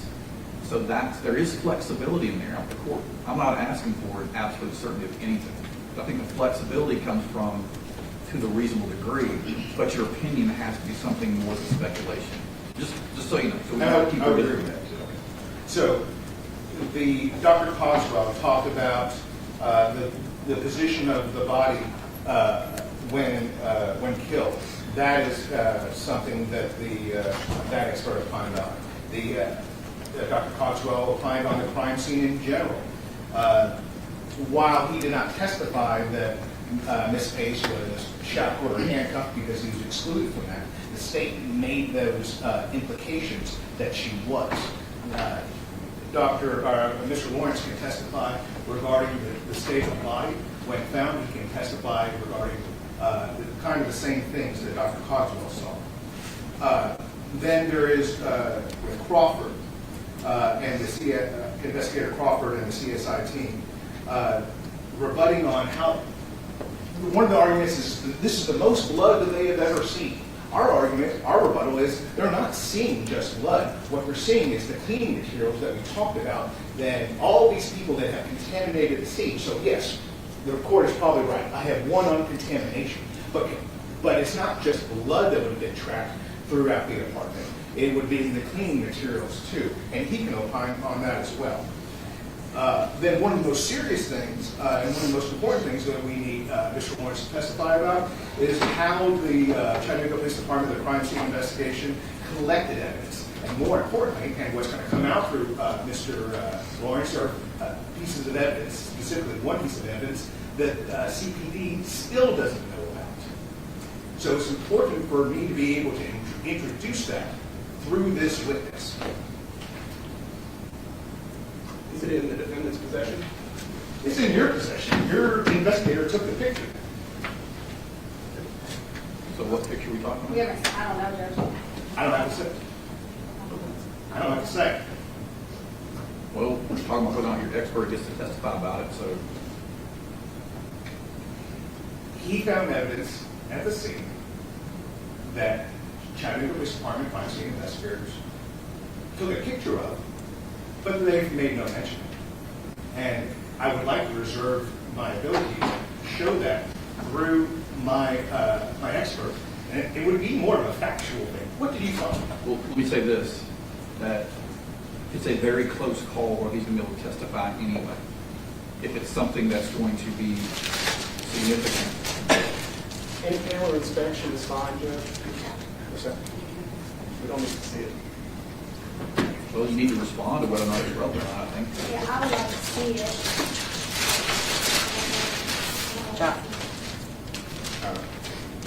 There you go.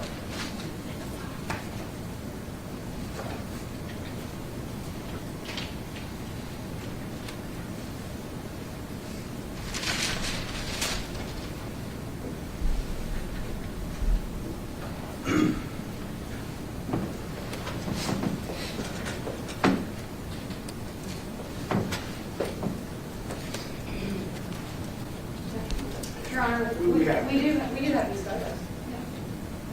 Yeah. Again, I don't know. All right. The relevancy, but we do. Oh, well, here. Any other opinions you want to? Can I Yes. show the court? If it's going to be the difference between me getting my expert in and not, I'll show the court. Could be.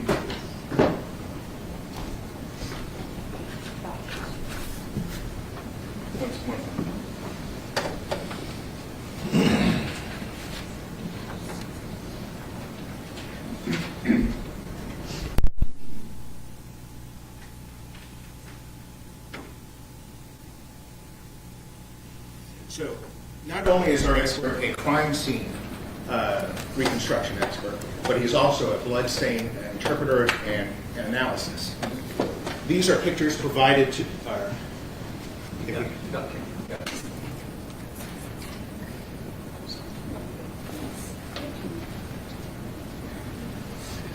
you're not going to be able to see it on these.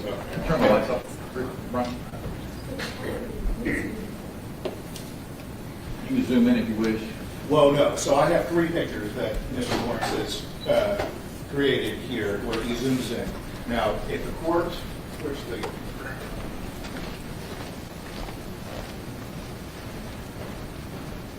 For the record, Judge, that's already in evidence as part of the collective exhibit. Okay.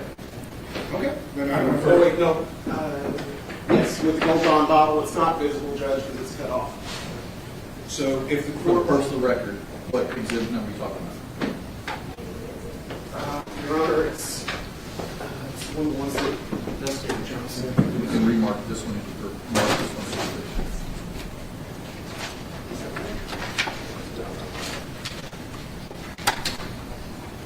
I believe it's 150. 15. 115? 150-15. 150-15. Okay. Yes, sir. This sheet here, we believe, was collected on November the 28th. It's listed as item number 30 on Investigator Johnson's evidence inventory report. You talking about the bed cover? Yes, this maroon-looking sheet. All right, sir. So if the court will look right here, I'm going to put another picture down. And what the court can see here is you can start to see fingerprints. And then here's an even more close look. Fingerprints. These were never collected by CPD, as far as I'm aware. They were never sent off for testing, as far as I'm aware. And there are no results of whose fingerprints those are. talking about fingerprints on a bed cover, right? Correct. So I've been doing this a while, and I've learned things every 11 minutes, it seems. I've never heard of fingerprints being taken from like a cloth material, like a clothing or a bedspread. And that's one of the great things about my expert, what he could explain. Well, you didn't say that earlier, so we might be able to pull it up and talk about that again, but You do that too. I've never heard of fingerprints being able to be taken from a bedspread. And it should be noted that this piece of evidence, while collected, has not been introduced through the state as well. In fact, I don't, it might be in the prosecutor's office for all I know, but it's not here in the courtroom. Okay. So just to catch me up to where you are so far, you're saying that the expert, your expert, is important to rebut Dr. Cogswell's opinion of the position of the victim's body, Right. to rebut Detective Crawford's statements, the most blood he's ever seen. Your expert would say that's actually tracked blood, not blood from a victim. And your expert has an opinion on how the evidence was poorly collected. There's that. Let me go ahead and say the most essential opinion that we talked about previously. Investigator Crawford said he opined, not an expert, not qualified as an expert. He said that he believed that Jasmine Pace was killed in the bathroom, where Mr. Lawrence will testify, not that he can say where she was killed, but can say that there's no, I think he testified this, there's no way that Investigator Crawford can make that opinion. That is an essential part of the case. Can we discuss that briefly? Yes. I believe that your expert said that his opinion was that most of it happened in the bedroom, which could be seen to rebut Detective Crawford's belief that it happened in the bathroom. I do believe that Detective Crawford did not make that statement as part of the state's case that she could not have come from a jury. You're asking the question, right, where do you think it happened, perhaps, and he was allowed to answer at that point? I'm certain he was allowed. So you're thinking General Moyle or General Womp said, where do you think this happened? And he was allowed to answer that. I thought it came in I either believe cross. it was Mr. Weiss. I believe it was cross-examination, Your Honor. I think it was either cross or juror question, because I think they asked. I remember that I didn't,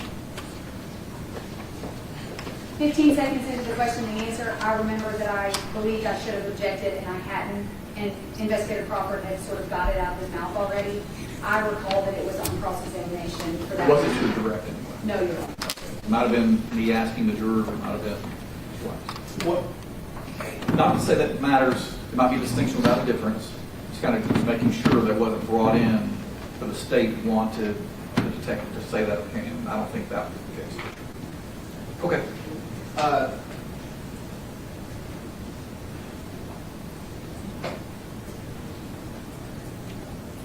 And then the last point that I'd like to make, it is unfair to exclude this witness because somehow first off, there's due process rights. We have a right to present the defense. By limiting this, you are vastly excluding the testimony that is necessary to rebut and contradict the state's case. But as the Mufasa court has been recognized today, the Mufasa opinion has been recognized today, if it doesn't, the court pointed out, the state is, or the defense theory is voluntary manslaughter, not premeditation. So the expert's opinion is not relevant to that issue. To substantially assist them, that's correct. On that specific issue, then the rest of it would be irrelevant. Well, in that same vein, though, once I did my opening and I admitted to the killing, the state then put on 5 days of proof regarding fingerprints and blood and all these different things. Why didn't the court limit the state on proving just premeditation at that point then? Because the same evidence that showed the identity of your client, of the person who killed Jasmine Pace, can be used as far as covering up the tracks that's relevant to premeditation. The fact that the state might have used the cell phone records to show that it was Jason Chen who killed Jasmine Pace.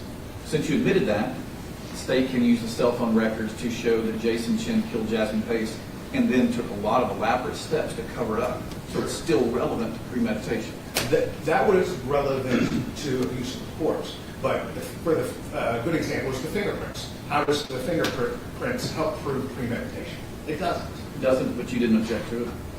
Well, Your Honor, the state has to, beyond a reasonable doubt, prove, it doesn't matter what's said in opening. If he admits to the entire thing as first-degree murder in opening, the state still has to. He pled guilty in front of the jury. The state, he pled not guilty, I apologize. The state still always has to meet our burden of proof.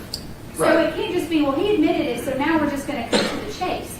Obviously, we have to present proof, and we take that burden very, very serious, regardless of what the defense says in opening statement, which is not proof for the jury, and they're going to hear that instruction. So I would contest all of that exchange because, of course, we have to prove it was him, which includes fingerprints and cell phone location records. That burden is still ours. And we would have had that discussion for sure if there had been an objection by Mr. Weiss. However, it would have, since identity was not an issue, it would have had less probative value than if identity was still contested. I'm not saying it would have been excluded, but that's the point. I agree with the statement. I don't disagree with any part of that. They shouldn't have been limited in proving their case. The defense should be limited in proving our title. It's got to be satisfy the rules of evidence. There is an objection to this expert. There wasn't an objection to fingerprint evidence or anything else, so we can only proceed on what the parties don't. I'm brought in when the parties don't agree on something, and so they don't agree on it. So, Mr. Will, I know you really want to respond to some of this. While Mr. Weiss is still here, I want to ask him some questions about what you just said, okay? Yes, Judge. Mr. Weiss? Yes, sir. You basically listed some reasons for rebuttal, why your expert should be allowed to testify, specifically to rebut Dr. Cogswell's opinion about the position of the body, Investigator Crawford's opinion about the most blood he's ever seen, and how the evidence was collected. Please tell me how any of that is relevant to voluntary manslaughter versus premeditation. The state's theory is that Jasmine Pace was killed in the bathroom, and it wasn't a result of an argument or something in the heat of the passion. They're trying to show that there's blood throughout the whole apartment, which isn't necessarily true. They haven't shown that with scientific proof beyond to a reasonable scientific certainty where Jasmine Pace was killed within this apartment. They're trying to allege that all the 60 stab wounds, his efforts in hiding the body, doing all these things, prove premeditation. The defense's theory is that if we were able to bring in Mr. Lawrence to show that the majority of the blood was in the bedroom, and that would corroborate the defense's opening, that would show that the killing did not happen in the bathroom. It most likely happened somewhere, or it happened somewhere else in the house, but no expert can tell you, or no person can tell you exactly where it happened. Thank you. We're getting very close to why this expert might be relevant. I heard you right on the say back. If the state's theory is that there was blood everywhere across the apartment, and therefore killing happened in multiple rooms, versus the killing occurring in just the bedroom in that one heat of passion type moment, that's getting close to an opinion by this expert that's relevant to premeditation. Maybe I haven't been explaining it for the last hour and a half well, but that's what I've been wanting to hear for sure. So that's starting to make, I see your point finally. So I get the point about the blood not necessarily being all over the apartment, if that's what you're saying your expert's going to say. Position of the body, can you tell me more about that? How can your expert be qualified to talk about the position of the body when the defendant's stabbed?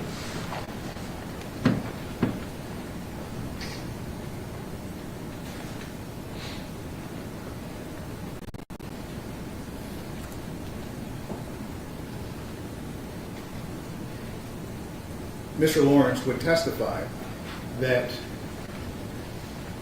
so the state is keep trying to make the inference that Jasmine Pace was shackled and bound and then killed.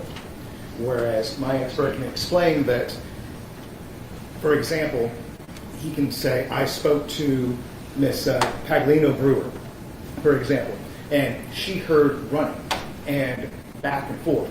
And that wouldn't be conducive of someone that's already handcuffed and shackled if she's hearing running back and forth. So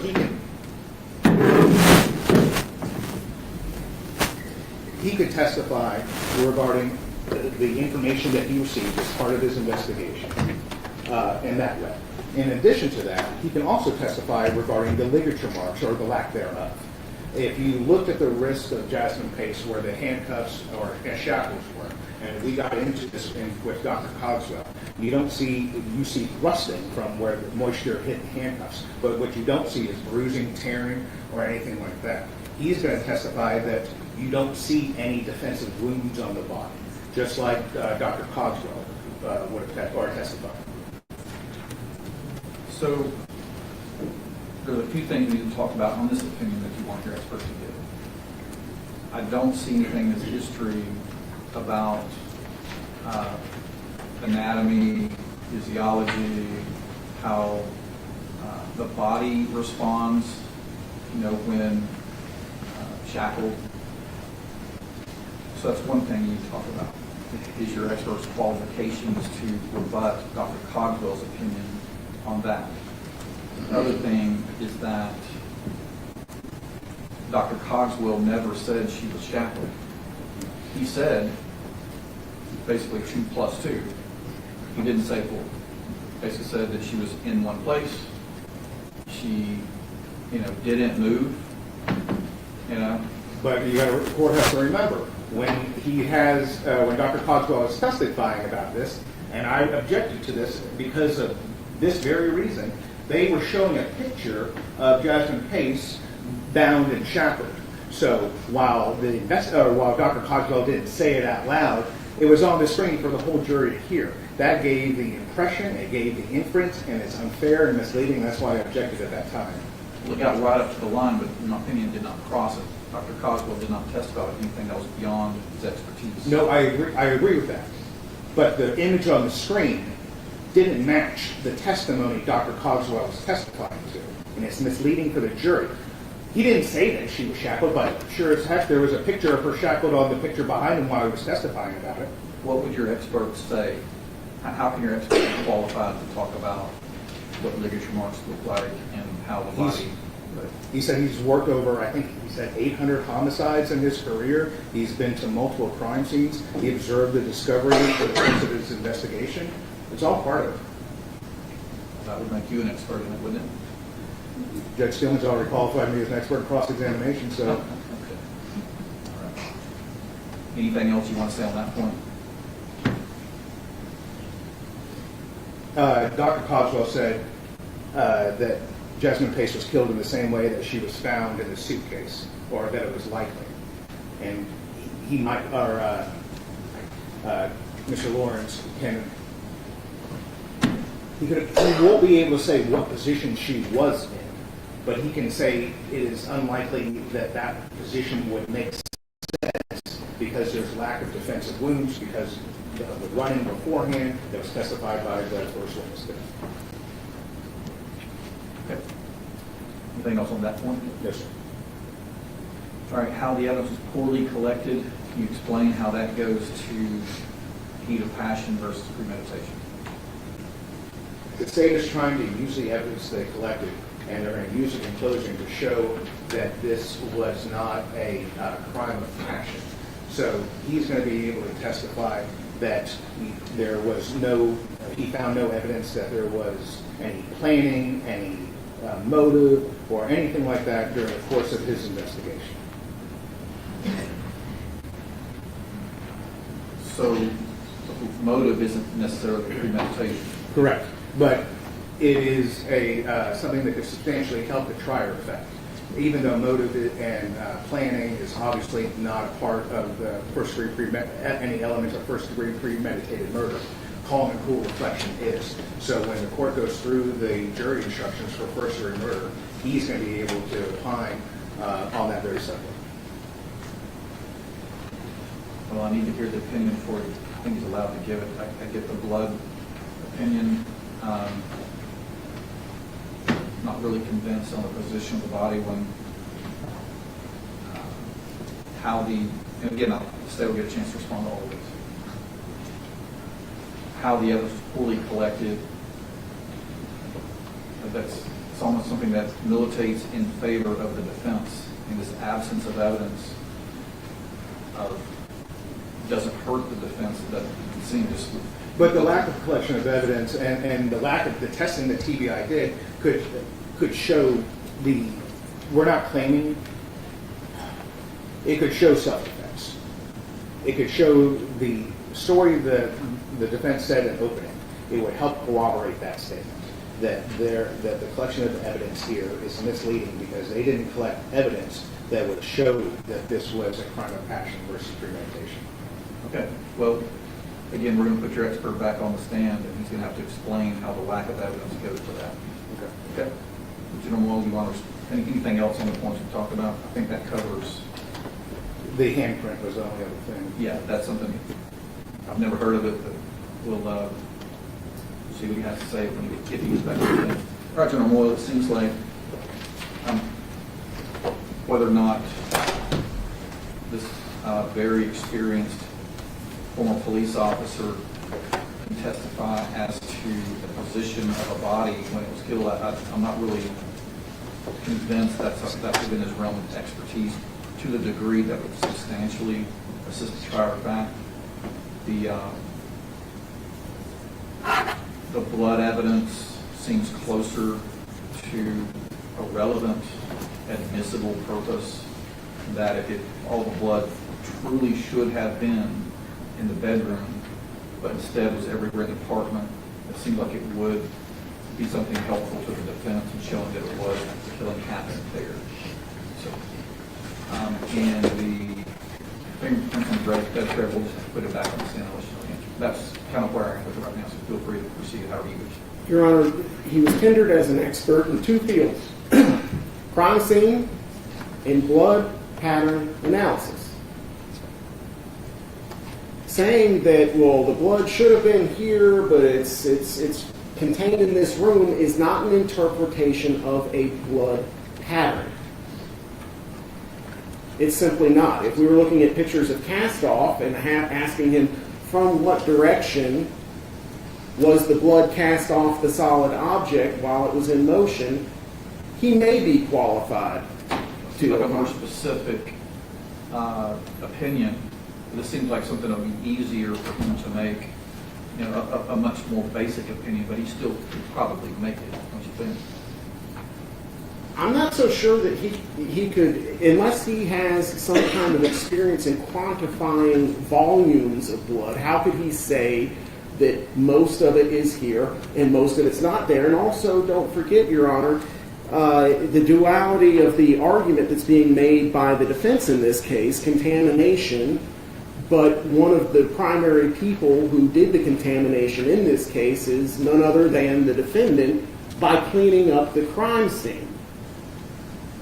So I don't know how an expert hired by a defendant who presumably knows that his client was mopping up blood would be able to render any kind of an opinion to a reasonable degree of any kind of certainty where the majority of the blood is when he knows for a fact that his client cleaned up the scene. That was said in opening statement, and I understand they're not bound to it, but if that's the theory of the defense and he's a defense expert, then surely he knows that to be true. So, Your Honor, the question then is his opinion reliable? Let me ask you that point. Yes, Judge.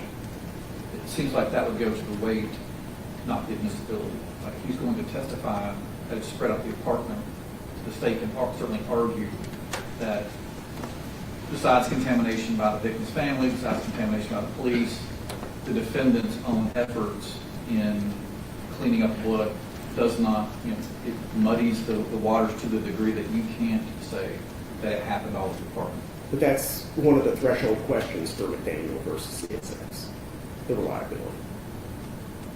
He has not provided any testimony whatsoever regarding the methods that he used, other than I looked at pictures.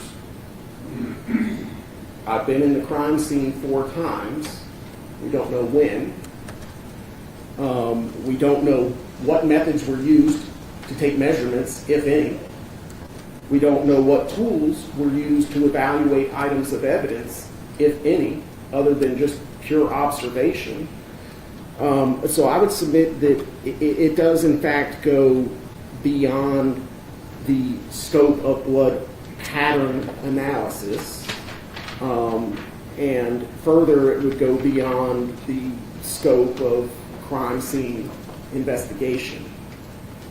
So the state would disagree with that, and we would object.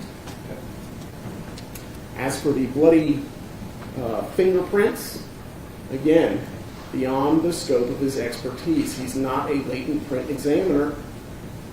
How can he opine that those are indeed what he claims them to be? And how can you opine that even if they are, is a handprint? And my question, even though if it was a handprint, it certainly looks like finger smear. Could fingerprints be usable prints be extracted from that? That's not the issue with why that's important. The importance is we don't know whose handprint it is, and the importance of knowing why whose handprint it is because if it's Jasmine Pace's, then she was not shackled when she was killed. Okay. But no, that's the proof of it exactly. So I want to stop you at some point because I want to. So we're not making the same argument. So I want to just focus in on the one that you made. When you said the issue is not whose fingerprints they are, but who made those prints or who made the hand. So it's like I did not articulate that. Okay. It's important to know that this, what we believe to be handprints, was not tested to see if it was blood. There was also no testing to see if they were, or whose fingerprints they were. If they were Jasmine Pace's, and the defense's theory in opening is that Jasmine Pace attacked Jason Chen as he ran back into his bedroom, and then he picked up a knife and killed Jasmine Pace. And our argument is that he was not, or Jasmine Pace was not shackled at that time, that she couldn't, or then she left that print. Because if she was shackled at that time, she couldn't have made that print. Okay. So here's what I'm getting, and we'll get back to the guy that's coding in just a minute. I would love to hear that contrary to what I believe for over 20-something years you can get prints from a porous surface like fabric. I do see where maybe the size of the fingers might indicate whether or not it was someone who was 6'1" or someone who was basically 5 foot nothing, is what I would advise.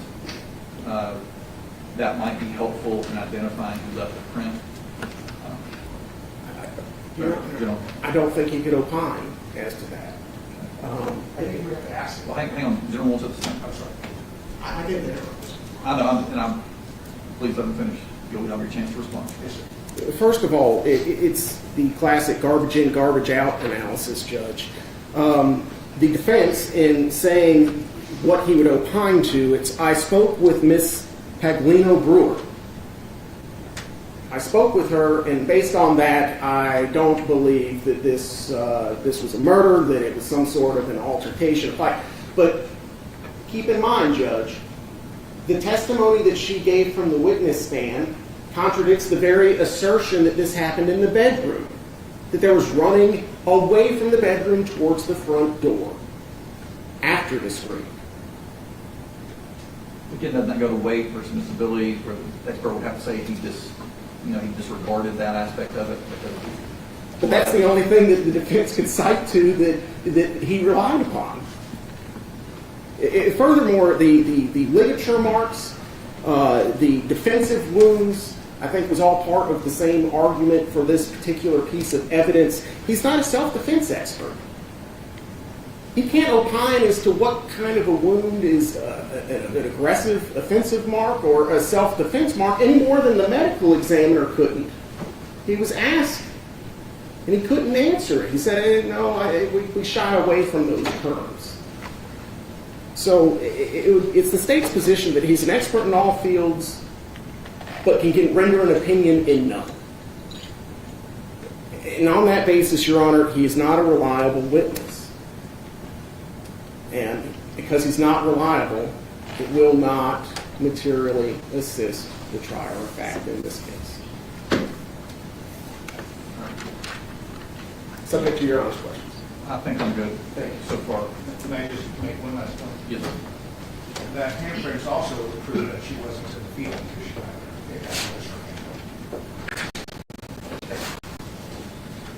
All right. Where we are with this, I've got a good idea of where the parameters think of this expert's testimony might impact the relevant aspects of this trial. There's still a couple of questions I have. I've heard enough from the parties what they expect the proof to show and what their the anticipated testimony would be. I do not find this expert qualifies to the degree that he can give an opinion about the position of the victim's body when the stabbing occurred. I think that Mr. Weiss's comments on ligature marks and what they mean, that does not, I don't think the qualifications I've heard from this particular witness rise to a level where he can provide that. The standard is not whether he has a little more experience than the average person. It's got to be enough to substantially assist the trier of fact, and I don't think that's the case with this particular expert witness.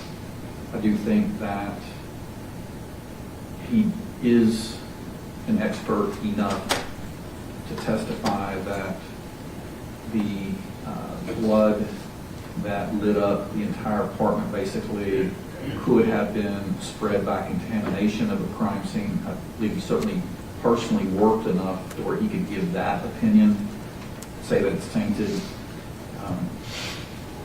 I believe he said in his testimony earlier that he can't say for sure where it happened, but I interpret what he said about the bedroom, that a big part of the incident took place in the bedroom. So, General Wall, I hear your objections about how he was saying he didn't have opinions, but suddenly came up with some. This particular witness seems like he uses a different nomenclature than most other folks, so I'm going to give that, given the benefit of the doubt on that one. He might have been thinking of something that was 100% certain or beyond a reasonable doubt, neither of which are the standards that need to be, that apply whether or not he gets to testify. So I do think he can establish his credentials and the relevance to this particular case. We finally got around to talking about on whether or not the blood could have been tracked, carried, or whether it was by the defendant or the Pace family or the police officers. I certainly think he can give an opinion on that as well. The only question mark I have is about the fingerprints on the bedspread. That really wasn't developed when he was on the stand earlier. So he's going to need to come back to the stand and explain exactly what his opinion is on that. Then the court will make a determination whether or not he can testify as to that realm of testimony, I should say. So where is he? I'll bring him in. Mr. Lawrence.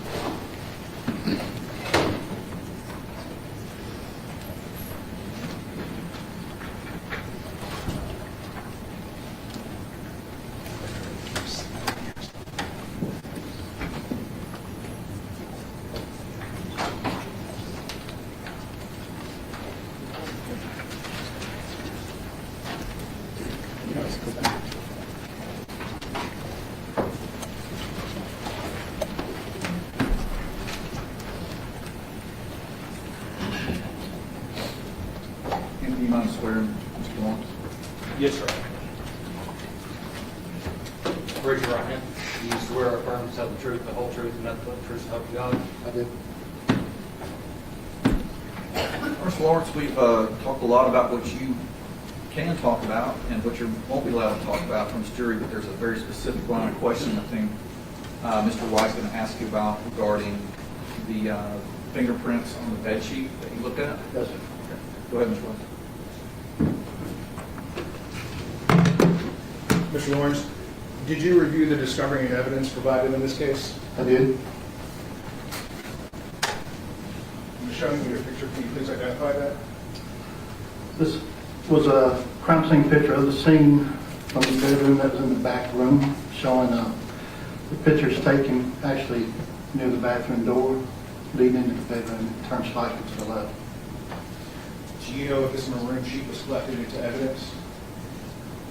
There was one collected, but I think it was misidentified. But to me, it's a comforter type, but I think it was listed as a sheet. I'm showing you what this is the evidence. I'm showing you it's the evidence inventory report by Dr. Johnson. Can you identify number 30? Number 30, collected on the 28th at 10/11 as a maroon fitted sheet. Is that what that is? It could be, but the picture is kind of indicating it could be a comforter. It could be a fitted sheet. But it is maroon? Yes, sir. Okay. How many times did you do an investigation inside Jason Chen's apartment? I went in twice in December. So, yes. Tell me about how, was this in there when you went in the apartment? No, sir, there was no bed covers on the bed. Okay. When was the first time that you saw that picture? It was probably around June. Once the discovery started coming in, I received the crime scene pictures and everything started trickling in. That's when I saw it. So when you looked at this picture, tell me what you did as part of your investigation. As I've mentioned before, when I look at photographs, you don't actually see everything. So I make a working copy first. I take all of what I get, move it out of the way so I never touch it. But I make a working copy where each photograph, I will enhance the photograph, either by desaturation, which means turning it into black and white, which gives more clarity, or adding brightness, contrast, or tones. Because sometimes you can't physically see things that are on different colored items. So I enhance the photographs. I'm showing you two pictures. Can you identify these? Yes, sir. These are close-up pictures of this from my stock. Did you manipulate this in any way other than zooming in? I zoomed in and I did change the contrast and the brightness a little bit, just to give a little different tone quality. And why would you do that? Because when I zoomed in, I started seeing something. Couldn't tell what it was. I had to go in and physically change the contrast and stuff to where it stood out. So once I got that balanced out, then I zoomed even closer, and that's how I located what's there. For the purposes of the record, Your Honor, can we mark this as the next collected exhibit for identification only? Yes, 226 ID only. At this point, if he gets to testify, he can talk about it. Of course.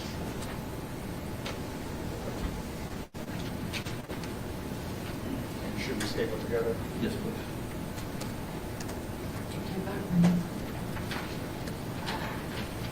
How many pictures, Mr. Weiss? 3?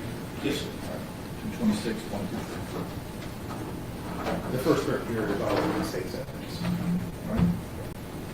All right. Now, after you observed, what did you observe in the picture? What did your contrast show you?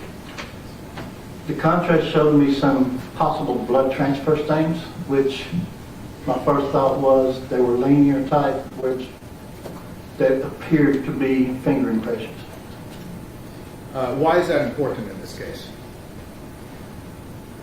Well, from information I had, there were 2 people there. So Who did it belong to? Why was it there? Pretty much like the who, what, where, what. Why is this thing in this particular location? How did it get there? And who's it? And why is that important in this case? It's important in every case, actually, but Particularly in this case? in this case here, it kind of indicates something is going on in that area, the bedroom. And it fits into the smaller confined area of the saturation stains on the floor and the markings on the wall. Do you believe that to be a handprint or finger mark? It's possibly a whole hand, but there's no way to find that out. But it does appear to be finger impressions. I can't tell if it's going to have to be a swipe, which is transferring a bloody object to an object instead of picking it up from an object. And that's called a swipe? It's a swipe, but it's a transfer. It's a type of transfer. You're transferring the blood from one location to another, and you're leaving a bloodstained pattern at that location. Would it have been possible to develop fingerprints from this surface? Very, very rarely can you get rich details enough to make a comparison. You can try to get the width, length of the hand. Sometimes that can lead you to determine if it's male or female, but that's not always exact. But you could get a little clarity to it. Plus, you can also cut out a swatch to send it in for DNA and confirm it is blood. Do you know if that was ever tested here? From everything I received, it was not tested. You know the defense's theory in this case? Yes. The state's theory is that Jasmine was bound and shackled when she was killed, right? Do you understand that to be the state's Yes. theory? And why, what proof would this handprint show if it belonged to Jasmine Face? That our hands on the bed coming from some direction. But it could indicate that there was no restraints. What would it say about her being in the fetal position? Well, you can't argue what position she is in, just how the hand got there. It would be important on how high that bed is, because beds are different sizes, the height of it. If she's in a fetal position and restrained, she's not going to be able to at least reach her hand up high. I'm going to object, Your Honor, beyond the scope of this expertise.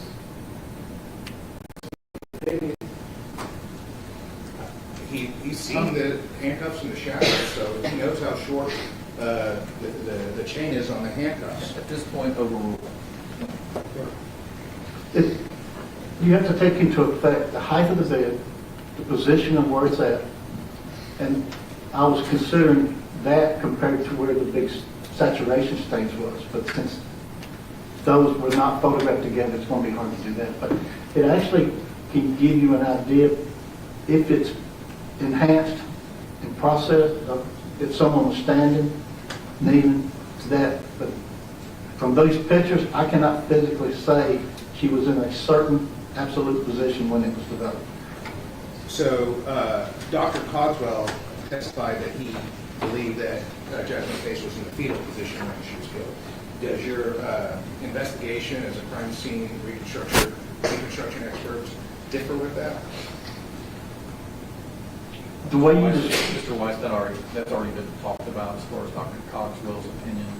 So the witness is not going to be able to testify to the position of the body. Yes, sir. You may ask another question. Those regarding the handprint or whatever this mark Okay, is on I the thought he bed. was getting into whether or not what position the body is what I thought you said. But I thought you just said I couldn't ask that. that's what I'm saying. That's why I stopped you from asking it. Okay, so that's the last line of question I have regarding that topic. Okay. If it's anything to do to rebut Dr. Cogswell's opinion about the position of the body, It's out. this witness can't testify to that. If it's something different about the position of the body as far as the handprint on the bedspread, feel free to ask about that. Is there anything else that is relevant to the position of the handprint on the bed? Well, that's all I could see out of it, and I didn't have access to it. But all I can make a determination on is what I see in the photograph, and in my opinion, what caused it. May I do another line of questioning? Sure, what's wrong? There's been what's been described as cast off in the bathroom. That's part, and that was used as information. Investigator Crawford used to give his opinion that Jasmine Pace was killed in the bathroom. Do you have an opinion on where Jasmine Pace was killed in this house or in this apartment? No, not. I could tell stuff happened in the bedroom, but there was not enough evidence in any other room that gave me the opinion something else happened in there, except blood was in the other room. So there was alleged cast off in the bathroom. What is cast off? Cast off is a type of impact stain. It is developed when a blood drop has some type of force behind it. If blood has no force behind it, it's going to drip. Gravity's going to take over. But if there's any type of force behind it, it's going to send that blood drop to another location. That is considered an impact. Cast off is a terminology used that a blood drop has been forcibly moved, and it will develop a pattern, like a linear pattern. It's either arc or straight line, which means the blood is coming off of the object and traveling in that direction until it hits something or gravity takes over. Now, what they're calling cast off, that was never tested, as far as you know? I did not see any testing results. Does that cast off imply or make it more likely that Jasmine Pace was killed in the bathroom? What those things show is there was some blood drops that was projected. What the source it came from, you would not be able to determine. What do you mean by the source? The source could be a hand, it could be a towel, an object that is being moved, and the blood is leaving that object. A cast off usually comes from an object, a lot of times associated with a weapon, but there's nothing that's going to make you a determination with what we have. What caused this thing? Your Honor, for clarification, are we talking about the bathroom cast off now, or are we talking about the bedspread? I'm confused. Can we clarify this? We're talking about the bathroom cast off. Okay, all right, I just wanted to be sure. Thank you. So, could that cast off have come off an inanimate object? Please explain that word. Could it come off a bloody shirt? Yes, it could come off any object because it does not leave a telltale of what the object is.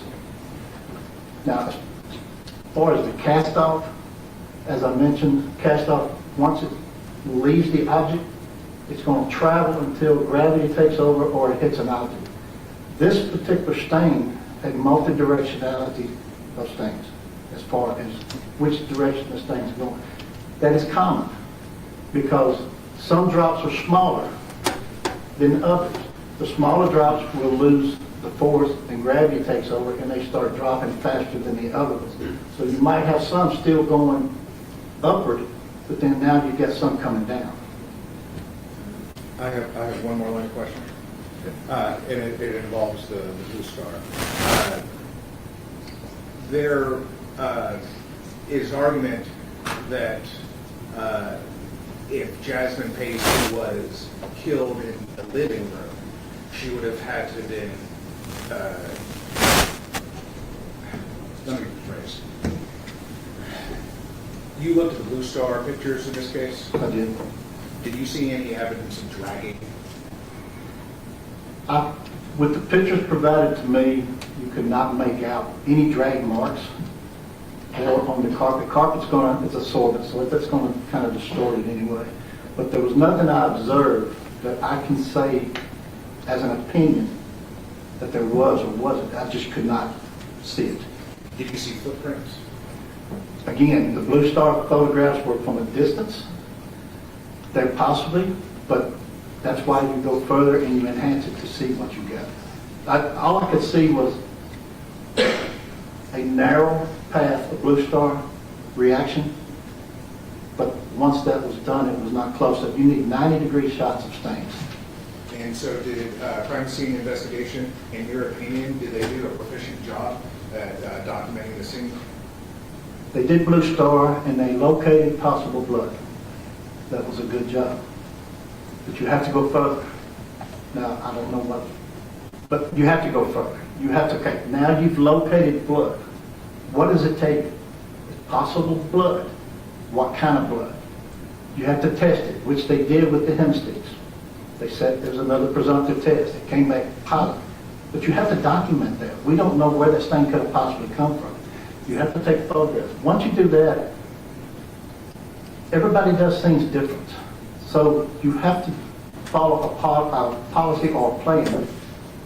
But you need to document these things. What do these things show you? And that was not done. And because they were not done, what effect does that have on this jury? Objection just beyond the scope of expertise. Yeah. I got the ultimate question there. Sure. Sustain. You are aware that Jason had cleaned the apartment after killing? I could, when I made my visits, I could see swipes and wipes on the floor. You saw evidence of cleaning? No, I saw blood. And once I started getting the discovery, I take it from December when I made my visit, I did not know what police had done or what the scene actually would look like at the time until I started getting discovery. But with the discovery, it was mentioned numerous times that there was cleanup. And did you see evidence of that? On my visit, yes. I want to, I think that's all I have to question. Thank you. Ross? Sir, do you recall the date upon which Mrs. Jasmine Pace was murdered at 110 Tremont Street, apartment 210? Just from information from the discovery, I believe she arrived there on the 22nd and sometime during the night. And you first went into the apartment on what date? My first visit to 110 Tremont and going into the apartment was December 9th. 12/9 of 22. 22, and that was when you were accompanied by defense counsel. Briefly. Did he go into the apartment as well? Just the doorway. He was in the doorway? Where some of the Blue Star reaction was? I didn't know where the Blue Star reaction was. You talking about after the fact? Sure. Have you seen the Blue Star? Yes, sir. Yes, sir. I do not remember a lot of Blue Star reaction at the door. There's some, but not much. So the answer would be yes? Yes. What about the second time you went? Second time I went, I wanted to make one more stop because I was fixing to turn the keys to the apartment into the apartment management company. What date was that? I believe it was the 14th. I believe it was the 14th. Of what month? December. 22? Yes. Okay. And then you mentioned that you went 4 times. What were the other ones? The other 2 was outside because I'd already turned the key into the apartment to the apartment manager. I went to take pictures of the outside cameras. This was in January. Both of these visits were in January. So when you said that you've been to the apartment 4 times, really you've just been to the building 4 times. You've only been to the apartment itself on 2 occasions. Not Inside. Inside. Correct. You've only been inside Twice. the crime scene 2 times. The 9th and I believe the 14th. Not 4. No, Just making sure. I've been to 110 Tremont Okay. 4 times. Now, I'd like to talk about the photographs that were ID only.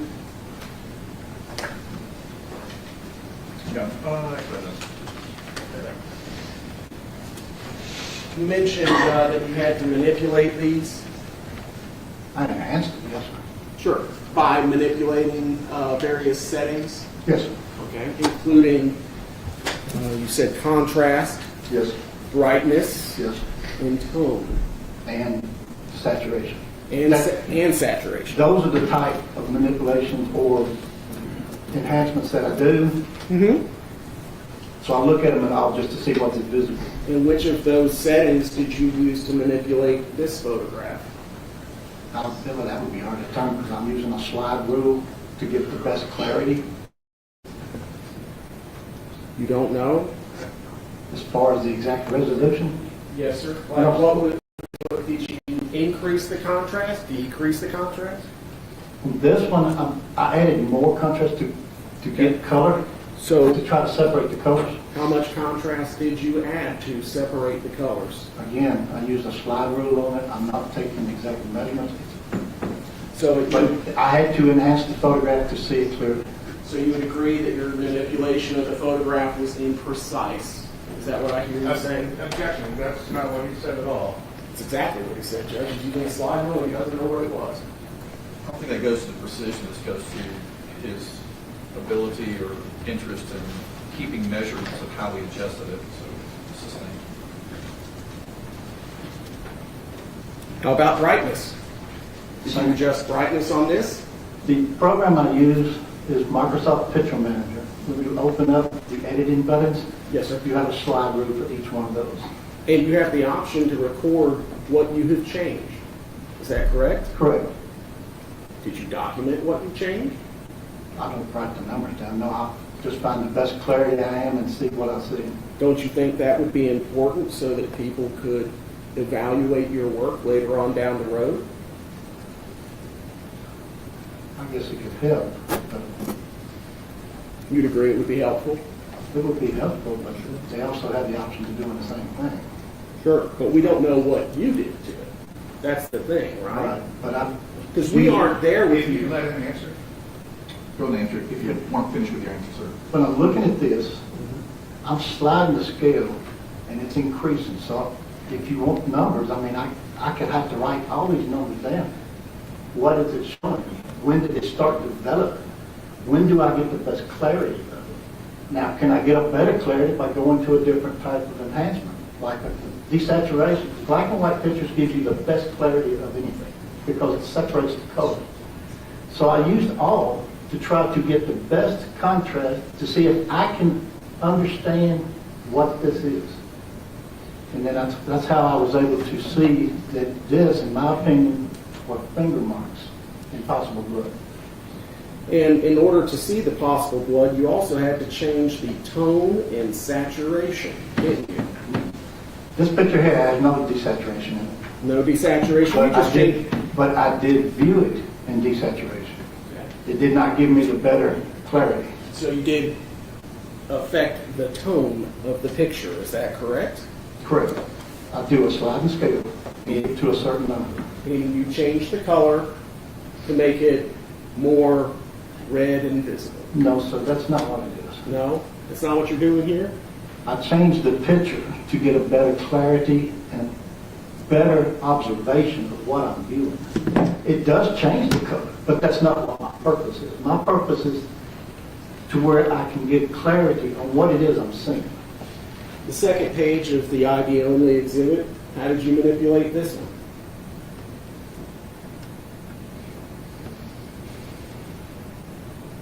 As far as the second, are you talking about the second close-up? Because I do it in stages. I got the original picture, a little closer, and then even closer. Yes, sir, the Is this the photograph third was one? on this. No, sir, it's the second one. The one on this one. He should know which one it is. One. It's his pictures. Two, One at a time. three. That was the order that I gave them, and that's why he's confused. We put that picture first. I can't help it, the way the court reporter picked it. Do you want to rearrange those to? I don't know how they're supposed to go, Judge. I can give the answer, I Judge. think the witness described it as Tell us- picture, tell us closer, and even correctly. closer. Don't mind.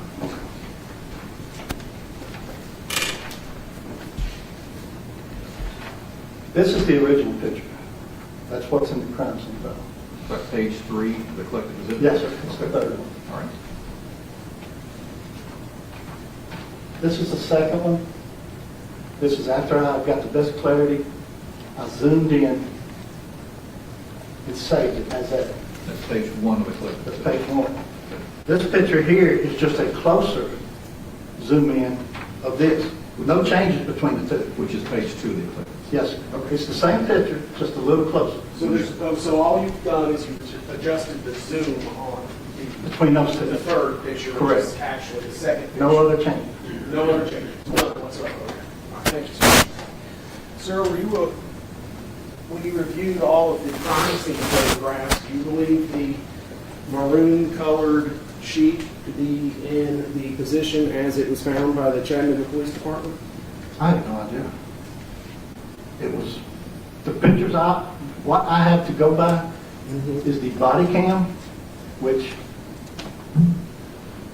I observed and enhanced, and the crime scene pictures. So I had both to use.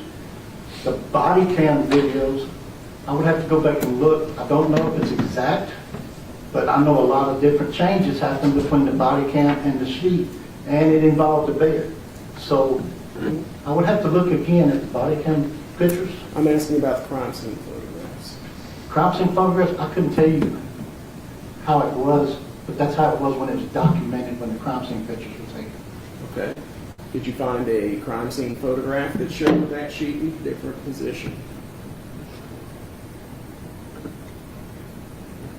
If I did, I do not remember. That was the best picture that I had, but it possibly could have been. Possibly could have been, Yes. but you don't know. If I see it, I might remember. I don't remember it right offhand. And you were basing your opinion based upon the height that fingerprint is off of the floor, is that correct? Couldn't just the height. I don't know how tall the bed was. You don't know how tall the bed was at all? It wasn't measured. You didn't measure it during your 2 trips into the... When I got there, the bed had been distorted. The foam mattress was partially moved over. So no, all of that had changed. Even the mattress heights would have been different. So really, you can't render any opinion at all other than it looks like it might be fingerprints. The swipes. Swipes. Not swipes. Transfer. Transfers. Okay, transfers. To me, when I enhanced the picture, I noticed the position where it was at. I went back and looked how it appeared in the body cam and stuff, and it's been a while. But to me, it looked like linear pattern stains, transfer stains, that in my opinion were finger marks. I But you can't can't- tell about the palm, but the finger marks. You can't say who left them. No, sir. You can't say under what circumstances they were left. No, sir. You can't determine male or female. No, sir. You can't determine size. There's no scale. So all you could say is that there are linear blood transfers on a maroon sheet that you don't know if it was in the original position. No, sir, that's not what I said. I said possible blood. Possible. You don't even know. It wasn't tested. It wasn't tested. Let's talk about that. You were aware that that item was collected. Correct. And based upon your review and the generation of these, this collective exhibit for ID only, you of course made a recommendation that, hey, this is an important piece of evidence, right? Oh, yes, very important. And you conveyed that recommendation, right? Conveyed it? That, hey, this is an important piece of evidence that needs to be looked at, right? Yeah, that was my opinion. Sure. And did you share that opinion is what I'm asking. I advised it. I sent the pictures to the attorney. Sent the pictures to the attorney and said, hey, this is important. Say, yeah, look at this. Look at this. This is blood transfer. This is important. It's a transfer stain. Yes. Transfer. You say, hey, I think it's possible blood transfer stains in this photograph that you sent to defense counsel. Yes. And you did that, of course, geez, a long time ago, didn't you? No. When did you do that? When I saw the patterns that I saw when I visited in the bedroom, once I started getting to discover, I started enhancing it. I went through, enhanced a lot of pictures. I didn't see it at first. So later on, I went back, and that was probably sometime last year, that So I sometime, went and started concentrating solely on the bed. sure. So sometime last year being when? That I don't remember. I mean, I might be on my time sheets and stuff, but that's about it. Was it by email, letter, memorandum? No, I showed it to him. Showed it to him in person? Yep. So he's had pictures for How long? day. Huh? A day, A day? You gave it to him yesterday? around that time, yes. We haven't printed off. I thought you said that it was last year. That's when I started going through the photographs observing. But then, once it wasn't tested, it was a process of me seeing what was done with this thing. When did you manipulate those photographs, sir? I would have to look at the date, it was sometime in the last few months. So at least a few months? Yes. You are aware, sir, that Jasmine Pace was in fact shackled and handcuffed, aren't you? I've seen the photographs, yes. You know how many times she was stabbed? I've read the medical examiner report, yes, sir. How many times? It said in the report 60. Okay. Are you aware that Jason Chen contaminated the crime scene? Anybody went in that apartment contaminated the crime scene. Including you? Yes. But the crime scene was released and complete when I read it. The keys were back in the possession of the family. Including you? You said yes, right? Correct. Mr. Weiss, when he walked in with you? Anybody that walked in that door. That's right. Sir, I'm going to start showing you some photographs that are in evidence, okay? Okay. You described blood drops earlier. Can I have prosecution? Yes, sir.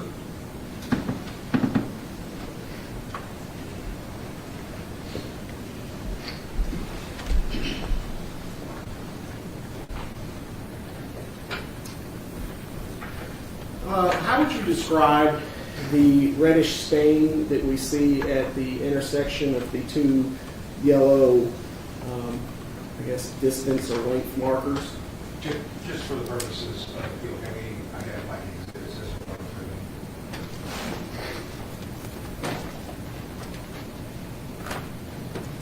Give me just a second, sir. Yes, sir. Oh, question. To point it out, is there a pointer or do I need to? Absolutely. I'll put your I have it.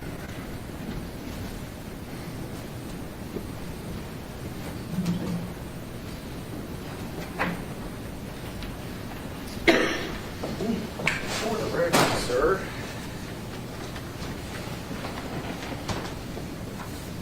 This one is going to be Exhibit 149, 5. You would agree?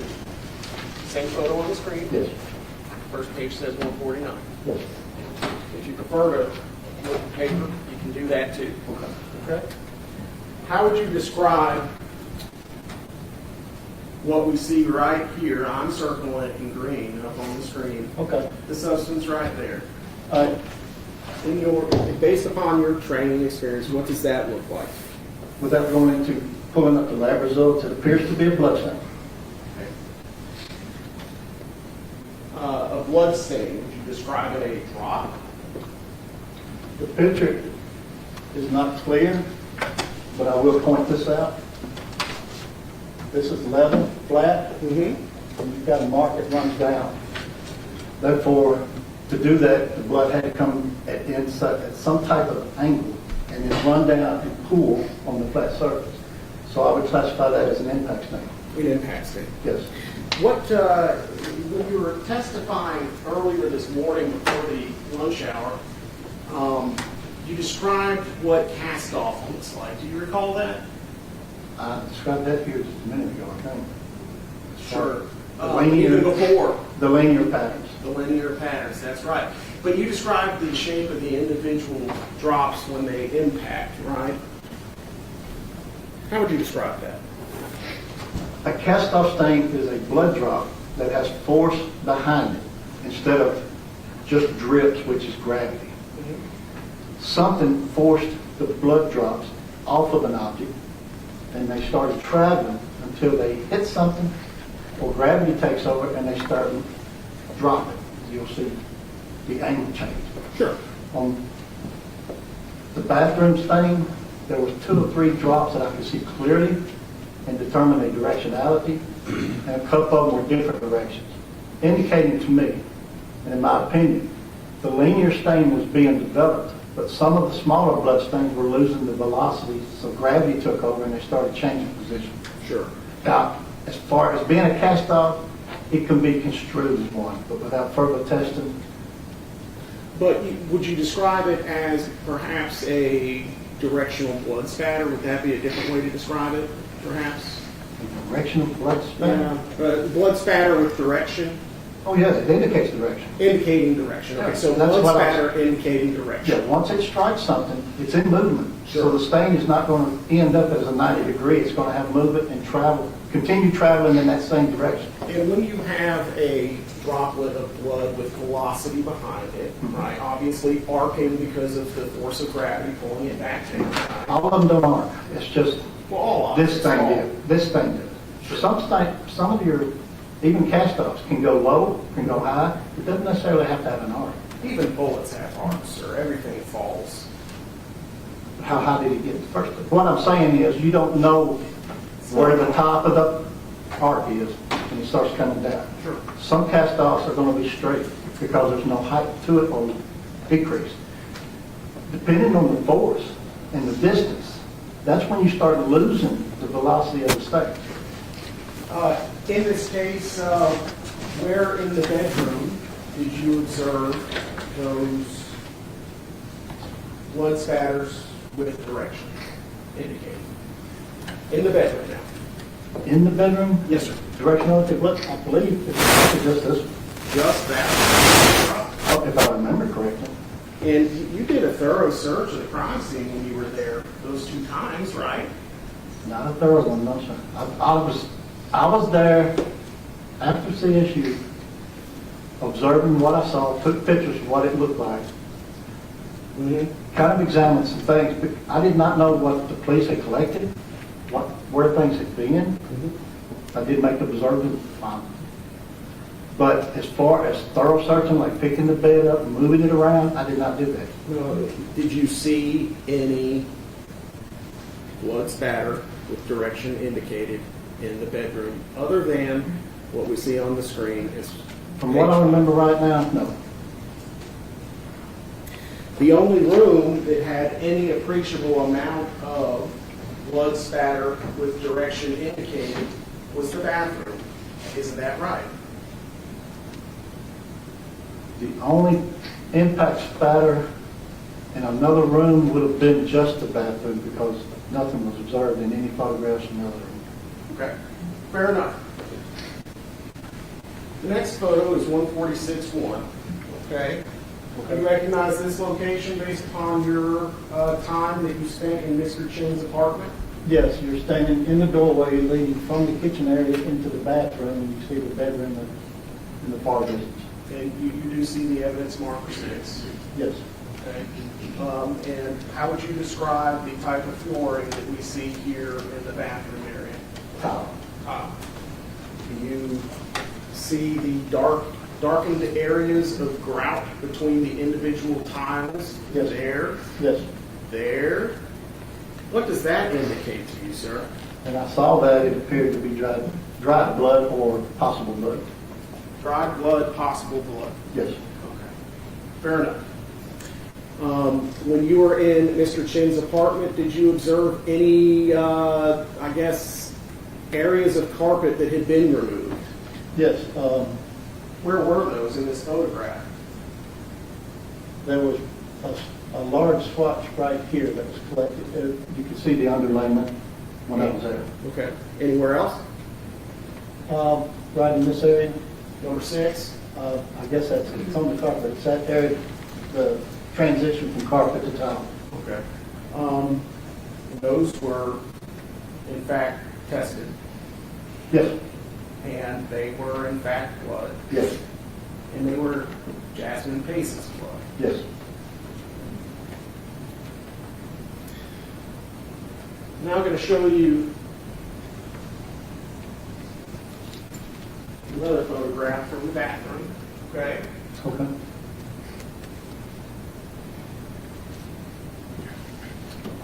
This is 179-1. Correct. Okay? What does it show? You see stains, these here, going in, for this purpose, to clarify, it's going in like the 11 o'clock position on the clock. These here. Sure. This one looks to be going about the 10 o'clock position. Let me see if I can zoom in and Well, help. before you do, you see the rundown here?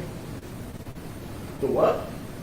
The discolorization of the wall? Sure. That appears to be the Blue Star. Blue Star reagent? Yes. Okay. So I'm going to zoom in for you, okay? And that you would agree, sir, that the blood spatter with that you just described is above and to the left the door frame that we can see in 179-1. Correct. Which would mean that it would be well over 6 feet off the ground. Okay. Yes, sir. Standard size door, you were there, right? Yes, sir. I mean, it's not like it was a half door. I agree with you, sir. Okay. Thank you. And the items that you described as potentially being blood spatter would be where? Okay. This one, this one, this one, this one, this one, this one, here, here, here, here, here.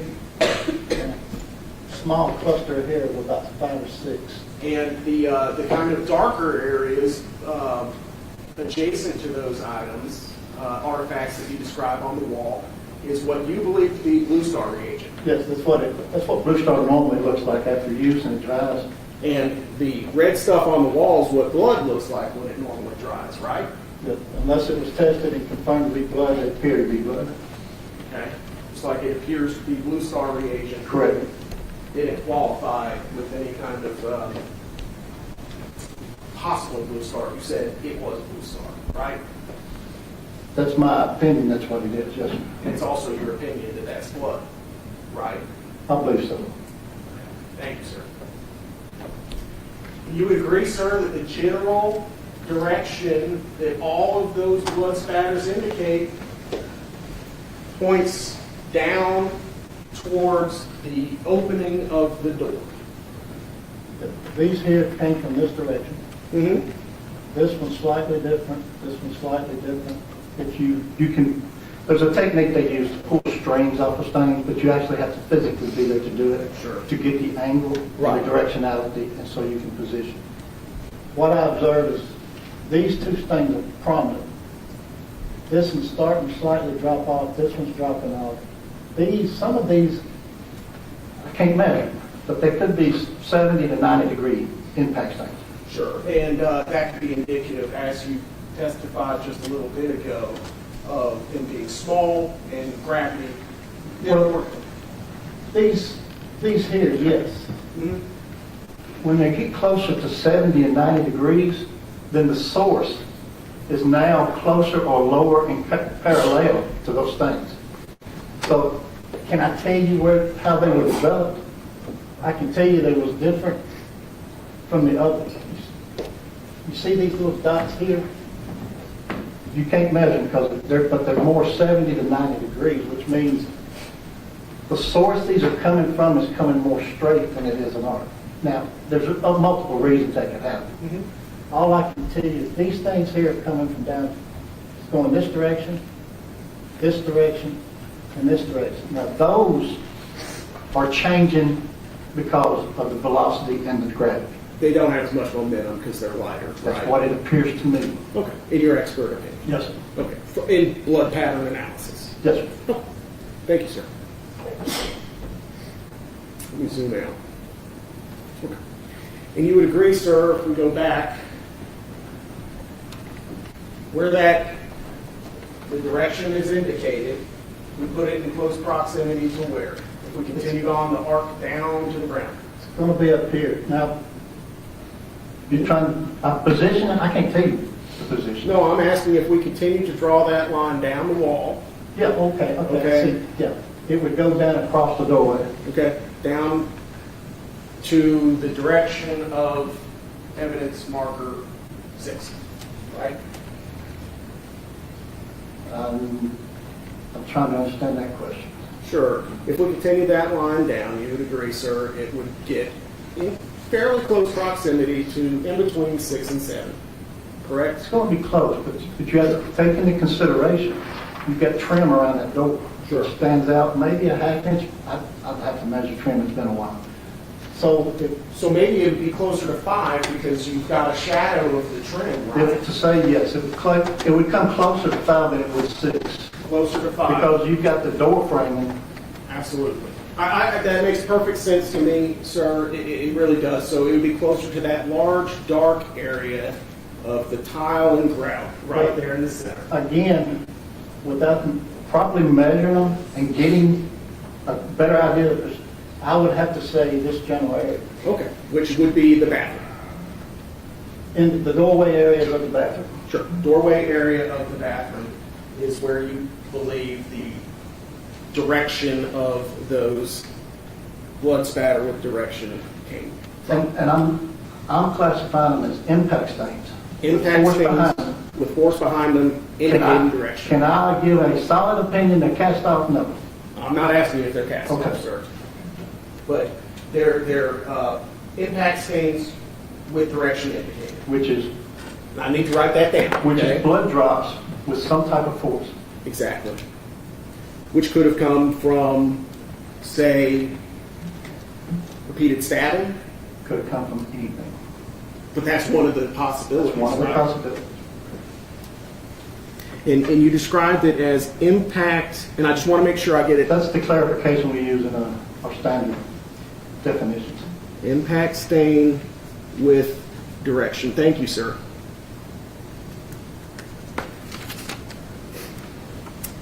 I'd like to talk with you very briefly about crime scene contamination.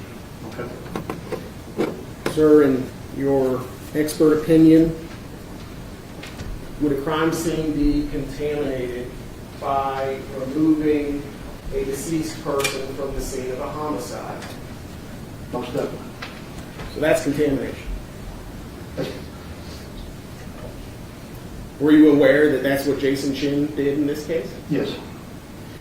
Would you agree that cleaning up blood with isopropyl alcohol would be contaminating the crime scene? Yes, sir. How about cleaning up blood with hydrogen peroxide? Yes, sir. Also contamination. Were you aware that Mr. Chen did both of those things?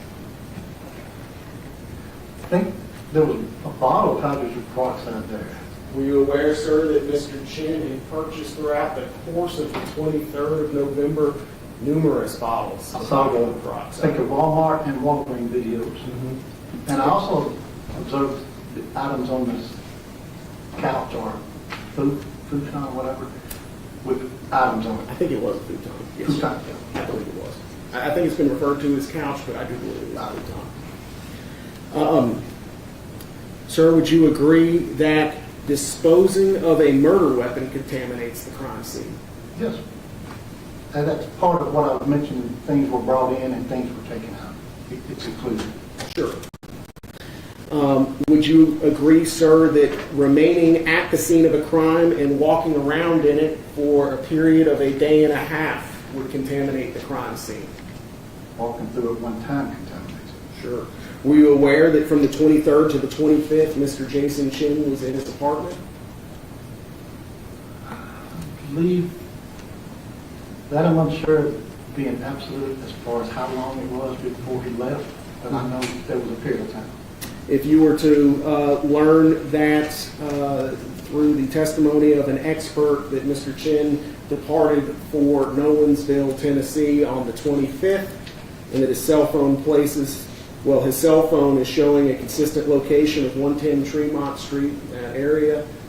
If he was indeed in that apartment for that day and a half, it would contaminate the crime scene further than what we have already talked about. Correct. Anytime someone goes in or comes out, you've got a chance of losing or gaining additional stuff. Would you agree that wheeling a suitcase? I'm sorry? Would you agree that wheeling a suitcase through a bloody crime scene Yes, and would contaminate? I tried to see if I could see those patterns. But you Because of the couldn't, wheels. because the cleanup job was so thorough. I wouldn't say that. You didn't see track marks. No further questions. All right. Just a brief refresh. In the pictures of the maroon sheet bedspread, you said you changed the brightness, contrast, and tone. That's what's being observed in the photographs here. The desaturation removes all color. And depending on the scale, how much you use it, it goes to completely black and white. I did that just to see if I can see anything better or additional. I couldn't, so I did not use the desaturation. Is that something that is part of a crime scene reconstruction expert's job? That's a broad field. It's a tool I use to examine hidden blood. I try to see what doing this lets me see better. Sometimes a picture can tell you one thing, but there's additional information there. So the defense said in opening that Jason Chen killed Jasmine Face in his bedroom, and after he blacked out, and then coming to. That's not evidence. I said this. I think it's just, you can use a hypothetical. You can say hypothetically. Hypothetically. If Jason Chen killed Jasmine Face in the bedroom, and he crawled to the bathroom. Well, first off, before he crawled to the bathroom, if he killed Jasmine Face with a knife in the bedroom, would, and we heard from Dr. Cogswell about the injuries, would that cause a lot of blood? The injuries? Yes. Most definitely. Would it have covered Jason in a lot of blood? I believe he would have had, oh yes, he would have. Would he have been saturated? Very, very good chance, and different parts, depending on where the saturation is, it could be from the top of his head down to his feet. You never know because you don't know the positioning and the changing of position, what's going on to cause such things. As I said, impact stains are projected blood. Any movement of a bloody object has a potential to leave that object. So if he crawls to the bathroom and he's covered in blood and say he takes off his shirt, could it cause those stains that you and General Moyle saw there in the bathroom? Without more information on these things, there is a wide variety of things that could have caused that stain, including clothing, a cut on your arm, removing something or moving, and just hypothetical. If he is moving Jasmine, her body is moving also. It could have, it's kind of high for that, but there's different things that could have caused that.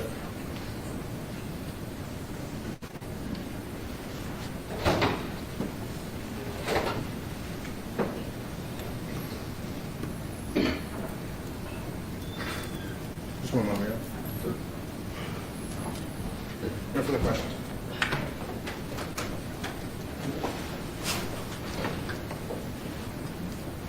Do you think fingerprints can be taken from fabric like the bedspread? When I teach or discuss, you never know until you try. But in this case, with the coloring of this and what I can assume the texture is, I would be surprised if ridge detail comes out. But you might be able to get a good indication of the size of the hand, the width, the length, the width of the fingers.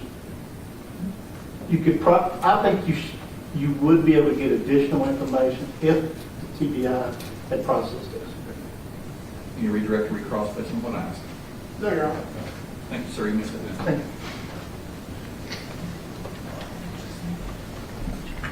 People start to feel the need to argue beyond what's already been argued. No, Your Honor. I do find, as I said before, that Mr. Lawrence can be called as an expert in the field of blood spatter, blood stain pattern analysis, and interpretation, as well as crime scene reconstruction.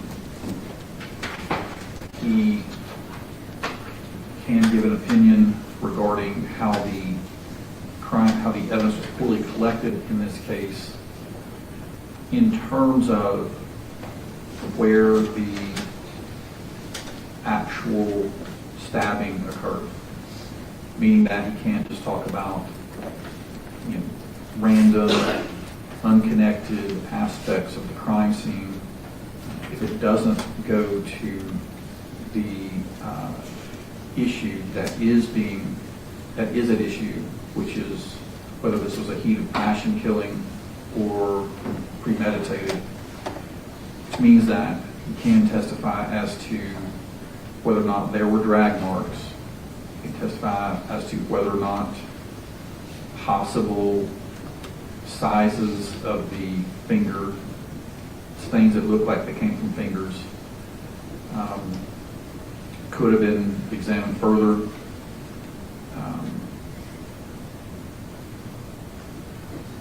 I don't see how the cast-off is relevant or is helpful to the jury in this case, since he said it could have come from a towel or from stabbing. However, it's connected enough to the other issue so we can testify about cast-off and what it means.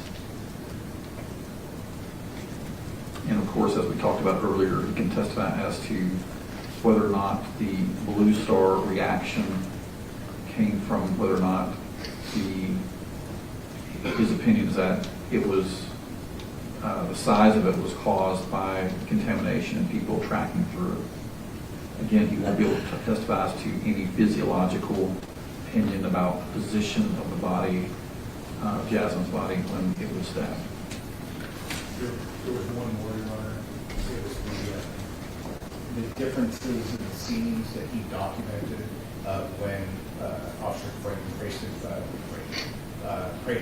went through versus when CSU went through. He developed a PowerPoint that has been provided to the defense because it was shown in the suppression hearing, and they had access to it then, of the differences between them. Okay, so that's something you don't need an expert for. A lay witness can certainly point out those differences. You can do it through this witness if you wish. Is there any type of, I don't think there's any type of opinion you can give about that, though?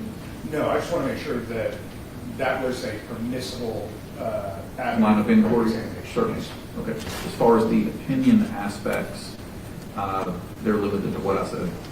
Drag marks, whether or not the hand print, the print that looked like it came from a hand could have been used to develop measurements, cast off, and the blue star reaction, how it came from, in his opinion, contamination rather than whether or not the victim was actually killed in the room with lit up blue star. And is there any limited, may I ask just, Mr. Lawrence, what did you do as part of your investigation? Yes, you can certainly ask him that for sure. And I'm sure there are lots of things that, any investigator can testify to. The pictures that he took, that's facts, testimony. He can certainly testify to that. As far as the opinions, they're limited to what the ruling momentarily ago was limited. I don't want to mess up. All right. May I just clarify? Yes, sir. I may ask him about what he did as part of this investigation, and regarding and I can ask him about his factual questions about the differences he saw versus the body cam versus the CSU pictures. But then, regarding to the evidence, I may ask him about how we believe the evidence was collected poorly, and he can say there were no drag marks. He can talk about the possible sizes of the fingers that could have been examined further. He can say that a stabbing actually occurred. Sorry, what? The last part? He can say that a stabbing actually occurred. Is that A stabbing actually occurred? Is that what the court said at the first? No, but I think that he can factor that into his opinion. I think everyone agrees that that's what happened. He can testify regarding the bathroom. Cast-off aspect. The cast-off aspect. And as it relates to everything the general lawyer went through with him, I would assume. Cross-examination, Judge. Yes. Well, the things we just talked about, and also the fact that the blue star effect was caused from contamination, not from, you can't necessarily conclude that's where the attack happened. You can certainly say that. And then you can talk about the contamination. Right. Contamination as far as the Blue Star effect being caused from contamination, not necessarily where the victim was bleeding or the defendant was carrying it. You can't give an opinion about, you can give an opinion about that Investigator Crawford is, or he believes him to be incorrect, sadly, that Jasmine Pace was killed in the bathroom. His opinion is that no investigator could say that for sure. Yes. And then the court is excluding, limiting the witness from testifying about the position of the body, Jasmine Pace. And not limiting, excluding. Oh, yes, understood. Excluding that. And then excluding the defensive wounds, ligature marks, anything about the body concealed. Correct. Okay. That's the way that I understand it. All right. Parties ready to proceed? Need a break? Need a break. We're ready to go, Judge. We've had several breaks. We've been in session for this issue for a while. It's, all right, we'll be back at 4:15.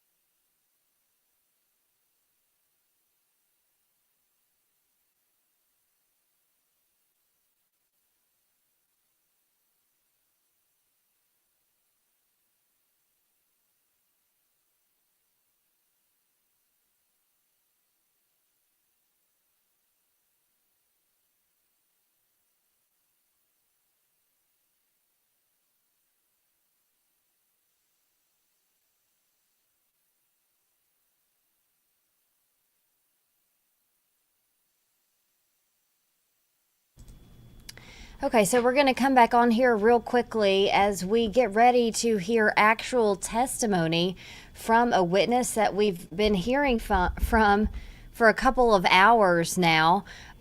So this is, I'm just going to give you a view there in case you haven't been watching and don't know who this person is, but this is Johnny Lawrence. He is a person that the defense is trying to put into the record as an expert. What will he be testifying about? Well, there are some things he won't be testifying about. That's the decision from the judge just now. After ever since lunch, the jury has not been in the courtroom. Of course, it's hard to tell from our camera angle because we don't show the jury in the courtroom. But our crew in the courtroom tells us the jury has been out this whole time as attorneys argue whether or not Mr. Lawrence can be admitted as an expert.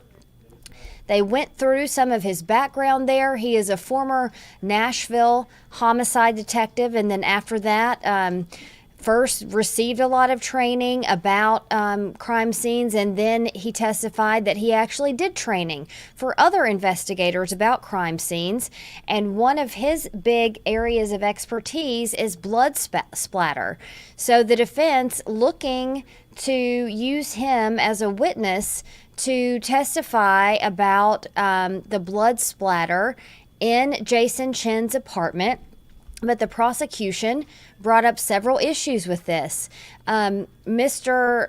Lawrence is saying that he doesn't believe that this blood splatter on Blue Star that we're seeing here on your screen, and just a quick reminder, Blue Star is that technology they use to show where blood might have been before being cleaned up that isn't visible to the naked eye anymore. He actually testifying he doesn't believe that there was this much blood that the Blue Star showed up, it was actually more contamination. But as far as whose contamination it was, that's become a big question, because if you'll remember, yes, they did say, and we do know that Katrina Bean and Travis Pace, Jasmine's parents, were in the apartment. This is a screenshot from a body camera the first time they called police to try to get them to help find Jasmine. But some of the testimony was about who else could have contaminated the apartment for these pictures. And one of the big things that just happened, again, the jury wasn't out, so this was discussion about whether to qualify this witness or not. Investigator Paul Moyle, the prosecution homicide assistant district attorney, brought up the fact that this could have been Jason Chen himself who contaminated the crime scene as he was cleaning it up. As he was removing the suitcase with Jasmine Pace's body inside from the apartment to go dispose of it, and then bringing up investigators themselves. Johnny Lawrence, who you saw there on the scene, went to the crime scene as an investigator for the defense on 2 different occasions, December 9th and December 14th of 2022. So asking him, could investigators have contaminated the scene at some point? He said yes. Now, another big part of what we expect him to testify about is this. This is a maroon sheet that was photographed in Jason Chen's apartment. And let me see here if I can zoom in on this while I'm doing this slideshow. I don't think I can. But I'll manipulate this image for you a little bit later. If you take a look there at the bottom of that maroon sheet, you can kind of see this is a horizontally striped sheet, but at the bottom of that sheet, right where it meets the white area, you can see a few vertical stripes, 3 kind of in the middle. Now, Mr. Lawrence is testifying that he believes that is a blood transfer stain from a handprint. Why is this important? Upon defense questioning, he answered that he believes this might be a transfer handprint of Jasmine Pace. And what this could be used to call into question is in what position was Jasmine's body when she was stabbed. The medical examiner, Dr. Stephen Cogswell, earlier this week testified that he believes she was stabbed while she was in the same position that she was found inside of that suitcase in. So if you'll remember, she had her right arm shackled to her right ankle, and then her left ankle shackled to her right elbow area. Her left hand, he said, was free. So talking about whether she might have been able to reach up to that bed and leave that handprint while she was in that fetal position and while she was shackled. Because a big question here, was she handcuffed and shackled before she was stabbed and killed or after? Because that goes back to the question of premeditation. And as lots of people have said in our comments throughout this trial, there's no question here that Jason Chen killed Jasmine Pace. The defense came right out and said in their opening statements, we admit that he killed her. The question now is, was there premeditation? So all of these minute, small pieces of evidence will try to connect those dots, one way for the defense and one way for the prosecution. It was just a short break here. We expect to see Jason Chen come back into the courtroom in the live camera that you're seeing beside me there. Of course, the jury, there he is, once again coming into the courtroom, even looking at the camera there for a moment. You can see there that he is coming into the courtroom, and for the first time in hours, the jury is about to do the same. So let's go back to that live feed from the courtroom and see the testimony now in front of the jury this time of Johnny Lawrence, crime scene investigator, the defense's first expert witness in this trial.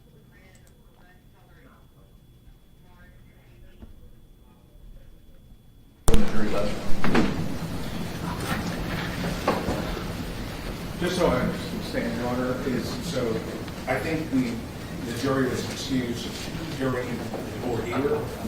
So how will the court proceed at this point? I'll recognize him as an expert, and then you can proceed with your direct examination. Thank you, Judge. Okay, understood.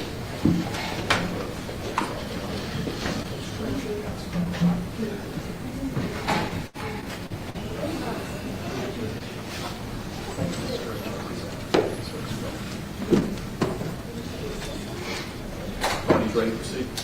Yes, Your Honor, state's ready. Yes, sir. All right, bring the jury, please, when they're ready. Yes, Your Honor.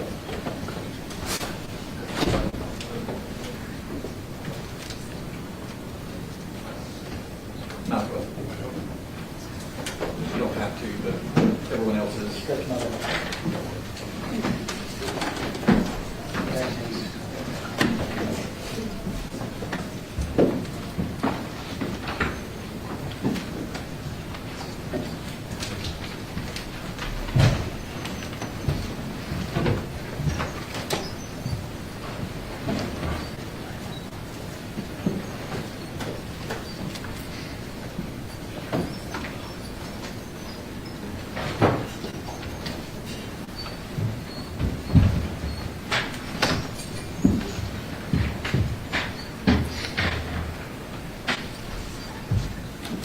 Please be seated. Ladies and gentlemen, thank you for your patience. As we talked about from day one, pretty much. There were times when we need to take matters outside your presence. Sometimes they're not significant. Sometimes they are very significant. This was one of those times. We're ready to proceed now. At this point, the court will recognize the witness, Mr. Johnny Lawrence, an expert in two fields, crime scene reconstruction and bloodstain pattern analysis and interpretation. Mr. Lawrence, did the defense counsel reach out to you regarding this case? Reached out to our company, I'm not sure how, but I received an email on December 7th, 2022. And once your business was retained, what did you do? I personally talked to you by phone, and you advised me that you had access to Mr. Chen's apartment and wanted to know what I thought and what should be done. So what you did? I asked you basically, how long did you have it? I'm gonna have it, and he said, didn't know. So I said, well, we need to see if we can get in there, and so I can see the scene. I like to physically go to the scenes when I can. I want some documentation or observation, maybe. So at any point, did you go to 110 Tremont Street? I did. On December the 9th, 2022, I met several people there, and myself with my co-worker, Stephanie Alexander, we did enter the apartment of Jason Chen in 210, apartment 210. And what did you do on that day? I took photographs, visual observation. When I talk about visual observations, when I go into a crime scene, I stop. I want to visually see everything there. Now, this is after the fact of the police investigation. I want the scene to tell me something. So I meticulously go through there, observing, and I take photographs, even though they're not like the police department. I want to photograph what I've got. So I started taking photographs, observations, looking around. So can you go through what you did and how you did it? When we walked in, myself and Miss Alexander actually went through the apartment. But one thing I noticed when I went in, and everybody was in, the door shut off by itself. And the story was that I'd received was different than that. So that was an observation that clicked. So I started taking photographs in the apartment, and this is more of what they call a loft. You've got a living room, it turns into a kitchen, it goes into a bathroom, it goes into a bedroom. One way in and out, which is the front door, but because of codes, regulations, you've got to have an emergency way out also. So there's a patio door in the bedroom with it's not a balcony, it's railings. But if there's an emergency, you can escape through there if the front door is blocked. So that was my observation of the layout. So I carry an LED flashlight with me, and I do what we call cross light. Because when you shine a light on something specific, it might bleed it out. You may wash it out. So what you want to do is a cross light, and that means hold the light down, shooting across what you're looking at instead of straight down. Therefore, you can see patterns. You see a lot better. You can actually see dust on the floor that way. And when I started doing that, I started seeing what looked like bloodstains. I say look like bloodstains because I have no idea what the police have done, but with my experience, it appeared to be blood. And I started seeing wiping marks. Now, there's two different types of wiping marks. It's considered a transfer stain. And what I mean by transfer is blood has come from one object to another object. So it's transferring from one to the other. You've got wipe stains, and then you have swipe stains. So just put an S in front of the wipe. The difference is this. If there's liquid on this counter, and I run something through it on my hand, that is considered a wipe. I'm wiping that stain. A swipe stain is if you have blood on the object, and the counter didn't, then you're swiping it onto the counter. So that's the difference if I've mentioned wipe and swipe. But it's considered a type of transfer stain. I was seeing marks similar to wipes and swipes on the floor with what appeared to be blood. In the living room, in the area starting around the futon.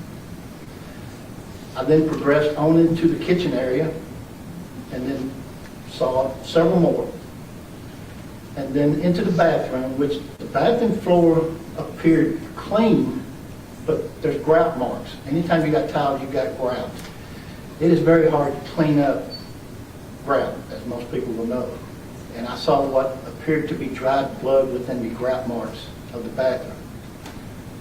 Now, this was photographed, and I also photographed some impact stains that was on the wall as you're walking into the bathroom. It's to the left, but on the furthest wall. What Above are the towel impact base. stains? I'm sorry? What are impact stains? Impact stains, surprisingly, it's a blood drop, just like dripping on the floor, but it has some type of force behind it. And when I mean force, something is moving that blood. A good example is if you cut your hand and you're standing at it with your hand down, you're going to have drip stains. The stains look circular, sometimes like a bottle. Well, some of you might not know, but in the old days we had bottle caps that if you flatten them out, they had like some stars. Your 70 to 90 degree blood drops are going to cause that kind of stain, which means there's no movement in those drops. But as you walk and your arm moves and you move, any drops are coming down and you've got force behind it because and when they hit, they're going to move, giving you an indication which direction they're going. They're going to form a tail pointing to which direction the blood stain's going. So the stains on the wall in the bathroom looked like impact stains with showing some directionality on some and possibly 70 to 90 degree stains in another area in the same location. Then I proceeded into the bedroom. Now I am taking pictures. The kitchen and living room is very low light. It looked like a blue light bulb had been put into the floodlight area. Very low light. So I was having to use my flashlight a lot. But once I come into the bathroom, it was like any typical bathroom, well lit, and the bedroom had lights well lit. So those were different. So when I stood in the bathroom taking pictures into the bedroom, I could see some blood saturation stains. Now, what is a saturation stain? It's the living room is hardwood, the bathroom is tile. If blood falls on it, it's not going to absorb into the floor or the tile because it's a solid object. It can change direction because blood is going to flow, or any liquid actually, it's going to flow with the least resistance. So if the floor is not level, you're going to have blood flow going to the lower part until it gets to a part that it can't go any further. So when it hits that tile, it will pool. A pool of blood is a continuous amount of blood that's going to pool up like a water puddle. It has nowhere to saturate to. But in the bedroom, it's different. You have carpet. Carpet will absorb the blood. Now, it's going to distort the stains because it's absorbing, and it's going to start spreading. Like if you've ever used a paper towel or something, you put it on a wet object, you see it growing. The water is growing. That's what happens when blood hits that absorbing object. There was a stain directly in front of me, and there was an area, I don't remember what the marker numbers were, but it had been cut out of the carpet. You can see the blue underlayment. So I police had gathered that. It looks like an evidence collection. The bed is on the left, and I could partially see some blood. It really didn't tell me nothing at that time. But the reason I'm taking pictures is so when I get back to my office, I can enhance the pictures. I can make them clear to me. I can desaturate them, enhance them to where it brings clarity, and you can actually see better that you can't see physically looking at it. So I documented all this in the pictures. Again, I had no idea what had happened previously with the police department. I did not receive anything from the police department or through Mr. Wise until almost mid-2023. So this is like working a puzzle without a box top. So you have to question everything and proceed with your investigation as if everything is related. So I documented everything. Once we left there, eventually I went back to Nashville and I started looking at these pictures by enhancing. First I make a copy.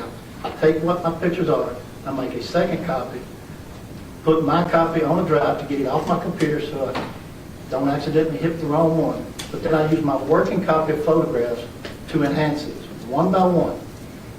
I bring up the picture, I will add color, delete color, I will turn it into what they call desaturation. You remove all color of a picture. So it's black and white, like the old days when it's black and white, which gives you better clarity on contrasting surfaces. Like a dark floor, if it's blood, it's going to be dark, so you might not see everything. But when you enhance it, desaturate it, it's going to stand out more. One thing that caught my attention was in the bedroom, as you're walking in, there is a stain just to the left on the floor next to the bed. It's kind of faint looking when you physically see it, but it laid under the bed. So I said, something ain't right about this, but why would the bed be back over that stain? Because again, I don't know what the police had already done. So I moved the bed. Oh, I'm sorry. I went back to the scene 5 days later because I had some questions. We still had access to the apartment. I went in and I moved the bed. And I saw the saturation stains on the floor. And it helped me a little bit because the positioning of the furniture was still like it was. So I saw saturation on the floor, under the bed, but I also saw markings on the wall. Did not appear to be blood. But there was some type of markings, dark colored markings on that wall where the headboard was. I can see wipes, swipes, but I can also see movement. I can't say if it's wipes or swipes, but there's movement on that wall. And it's visible. Once I did get discovery, it isn't visible in the pictures the police department has. That instantly told me something happened right here. I don't know what. I don't know what the police already know. But it stretched up 3 to 4 feet. So I don't know what's touching the wall coming into contact with it, but it's something I need to look at further. So once the bed is moved, I took some pictures of that. We left, and I turned the key into the apartment management company. It was at a different location, and we left.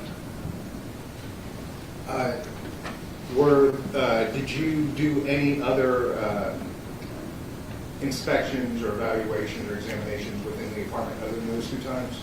No, there was a lot of things I could tell the police had looked at, done, just about observation. What did you see that the police had done? They searched. They took the trap out from under the sink, and the garbage disposal. I actually took a picture showing my hand under the hose so to show it's not there. They collected a lot of evidence, and now those evidence was gone because that's part of their investigation. So I noticed that. There was really nothing I saw that stood out except there's a counter, and I don't know what they would consider, but there was wine bottles all over it. Most of them not even used. I think all of them are not even used. But I was curious about it. I've got pictures, but nothing was processed or anything. Were you aware, or could you tell that either the police department or the crime scene unit had used Blue Star? Yes. What is Blue Star? I'm old. In the old days, we used a chemical called luminol, You put it in a spray bottle. You put it in a spray bottle and mix it with distilled water. You want to use distilled water because tap water sometimes has iron in it, which is a reaction from luminol and Blue Star, depending on where you live. Blue Star, they mixed Blue Star up, and I saw indications of Blue Star had been sprayed in the bathroom where those stains are. And the way you can tell is it's a discolorization on the wall, and once it hits it, if there's a lot of liquid, it's going to start running. And you can see those run marks in the Did that conclude your examination, or was there anything else of interest that you found during your investigation within the apartment? As in all cases, I had many questions, but I knew I wasn't going to get answers until I started getting the discovery. So it was, I did go back in January, but not in the apartment. But after that, it was several months before the discovery started coming in, and I started seeing exactly how the scene was worked. And the way I work a scene, I want to put myself as first person. One of the best tools we have now is body cams. So I wanted to look at the body cam videos of the two officers that went in first, because that gives me a perspective before anything happened. And then the crime scene pictures. So that's how I started my investigation once I got the discovery. Can a crime scene be contaminated? It is very rare you're going to be at a crime scene that is not contaminated, because depending on the size of the area, how many people have been in there, if they've taken anything, if they've left anything, and you do leave stuff. Even officers, it's unavoidable. That's why the boot, wear the booties and you wear a suit, Tyvek suit, because just walking in there, you're going to leave something. DNA is so sensitive now. But you have things that are not there, and you have to wonder, is it because they was collected? So you want to look at the inventory of what was collected. You said you watched the body cam video of the two officers that went in? I did.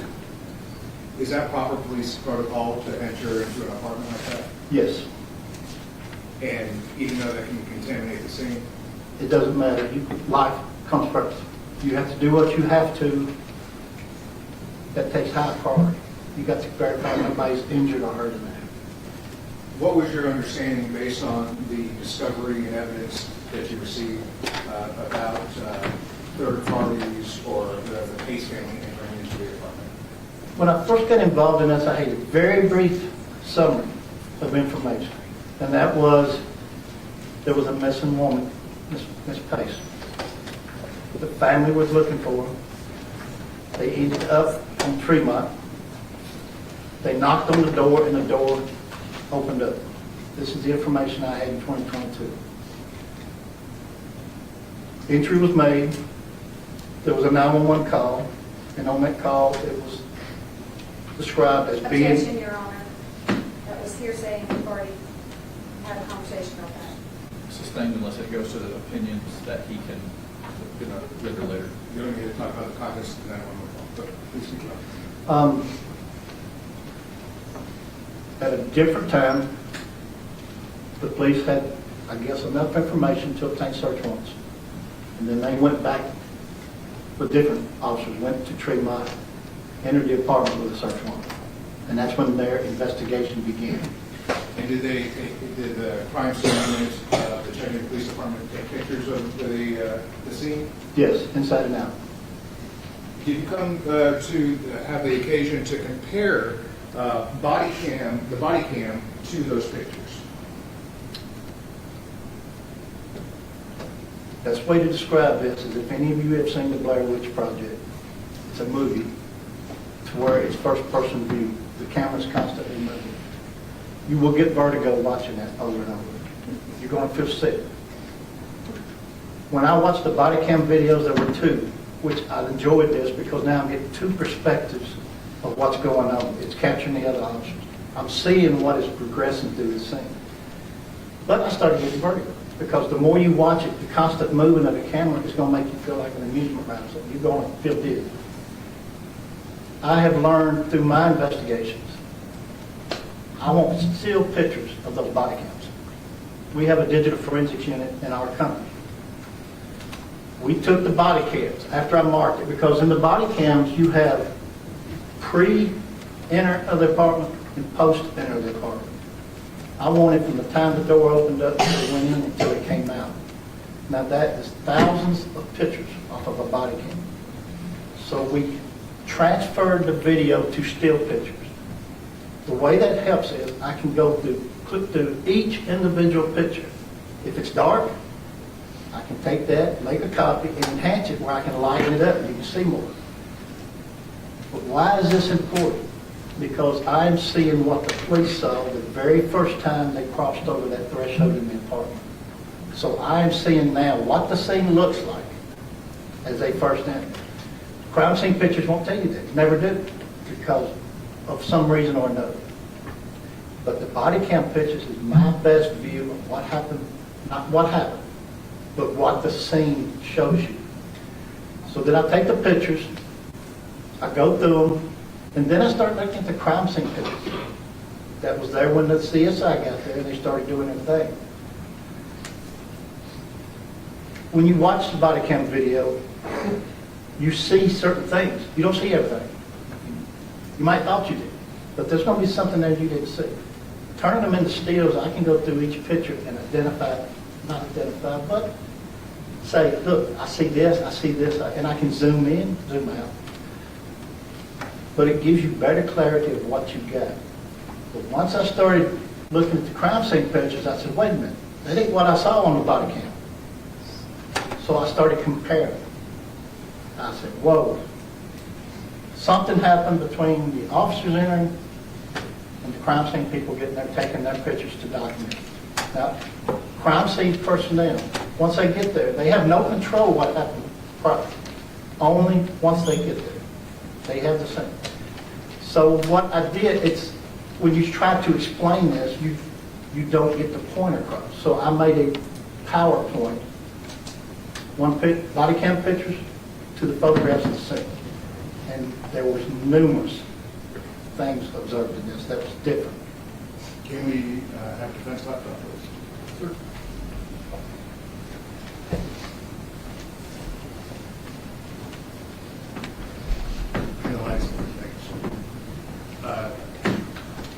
Mr. Lawrence, if you could turn around for us and tell the jury what we see on the left and what we see on the right.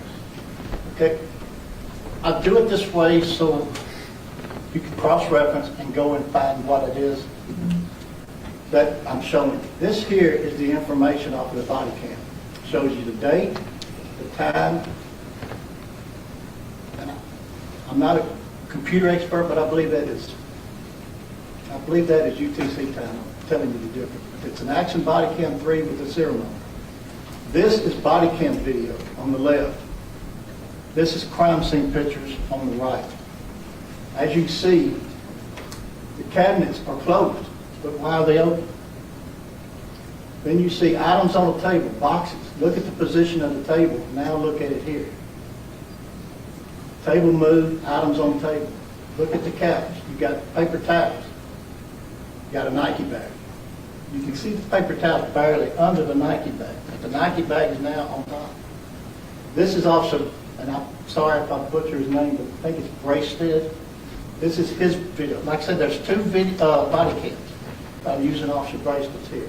It's crime scene photo 61 that was taken by the police department. This here. This is the crime scene picture number 61.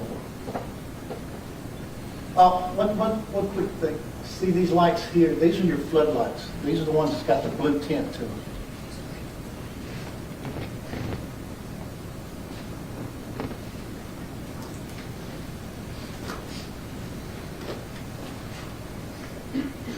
I'm going to move to the next slide. Can you tell us the differences that you see here? Right. This is the second officer. They're slowly coming into the apartment. Again, the items on the table compared to the items on the table. There's your items on the couch compared to the items on the couch. This is photograph 63. You see how the tint of the room has changed? It's low light. So the body cam is trying to adjust to get proper light. That's why sometimes I have to enhance it to get a clear view. This picture is a great picture because it shows, it's the crime scene picture taken by the crime scene people, and it's very detailed. Again, the cabinets that are open, items on the couch and the items on the table, and that the table's been moved.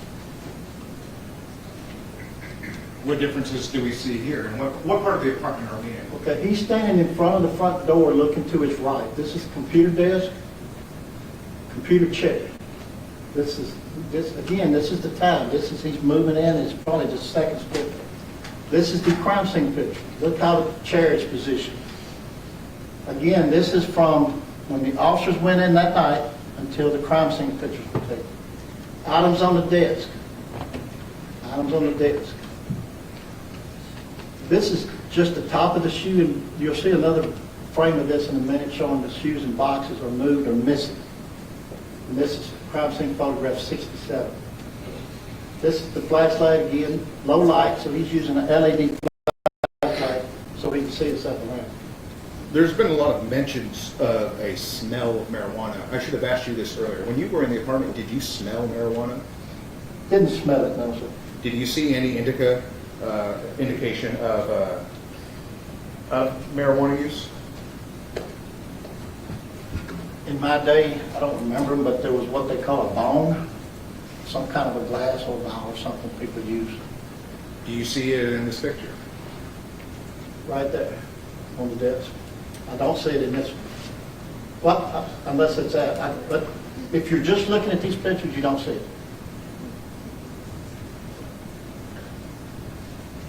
Now I'm standing, this is the opening into the kitchen. Again, the time has changed. You see where his flashlight is hidden. That's the bathroom, and that's the bedroom. Now, the difference here is, again, the kitchen's got low light. The bedroom light is well lit. So is the bathroom.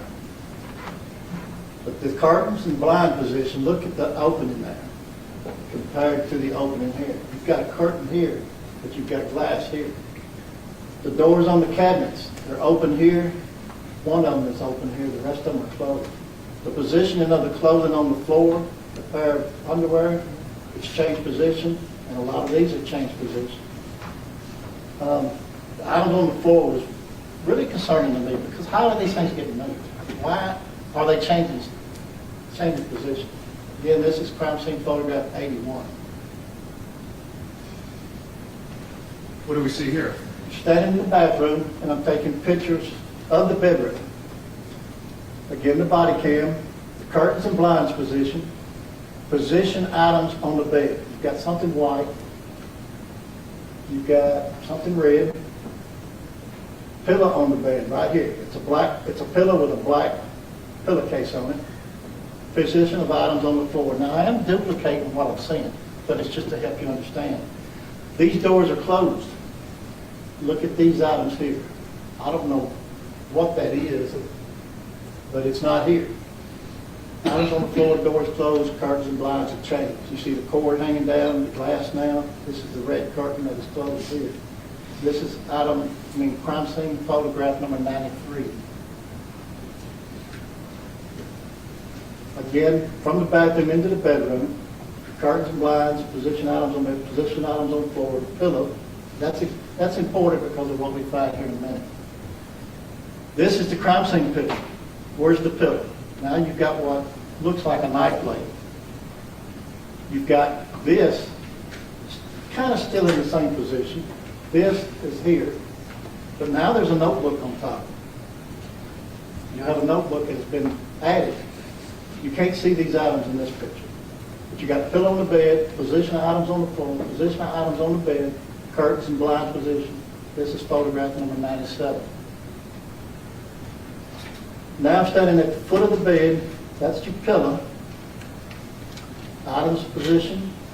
The drawer is open on the little side dresser. Items on the floor here. Knife on the bed. Pillows are stacked on top of each other over here.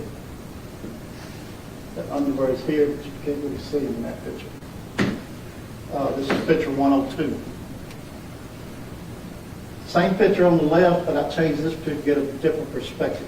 You've got the knife added, pillow moved, notebook added.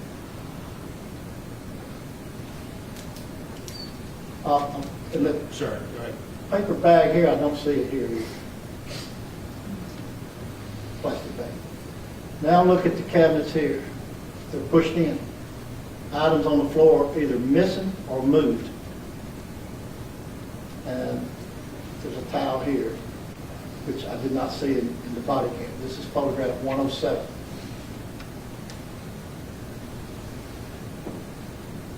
That's your front door. Standing behind the futon looking at the television. Again, it shows the items on the table. Now you see a better picture of the shoes and the boxes. The door's closed.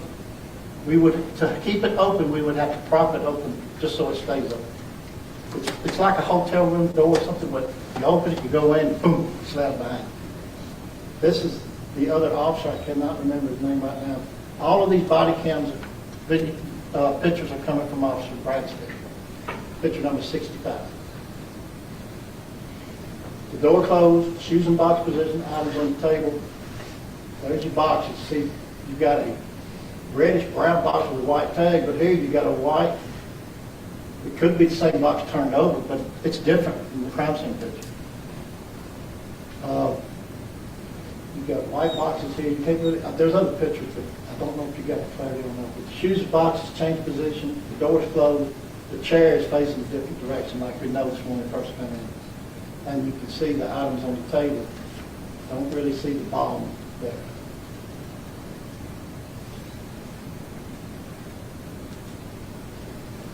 Anything else, Mr. Lewis? Stuff on the couch is different, but we discussed that earlier. I think that's picture 267.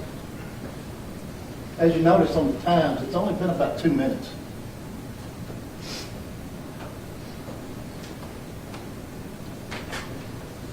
Thank you, Mr. Lawrence, as we turn around.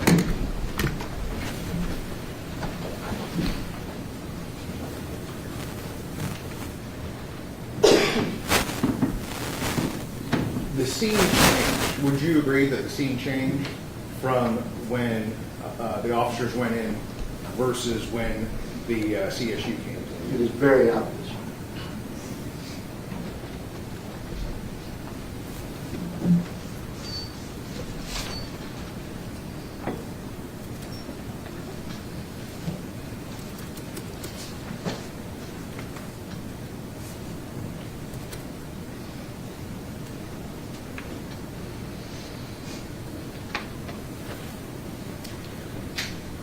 Mr. Lawrence, I'd like to talk to you about how well the job that Chattanooga Police Department did in collecting evidence. Can you speak a little bit about the job that the Chattanooga Police Department did in its collection efforts? When you critique the work that was done, you have to understand different departments do things different ways. A lot of times they have standard operating procedures, which they have to follow as the way they do their investigation. No two investigations are the same, ever. There's always something different. People say, "I'll similar." Every one of them is different in some aspect. When the police department started their investigation on this, they had no idea what they were walking into. It was like the puzzle box without the picture.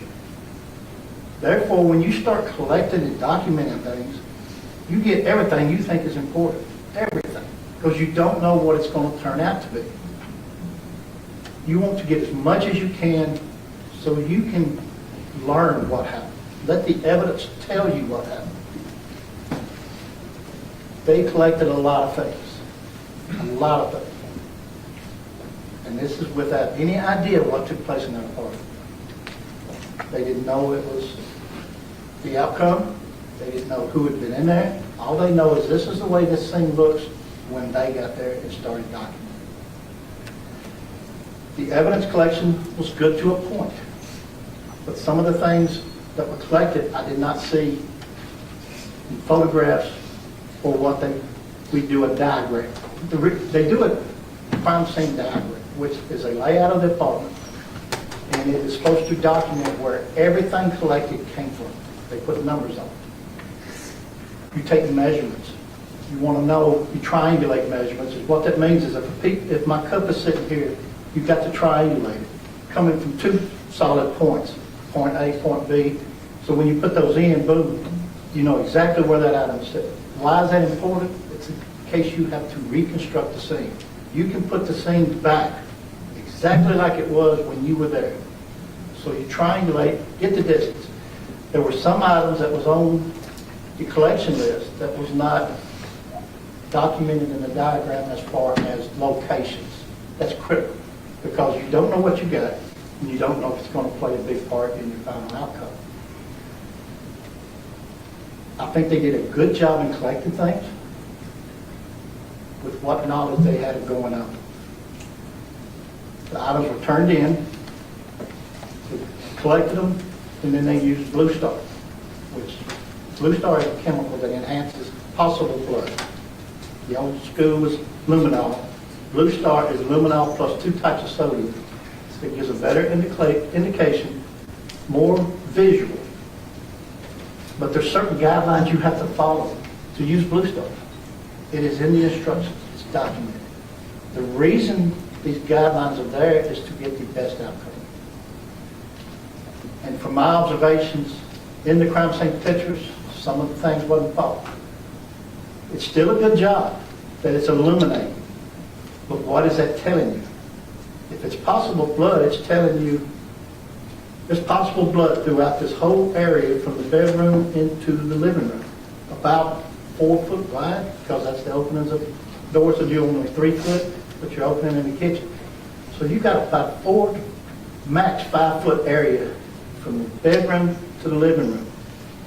Again, it goes back to what I described as a loft. If you come in and out of that apartment, if the window's not broke, you're using the front door. If you come in the front door, go to the bedroom, and come back, it's 2 tracks through whatever you're just illuminating. That's contamination. It might not be intentional, but it's contamination. It's going to leave blood throughout. Now, dry blood is less likely to be moved, but if it's moist, wet, and let's just say if there was a cleanup, could it still be wet? Yes. But it's called a transfer state. Shoes walking across this floor is getting blood on the bottom of it. As they move, they're moving blood. So when you do the Blue Star, you have to put a minimum amount on it to light it up. You don't want to saturate it because it's soaking wet then. Anything you start trying to do, you're going to have to let it dry. They did Blue Star. It indicated a lot of presumptive blood. So then they started doing what they call hemistick. In the old days, it was called the Kastle-Meyer test, which is phenolphthalein. You have to do a control test on the cotton swab with distilled water. You take a swipe, it will turn pink immediately to show you that, yes, it's possibly blood. Current times, it's called a hemistick. If you are diabetic and you check your glucose numbers, it's a little strip. You draw your blood, you put the sample on a strip, put it in the machine. That's what a hemistick is, except larger and a different type of test. Once you find what indicates it's blood, you want to take a sample of that with the hemistick. It will turn green immediately if it's blood. If there's no reaction, then it's a negative. Once you do that, you have to lay that hemistick or put it above where you collected this from. That way you know when you go back, or if anybody else works this, they know where that stain came from. And those were not documented completely. But once you do the hemistick, now you say, oh, this could be potentially very important. So then there's a chemical called leucocrystal violet. It's a blood enhancer. It's clear liquid. It's also mixed with distilled water. But when you spray it like Blue Star, it stains whatever indicates blood. It turns it purple. Now you've got a pattern. If it's a shoe print, a hand print, anything, you've got a pattern in purple showing where that's at and what it is. So you have to document those. Each one, it's time consuming.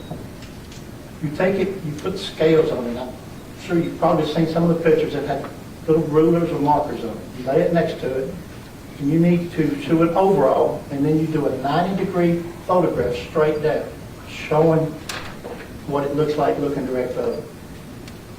If you get that, any results, shoes, hands, fabric, like clothing on the floor or something, you can almost put people in positions. They lit it up with Blue Star to get an indication, but that's to help them find evidence. Because again, they don't know what they got. The hemistick said, okay, we need to collect items from here. But it would be better if it's documented. Did they, and they didn't use the Lucas? They used Blue Star and the hemisticks. I did not see anything related to, if you see Lucas crystal violet, you're going to, if you know what it is, it's going to turn purple stain. So, in the Blue Star pictures, did you see evidence of the cleanup? From the distances, it would be hard, but my previous visit that I saw the wipes and swipe, I knew something had been going on.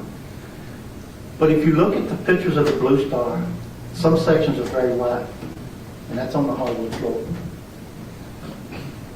When you wiping blood or swiping it, it's spreading out. So it's becoming larger. The carpet's different. Carpet saturation, it's going to do it on its own. But blood and tile would have to be cleaned up if you don't want it to be seen. Did you see any dragging marks through the Blue Star? I know there should be some because of the information I get and discover because of what happened after the fact. You would expect to see either markings created by Miss Pace or by the suitcase because the suitcase has wheels unless you can pick it up. From the photographs I got out of the crime scene, I did not see anything.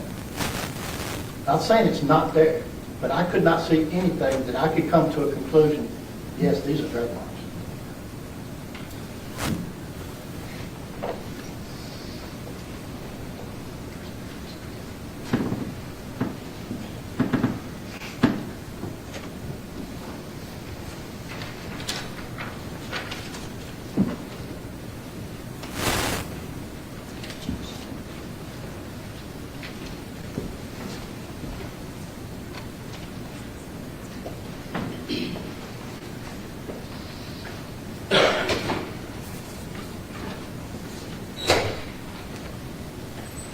Can you identify this picture?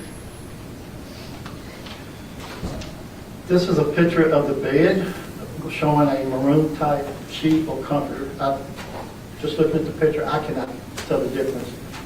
But it's one of the crime scene pictures, and I believe it's listed as item number 30 that's being collected. What item was collected, this number?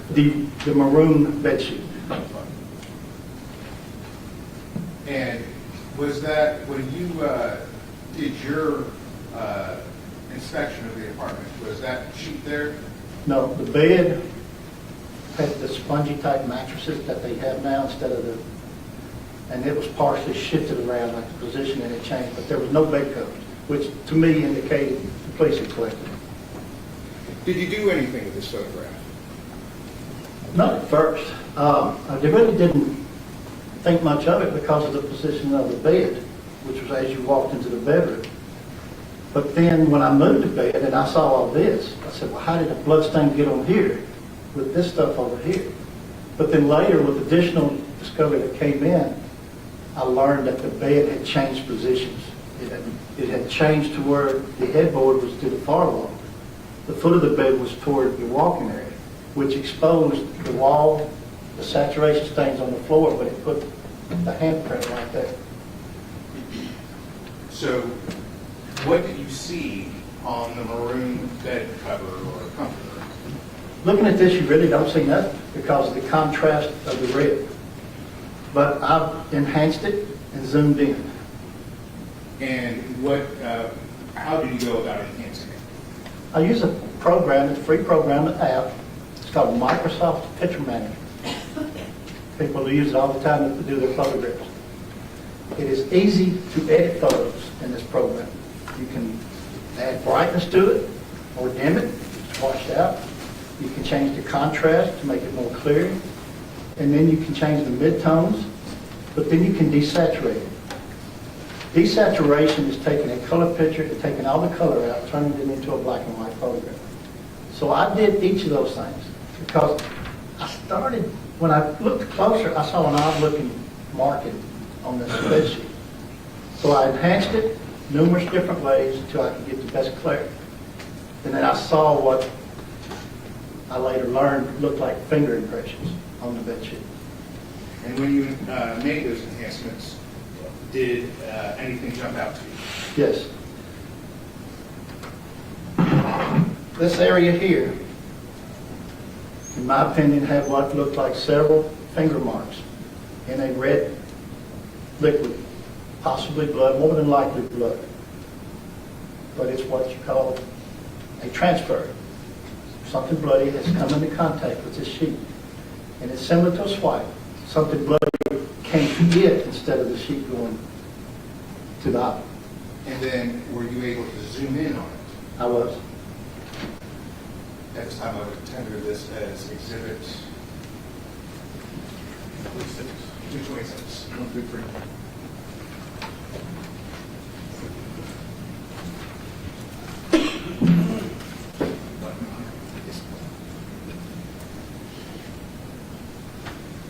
Can we turn off the light, please?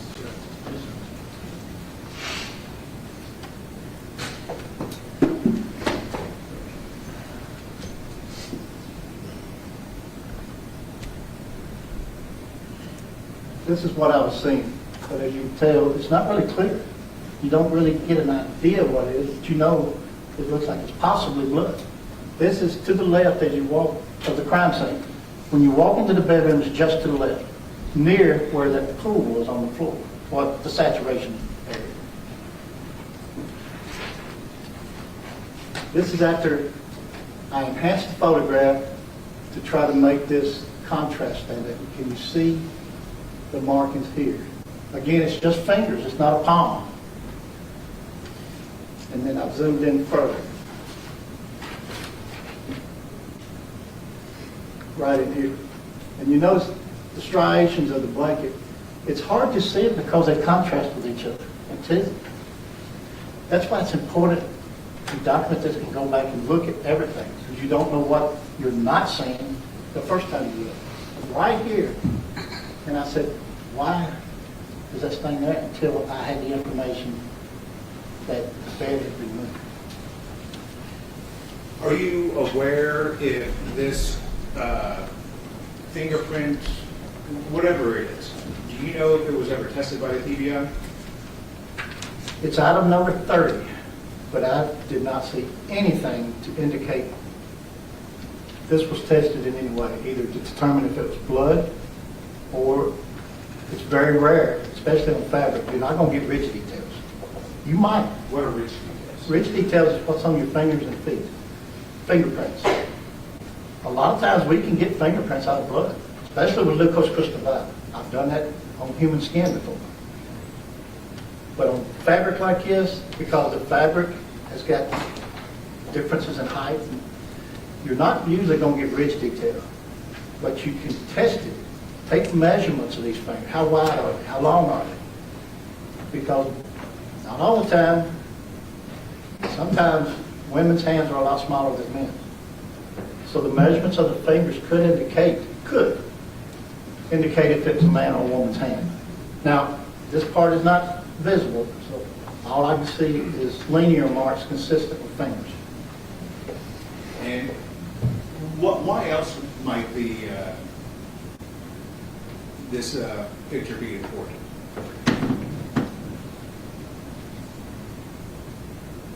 With the information I had of the markings on the wall and where the saturation stains in the bedroom, the wall would be here, the saturation stains here, and the bed would have been here. It would have been right there together.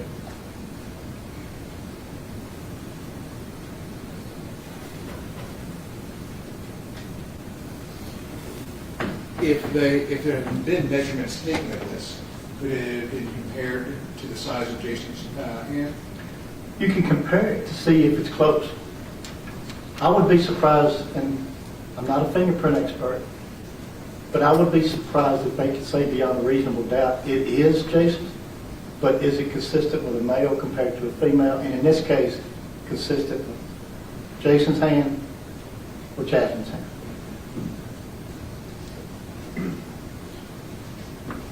But that testing wasn't done. I don't think any testing.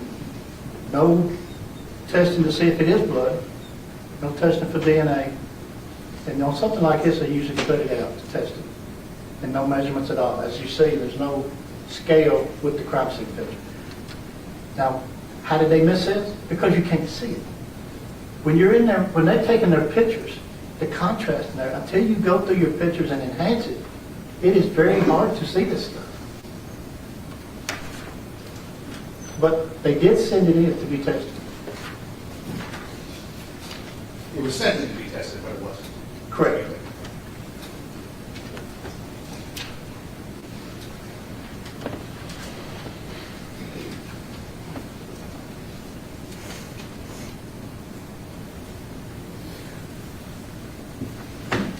Investigator Crawford testified earlier in this trial that he believed that Jasmine Pace had been killed in the bathroom.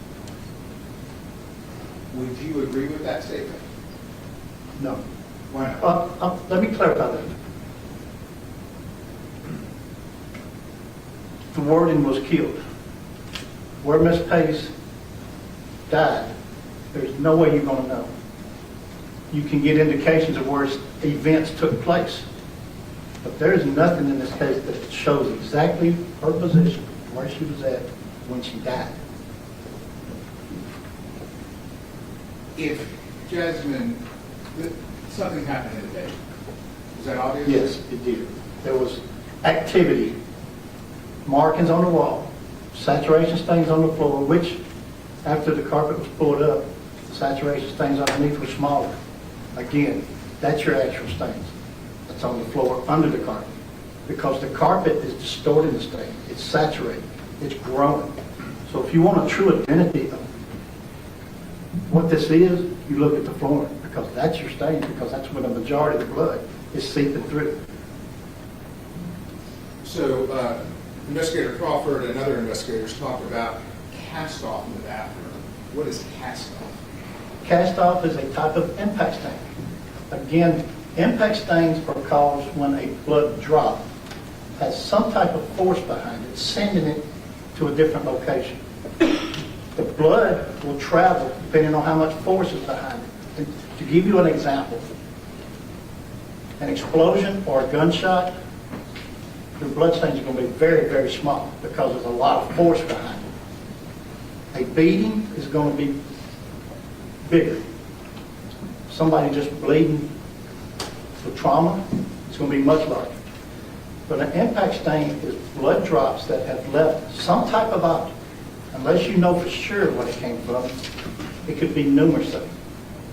But it travels until it hits something or gravity takes over and starts pulling the stain downward. It will go as far as it can with the force, but when the force is reduced, the stain starts downward. Did you observe any cast off in the bathroom? I observed some markings on the wall which was above a towel rack. I would call them impact stains. Can I say beyond a reasonable doubt is a cast off? Very possible, but without more information, I wouldn't lock it in. I did see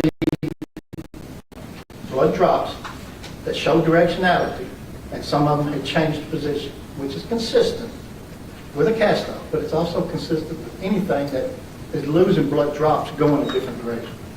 Is it only the human body that can do those blood drops? Or? No, no. Any object that has blood on it, or the blood is coming from. Let me give you a hypothetical. Say Jason Chen killed Jasmine Pace in back measures of the apartment. Did you observe the wounds in this case? I did. What kind of blood loss would that cause? massive. Would that have transferred to Jason? I don't see how it couldn't. He would have had to have a lot of blood on him, on his clothing, or depending on what he's wearing, feet, legs, waist, top of the head, back of the head. That's, and when we mention cast off, if you're using something to do harm or damage, when you're casting off, you're doing like this. You've got forward cast off, you've got backward cast off. And when that happens, you're going to have blood dropping coming down on your clothing too, around your neck area and your hair. So if Jason, covered in blood, crawled towards the bathroom and lifted his arm up that was covered in blood, could it cause those impact stains in the bathroom wall? Yes. Say he took his shirt off that was covered in blood, could that have caused those impact stains on the wall? Yes. Again, anything that's got blood on it. If there's enough blood there to cause a blood drop, any movement of that object can send blood away from it. Anything. To a reasonable degree of scientific certainty, can you say where Jasmine Pace was killed in this apartment? No. Okay. Not in my opinion.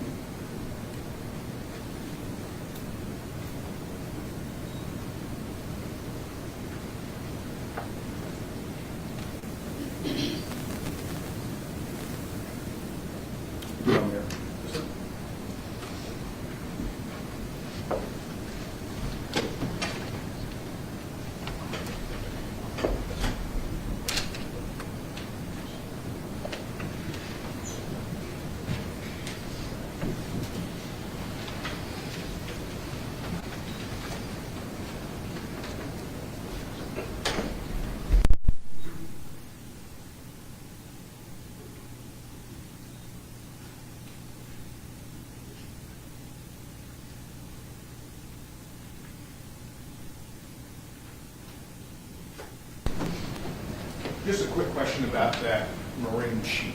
Yes. You understand that it was collected Yes. Item number 30, I believe. in the evidence inventory report by Investigator Johnson? I don't remember the collection name, but I do know she collected a lot of items, especially the swabbings and stuff. Are you confident that she actually sent the maroon sheet to the TBI to be tested? I was thinking, but I haven't looked at the inventory sheet in quite some time. I don't know exactly everything that was sent. I do know it was collected for a purpose, but I don't know. And then you're positive that it wasn't tested correctly? Yes, I looked at the lab results. I don't remember anything indicating a red sheet or maroon sheet. There's no doubt that Jason Chen contaminated the apartment if he cleaned it up? Oh, no. Cleanup is part of contamination. Like I say, anything coming in, occurring in, or leaving is going to contaminate your scene from what occurred. There's no doubt that Officers Grayson and Creighton contaminated that scene? Correct. There's no doubt that the Pace family and whoever else went in it contaminated that scene? Yes. And there's no doubt that the scene changed from when those officers went in versus when CSU went in? Yes. Thank you, Mr. Lawrence. I'll ask the witness. Thank you, Your Honor.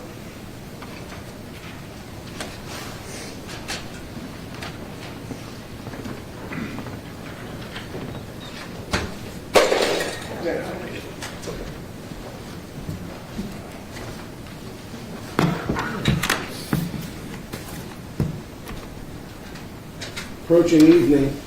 Good evening, sir. How are you doing, sir? Doing well, thank you.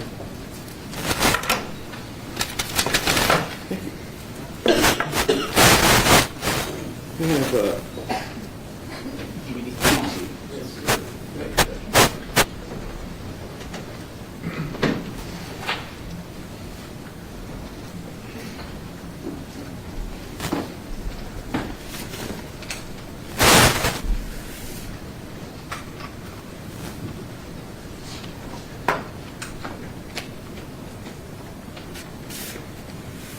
so you may not have been aware, because I don't think you've been in here the whole time, unlike some of us. Would it surprise you to learn that there's already been testimony that a large number of people went into Jason Chen's apartment looking for items, conducting a search? Yes, I read, there was a lot of information in the discovery about, and then you've got the two officers. And then however many people were there to investigate it during the process, and you've got multiple crime scene people, multiple detectives, and they're coming and going. And again, the only way in and out is the front door. Sure. And beyond law enforcement individuals, you're aware that Jasmine Pace's family, in a frantic search for their daughter, went into Mr. Chen's apartment numerous times, aren't you? Yes. I did not learn that till later. All that information I had when I went was, that's what the 911 about. Sure. But you now know that. Yes. And that can easily explain the difference of body cam, crime scene photographs, especially if there was testimony that they went in after the police officers on the body cam left. Yes. You've got the body cams, and you've got a period of time. There could have been anybody coming in, but we later learned some family members went in before the crime scene pictures were taken. Sure. And, sir, have you had an opportunity as part of your participation in this case to review the cell phone location data from Mr. Jason Chen? I'm not a cell phone expert. We've got our own person that does that. I did look at it, and I did notice, the reason is timeline. Timeline is very important on the case, when things occur. But as far as understanding it, I've got enough in here that I don't need all that. Sure. So you're aware then, of course, excuse me, that Mr. Chen had access to his apartment, I guess from the 23rd through the 25th? The only way I would be able to answer that is there is no documentation of who went in after the body cams into the crime scene unless it's in the discovery. That's the only way I would know. Or the testimony of witnesses in court places. Somebody saw him or put him there, yeah. Sure. Okay. Sir, would you agree that your observations on the 9th day of December 2022 were not particularly thorough? No, it wasn't. Sure. But even though they weren't extremely thorough, you could see blood. Oh, yes. On the floor. Now, I see it, and then I got down and crossed it, and it stood out more. Sure. And I could see some patterns, but not enough to make a determination, except that it's some kind of swipe, wipe, transfer. Right. Wiping marks, wipes, which a swipe is where I have an article, like maybe a piece of clothing that has blood on it, and I brush it against a dry object. Right? Correct. That's a swipe transfer. And a wipe transfer would be, I think you described it as a wet substance like blood that I then touch and it causes some kind of change. You don't even have to move your hand. It's just the mere fact of touching it. It's a transfer, but if there is movement, then it becomes a wipe. And the blood started around the backside of, it's been called at various times a couch, but futon. Right. I think we would agree it's a futon. Yes. Now, from the front door to the futon, that's when I first started seeing it. And like I said, the room was still lit like these pictures. It was dark in there except for these blue lights, except for the bedroom and the bathroom. So when I'm walking through, I'm scanning my light, and then I see what I thought was stains. So I got down lower and cross-lit it. But it was behind the futon when I first started seeing it. Sure. And with your naked eye, you saw stains there. You also saw dried blood in the bathroom. Yes. And that's where you saw the impact. I'm sorry, I want to make sure I'm using the correct terminology. Impact stain with direction on the bathroom wall to the upper left of where the door frame was. If you're standing in the doorway, I'm 6'3", and I don't touch the top, so I know that's taller. If you hold your hand straight out, it's probably going to be close, but there's a towel rack there. And then it's above the towel rack, so I would say in this position. And your testimony is, sir, that blood would not soak through porcelain tile. It will the grout. The grout, it absolutely. But it will not. The tile is solid and it will cool there. But the grout will absorb it, kind of like it's an absorbent. Sure, and it would create beneath the tile floor a unique pattern. Similar to the tile. Reflective grout lines, is that Correct. correct? Okay, thank you, sir.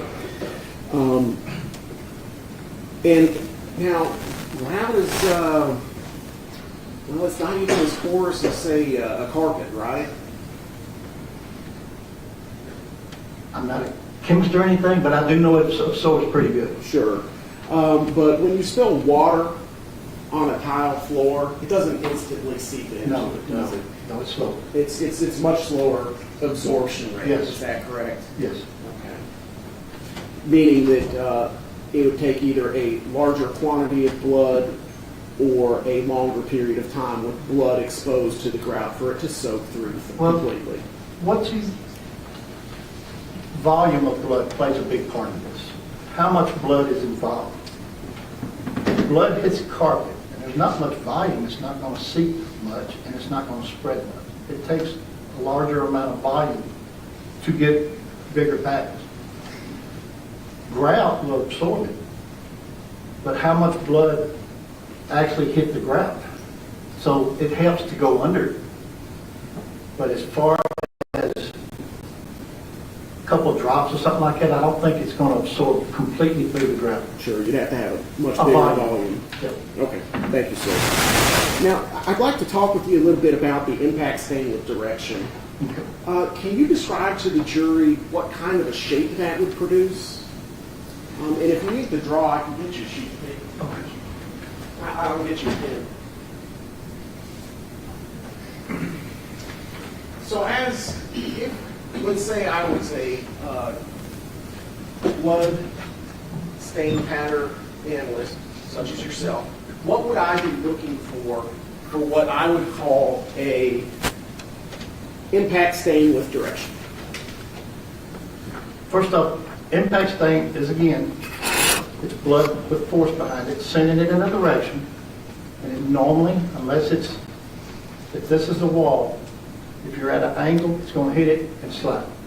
If you're here, it's going to hit it, but it's almost straight on. So you're going to see small circles instead of the tail. But anything with a tail that's at the side of the stain is going to show you which direction that stain's going. The tail will be on the end, not at the beginning. Okay. Would you mind drawing that for us? Just generally, I'm not going to hold you to. Oh, yeah, I can't draw worth crap. I understand. This one here. So something like that. And that indicates the blood is going downward.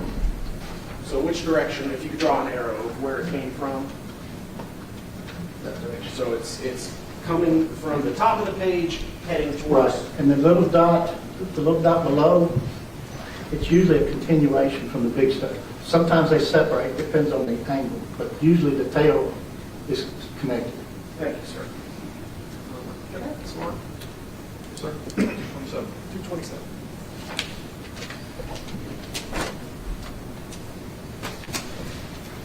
And in the bathroom, you observed some of these marks. I saw some impact stains, yes. Sir, I'm going to show you what, well first, but before that, if it's not an impact stain with direction, what kind of a shape would a blood drop, let's say I have a drop of blood that drops from a particular height straight down to the ground. If it's a blood drop, first you have to have enough volume for it to drip. And I believe that's 0.05 milliliters. Once it drips, if there's no movement and there's any type of force, now a ceiling fan can cause force because it's causing circulation. Right. But a straight down drop should look like a perfectly round circle. It's called a 90-degree drop. If there's any slight movement at all that can change that, it might be a 70-degree, which means it's slightly shifted a little bit. That means movement's involved or force. If you're walking and you're bleeding, you're going to get the impact stains because now you're showing directionality and the tails are going ahead of it. Now, sir, there's a photograph that's been admitted into evidence. It is 176-5. You see it up here on the screen, and it's also behind you. I don't know which would be more convenient for you. Now, the only problem is the laser pointer doesn't work on that. Okay. So it'd be easier this way. yes, sir. So what are we looking at here? Can you analyze this one for us? To me, the picture's kind of out of focus. You can still see it. Now, let me explain what we're seeing here. There's a ruler here and here. That is not to indicate from here to here. What that is giving you is an idea so someone can look at this and determine how large that stain is, going from here to here. That's why this little white piece more than likely was put there. So you're seeing the size of the stain. But what this stain tells me is it hit right there. Now, excuse my shaking up, but it hit right there and run down and caused like a pool. That's a level surface right here. Unless it's slanted to let the flow continue, it's going to stay right there. So it looks like an impact stain that hit there. No way to tell the angle, no way to tell much at all about it, but that it hit and it has run down and landed. All right, thank you, sir. So this is an impact that then pulled on that ledge created by the molding along That's what the it floor. appears to be to me. Yes, sir. Thank you, sir. Now I'm going to show you this photograph here, 179-1. Okay. What does this photograph show? This here is the framing in the bathroom leading into the bedroom. Like I said, I'm 6'3" and I don't hit my head on these things, so it's got much higher than 6'3". Right. And it's to the left. Right here is one of the supports for the towel rack. So I would say, let's see, you go over here, it starts at 4, and they start about 2, so it's almost a foot up above the towel rack. So I would kind of guess it's getting around the 5.5 foot mark. Would it help if I zoomed in for you? As far as this, no, sir. I know I don't have the exact measurements of the. No, I mean of the pattern. Oh, okay, yes. Well, it starts here. Okay. And comes down there. All right. So could you please point out to the jury the, the impact stains with direction that you can observe in this photograph? As I described, you see this one here. You can see the tail, and I'm going to identify it like a clock, going towards the 11 o'clock position. So it's hitting here and going this direction. And here, looks like a smaller stain. It could be what we call a satellite stain. It could be from this stain, or it could be another stain that has finally lost its velocity and landed. This one here is going almost identical in the direction of this one. But if you look at this one, the direction has changed slightly. That doesn't mean there was a secondary. It just means this stain appears smaller, and I think it has lost gravity and started to come down. So that the position, when it comes down, being hit there, it's going to go to the left. So these look like 11 o'clock. This one looks more like 10 o'clock. Again, you got smaller stains here, which this picture, you can't really see the directionality. You might if you zoom in. You've got one here that doesn't have the complete tail, but you can see the smaller area here. It's going more like, it's not a 9:30, but it's between 9 and 10 o'clock position. This here, I really don't see a directionality. This one has some directionality, and this one has direction. Now this one over here, see how small it is. So it has come down further. And sir, would you agree that the majority of the larger impact stains with direction are pointing in this general direction? Correct. And so if we were to trace that line down towards the floor, would you agree, sir, that it places them somewhere in the vicinity of this area right here? Well, you've got to understand, this is trim, so it stands out from the wall. So you know the stain has to be on this side of the trim for it to be able to go up. Now the stain itself, like I said, to get the angle in the to get the angle where this is coming from, you have to measure the stain, the width and the length, use trigonometry to convert it to come up with an angle. That angle can tell you how far towards us or where the source is coming from. But there was no measurement, so I cannot tell you where the source came from, except in this area? The area, and we say this area, are you describing the I was- darker sections? I would start it at the trim of the door and come back. Now, how far?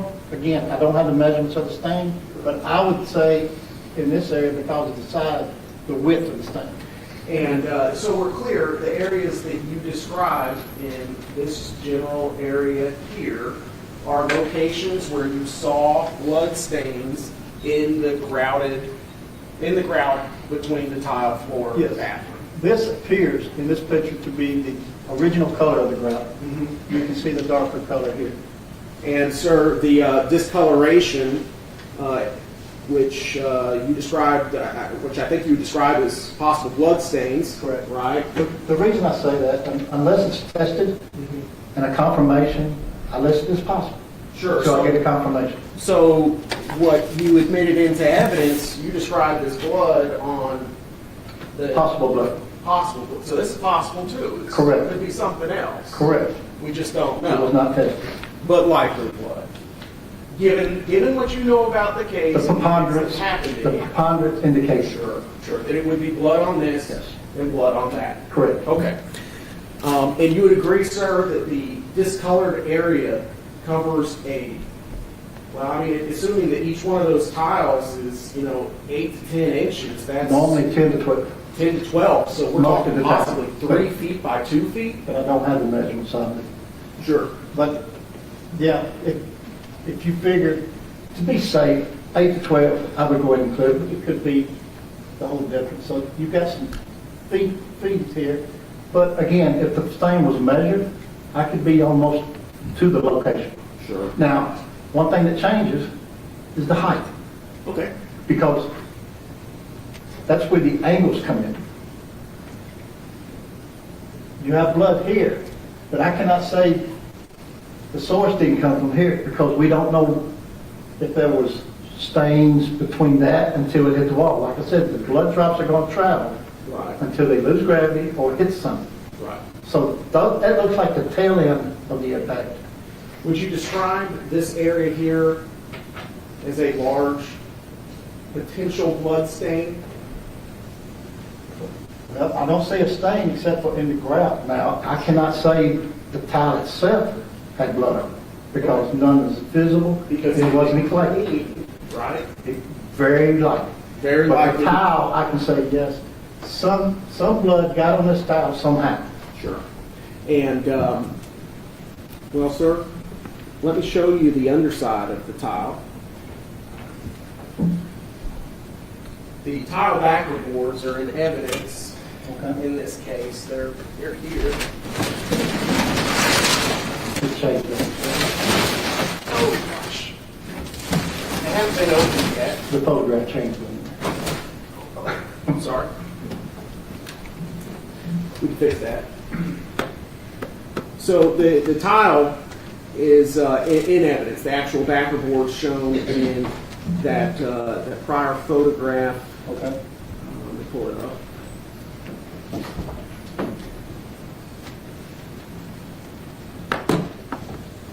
I don't even know where it went. There it is. They're in evidence. Do you see a distance marker on that now? Yes. Is this the back side of the backer board or is this the top of the backer board? Well, this is the top of the backer board, sir. Okay, that's what I was thinking. I just wanted to clarify. And I see can- the stains in the grout area. Consistent with blood soaking through the grout and spreading out under the actual tiles. Correct.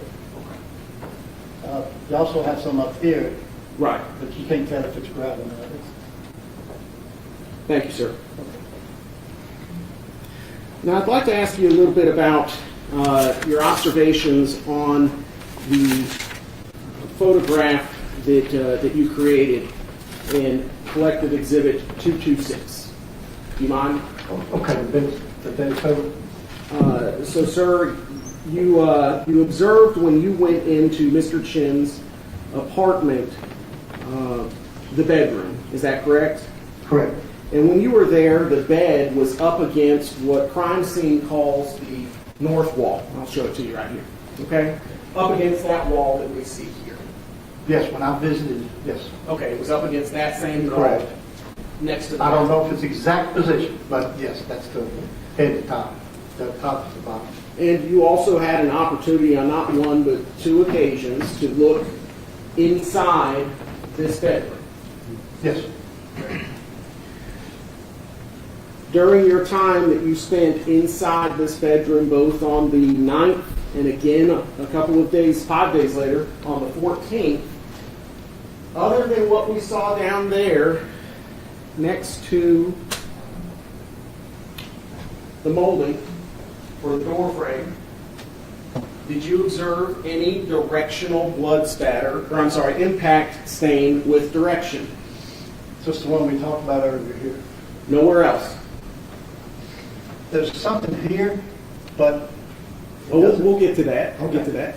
I don't see impact in this area. Sure. No, not on any surfaces, wall, Not from this photograph, no, and I didn't observe it. ceiling, cabinets. I looked at the ceiling, but as high as I could get up was my height. I didn't have anything stand up higher. Sure. But nothing stood out to you, Nothing stood out, and nothing stood out in the photographs. even though you were able to observe with your naked eye in other rooms, impact stain with direction on walls. The bathroom. The bathroom. Yes. Only room that has that. That I was located. Sure. Thank you, sir. When you went to Mr. Chen's apartment and into the bedroom initially on the 9th, you didn't initially see the blood stains on the carpet, did you? I saw what looked like could be blood, and there's saturation stains, which these here. Now, I thought But that it's possible blood, possible. but it's a discolorization. Sure. Now, did I see that? I saw some, but I didn't notice what was going on until I enhanced the photograph. Sure. So with the naked eye, you could see something, but it's only when you started, enhancing, manipulating the photograph with those tools that you have, that you said, hey, there's something going on under that bed. Yeah, you can see the discolorization, but is it clearly an indication of blood? No. And what was going on under that bed in 127-2 is the very large reddish-brown stain that we have right here. They're called saturation stains. Saturation stains that tailed off towards the doorway. You see that saturation stain right there? Yes. Okay. And going back to the preceding photograph that I showed you, it heads towards right there. Towards where? This picture can give indication here, but you also had blood over here. Sure. Yeah, so there's blood in a second location, and I can show you. That's where the cutout part was. Right, and that would be where evidence marker 9 is? Correct, right there. Okay. So that blood, what did you describe it as, sir? Saturation. Saturation. There's blood saturation from a large body of blood saturation out towards the door, which then would lead us to a large area with possible blood in a room with impact stain with direction. Yes. An impact stain with direction, as counsel for the defendant pointed out just a little bit ago, that can be caused by someone taking off their shirt. Correct. Swinging their arm. Correct. Or stabbing. Can it? Many more options. Many, many more. But yes. But stabbing repeatedly is one of them. Now, the way you just described it would cause more, right? No, it wouldn't cause that stain. Wouldn't Because you're cause going that up stain. and down. Sure. But it back and forth? It depends. Again, you have to have additional information to determine it is a capstone. What supporting it shows the directionality where it's coming off of the source. But there is no way to know what the source is and how far away you are and how much blood is on the source. Thank you, sir.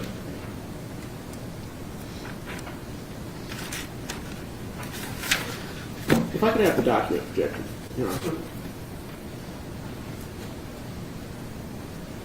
All right, sir. So I'm showing you 226, and this is the final page of the collective exhibit, which is your photograph 1, right? It's the It's a crime scene picture. Crime scene. But in my order, yes, it's number 1. Correct, and I'm going by your order now. It's the most zoomed out picture. That's the actual picture. Without enhancement. Correct. As is, no enhancement. Correct. Sir, if I could get you to please point out in this photograph where those red marks are that you identified In this area. okay, in that area. Yes. And I'm going to go to the closest, most enhanced one that you have, which I believe would be your third photo, is what you'd call it. Correct. I did a zoom and then got even closer to a second zoom. But for record purposes, it's the second page of the collective exhibit. Third. This one. Right. But your third photograph. But my second and the, yeah. Thank you. And this is what you describe as possible blood transfer from fingers to me, that is giving me a strong indication that this is linear marks in possible blood that is consistent and, in my opinion, fingers. Okay. Linear marks consistent with fingers. Yes.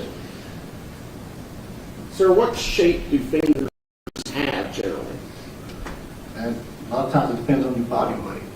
Sure. Some people have thin, some have long. But again, it's like if this is blood and it has any kind of movement in the fingers, it can be wider, it could be longer. Sure. Now, sir, you'd agree with me though, fingers don't tend to have perfectly straight lines. Yeah. Right? Correct. Isn't it possible, sir, that what we actually see on the screen is not a bloody handprint or bloody fingerprints, but where the cloth had been folded over and a transfer happened that way? See how there's a line here? Yes, sir.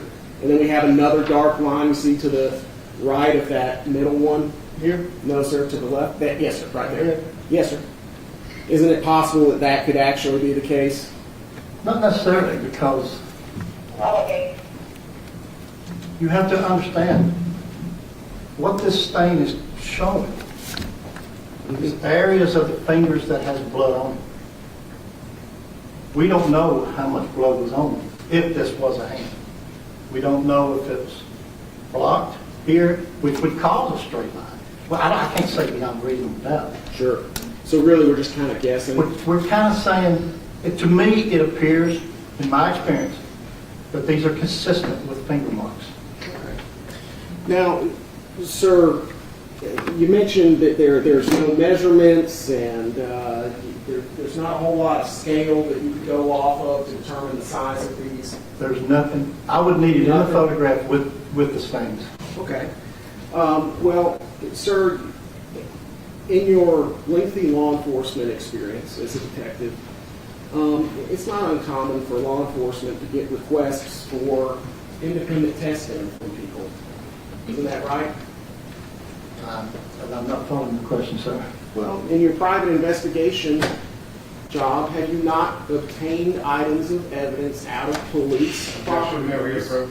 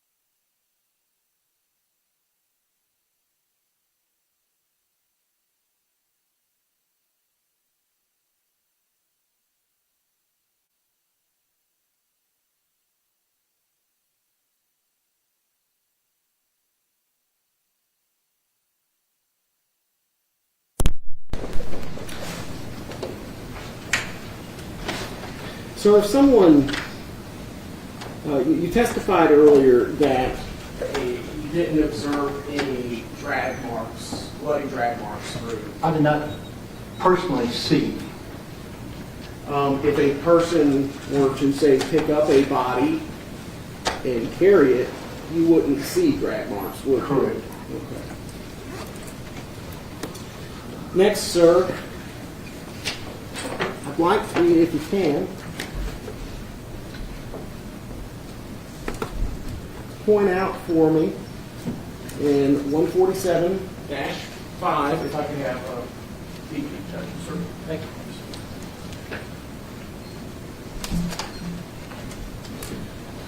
Could you please point out in this photograph, crime scene photograph, where those... I'm sorry, just for the purpose of record, can you, I got these exhibits in here. I said 147-5. I'm sorry. Okay. My fault. Could you please point it out? What's that? Where the fingerprints are? I can't observe it. I don't see it in that picture. I mean, it's possibly there, it's just with that enhancement, I'm not able to see it. Without the enhancement? Okay, plus I'm a distance away. Sure. It's going to be in this area, but... In that area? Yes. Are you sure? It's right in that area, it's what it appears to be from the picture. As you can see, this here is applied like it's supposed to be, and that picture is pulled down. It's changed. Right. It is changed. Yes. The top of it has been pulled up. Sure. So we don't really, we can't see it on the crime scene photograph where it is as found, right? I cannot say, I mean, if I enhance this, I might be able to, but you're looking at it at a different angle. It might not stand out as much. Why would you not use the photographs of as found to try to confirm that this is... Objection. What, you mean, same objection as before? Yes. I think this goes to his analysis where he was changing the settings on his camera. So I think that's within the realm of what's already done. So that's your objection over. Why would you not analyze this photo in I did all photos. I just, every single one of them? if I would have seen it, I would have probably done the same. Thank you, sir. Another thing I noticed, sir, could you please describe what's to the right of the evidence marker 11 in that picture? This here? Yes, sir. Pillow with a dark case on it. Okay. And you would agree, sir, in the body cam video, that pillow is covering up where item 11 would be? This pillow was over here. Yes, sir. So when you put on your presentation that knife is added, you can't say that it wasn't already there. It's added in the picture, though. Added in the picture, but it very well could have been there already. Could have, yes, sir.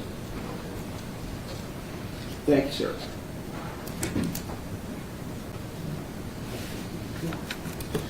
I want to talk about contamination of crime scenes. Okay. You, by doing 2 walkthroughs, contaminated the crime scene. Anybody that went in that apartment. Including defense counsel when he entered with you. To where he walked to, yes. You would agree, sir, that moving and removing a body from a homicide scene really is contaminating the scene? Yes. Jason Chen did that, didn't he? I have no idea.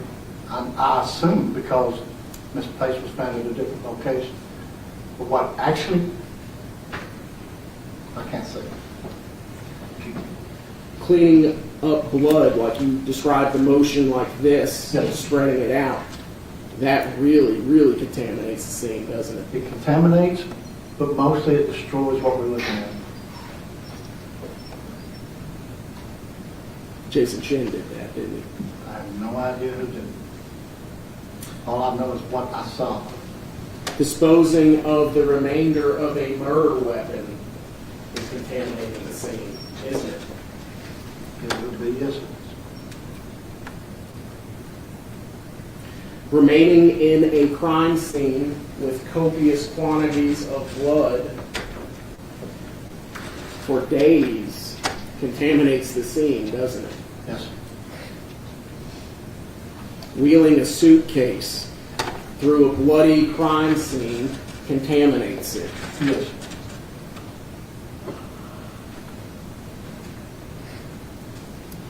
I can have a moment. Yes, sir.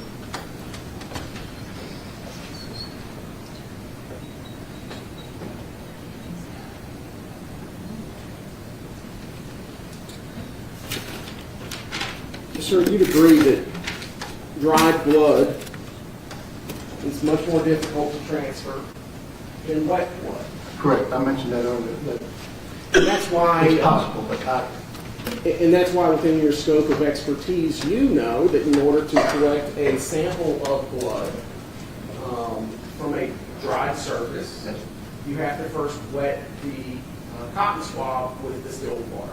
Cotton swab or whatever you're collecting it with distilled water. And it's You have very to have some common- type of moisture. and it's very common to use a cotton swab on a wooden stick to collect Yes. blood samples. Yes. In fact, that's the accepted practice across the state. There's other ways, and I've done both, but the most often used is the cotton, long cotton swabs. They're about this long. Yes, sir. And it only takes, hours to a day or so for blood to dry, right? It could be many different times because the temperature inside the room can accelerate it or decrease it, or it's actually decrease it, but give it a longer time or shorter. Sure. The drier the air, the faster it Right. dries. It's like if you're in a room and there's no air coming in, it's going to be a matter of time.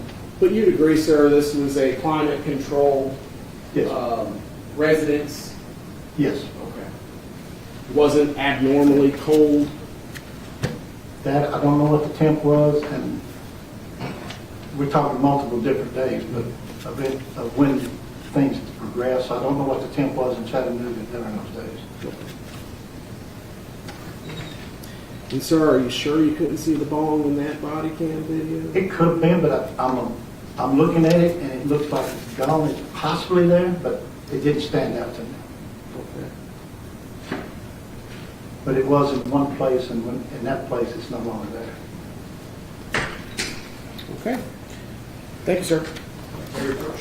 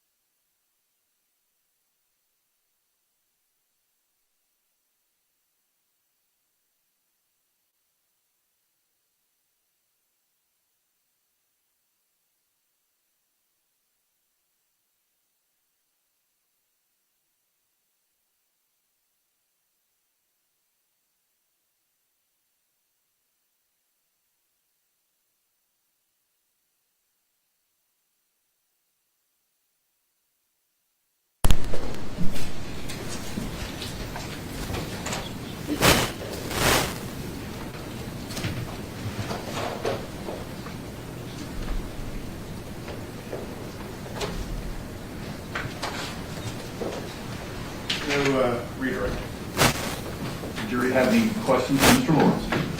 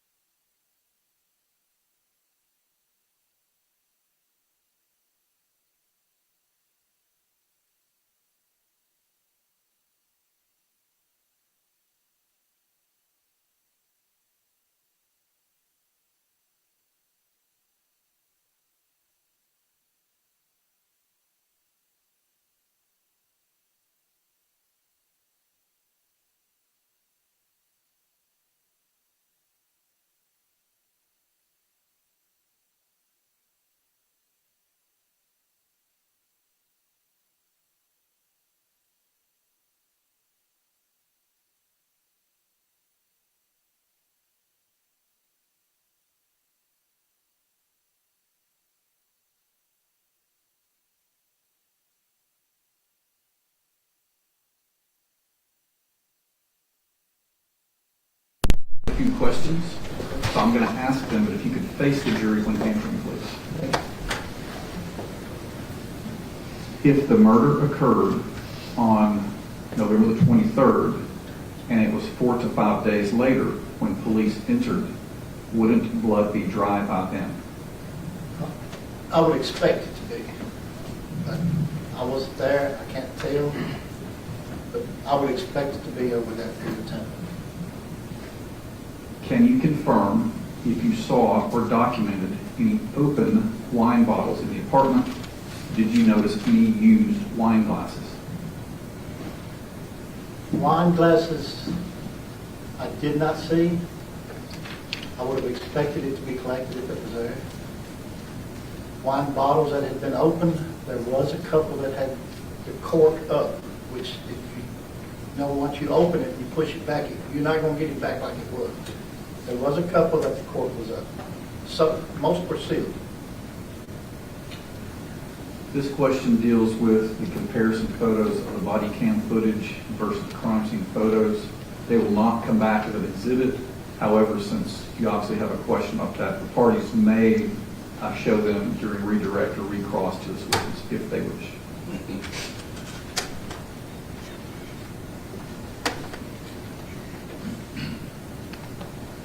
Do you think it's possible that Jason Chen moved items on November the 27th after the body cam footage was filmed, since cellular records previously admitted into the record show him in the area later that day? There is nothing that gives me any information who did. There's nothing to lock in who it was. All it is, it was different. Well, I think the juror's question was, do you think it's possible? It's possible, but everything's possible until you can confirm or refute. That's the way I usually go to the possible. Either say yes, it did or could, or no, it couldn't or didn't.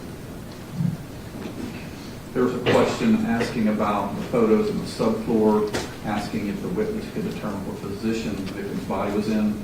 That's been determined to be beyond this witness's area of expertise. What are the discolorations around the impact stains on the bathroom wall? If you're talking about what looks like ran down the wall, that is residue from the Blue Star. If you spray with Blue Star, the liquid will run down the wall and dry in that position. It's kind of a darker color, discolorization. You need redirect that from jury questions. Just one of the questions was, after a few days, you would expect the blood to dry, right? Correct. What if it was sprayed with cleaning materials? Anything that could get it back wet, yes. It's now wet again and can easily be wet. Dry blood, you can transfer. It's very hard.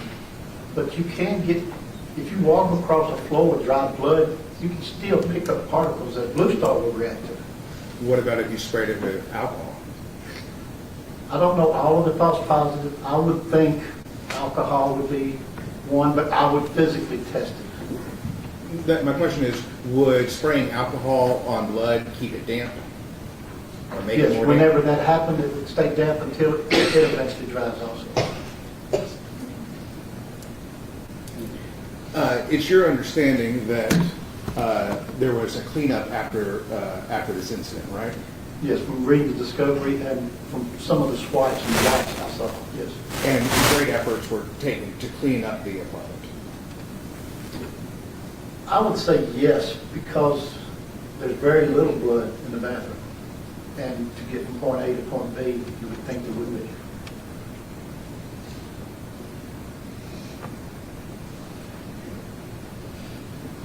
Thank you. You cross. Later on. Thank you, Mr. Long, for the time.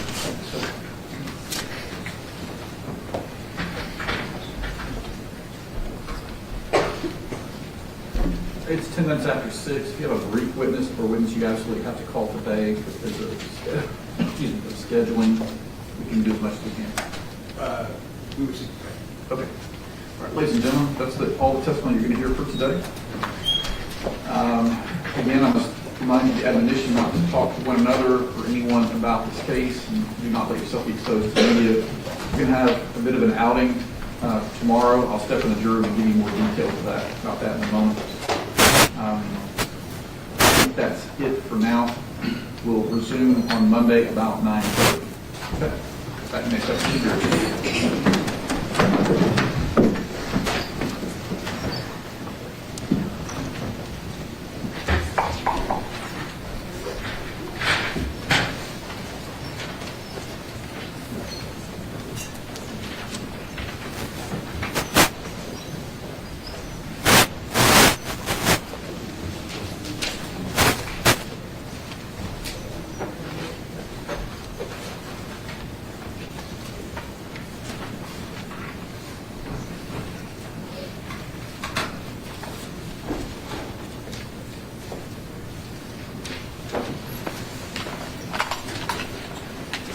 We are winding down. Obviously, I think for the trial, we're back in one of the defense proof now. I'm not sure how much longer we'll go, but I'm going to go ahead and start tweaking the jury instructions.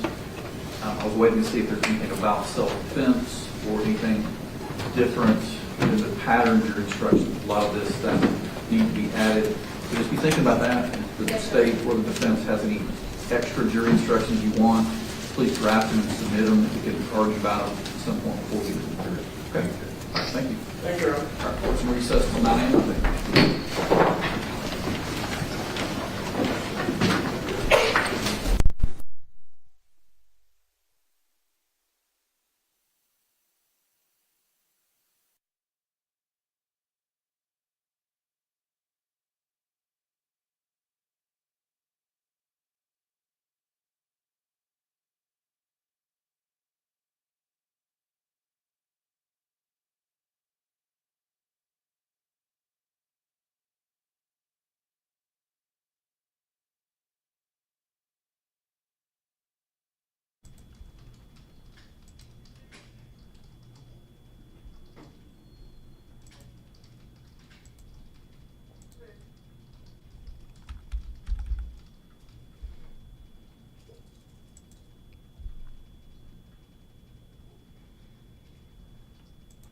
Okay, so court has wrapped up for day 6 this Saturday, full of testimony in the Hamilton County courtroom in the murder trial of Jason Chen. Lots to talk about this afternoon as we wrap up what we heard and we kind of look at what might be to come in the days ahead.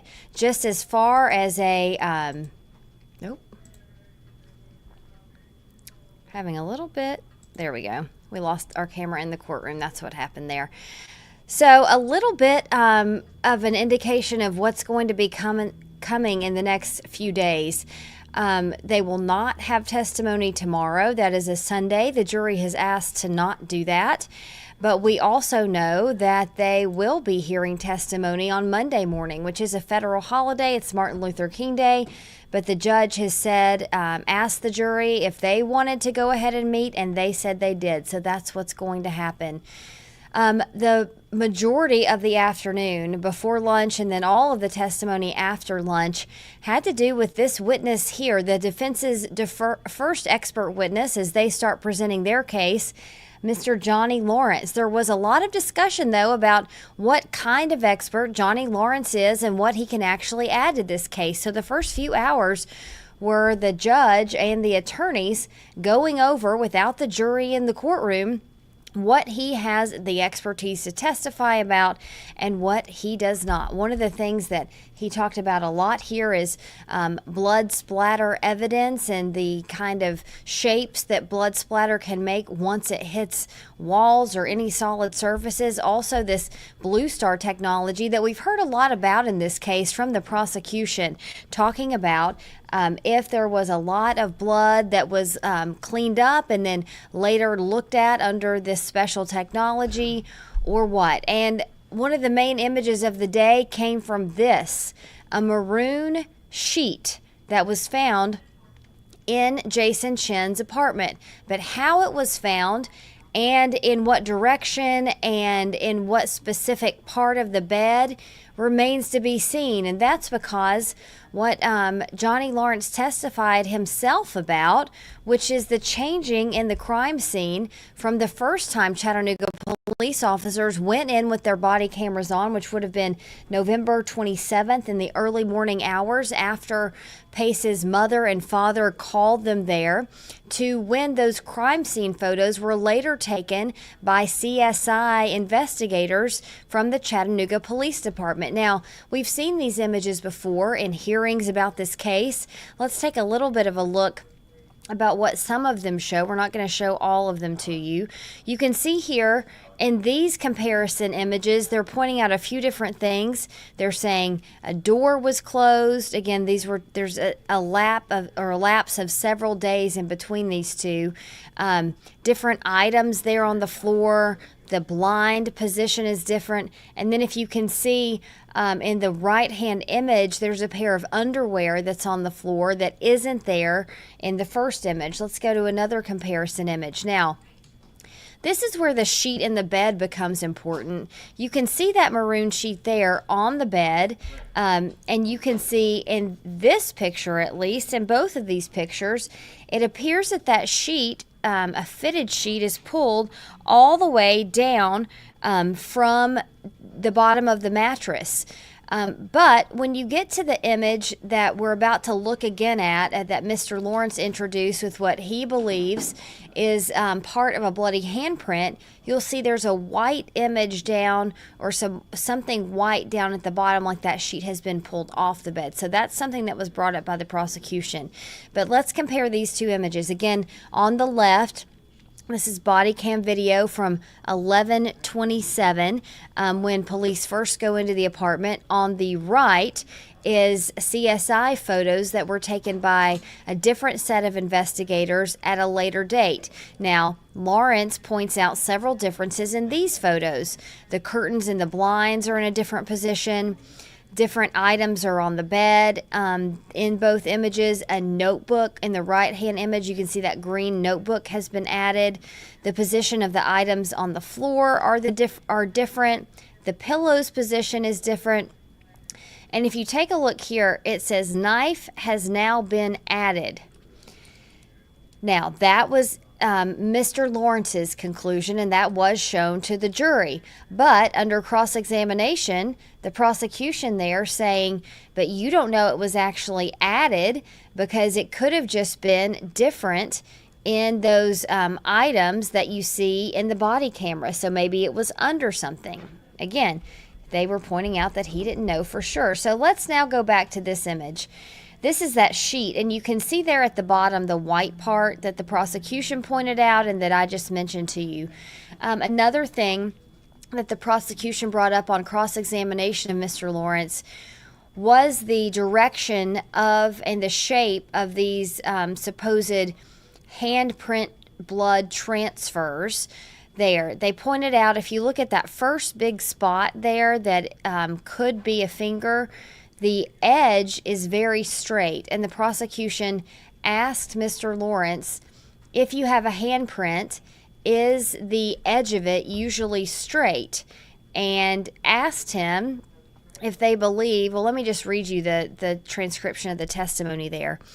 This is homicide investigator Paul Moyle from the prosecutor's office. He asked Lawrence, isn't it possible, sir, that what we actually see on the screen is not a bloody handprint or bloody fingerprints, but where the cloth that had been folded over and the transfer happened that way? And then Mr. Lawrence answers, not necessarily, because you have to understand what this stain is showing is variants of the fingers that have blood on them. And then we don't know how much blood was on there if this was a hand. So again, on cross-examination, the prosecution getting Lawrence to say that he's not sure that it was a hand either. So a lot of doubt about what we were actually seeing in some of these photographs raised. And something I thought was very interesting. Again, we've been talking in this case about how the jury is allowed to ask questions of the witnesses after the state and the defense are done. And the judge, Judge Boyd Patterson, has actually commended the jury on how good of notes they're taking and how specific their questions are. So one juror asks about the items that are moved in the apartment. Again, these items from Mr. Lawrence's own report. I'm going to go back to the transcription just so I can read that for you.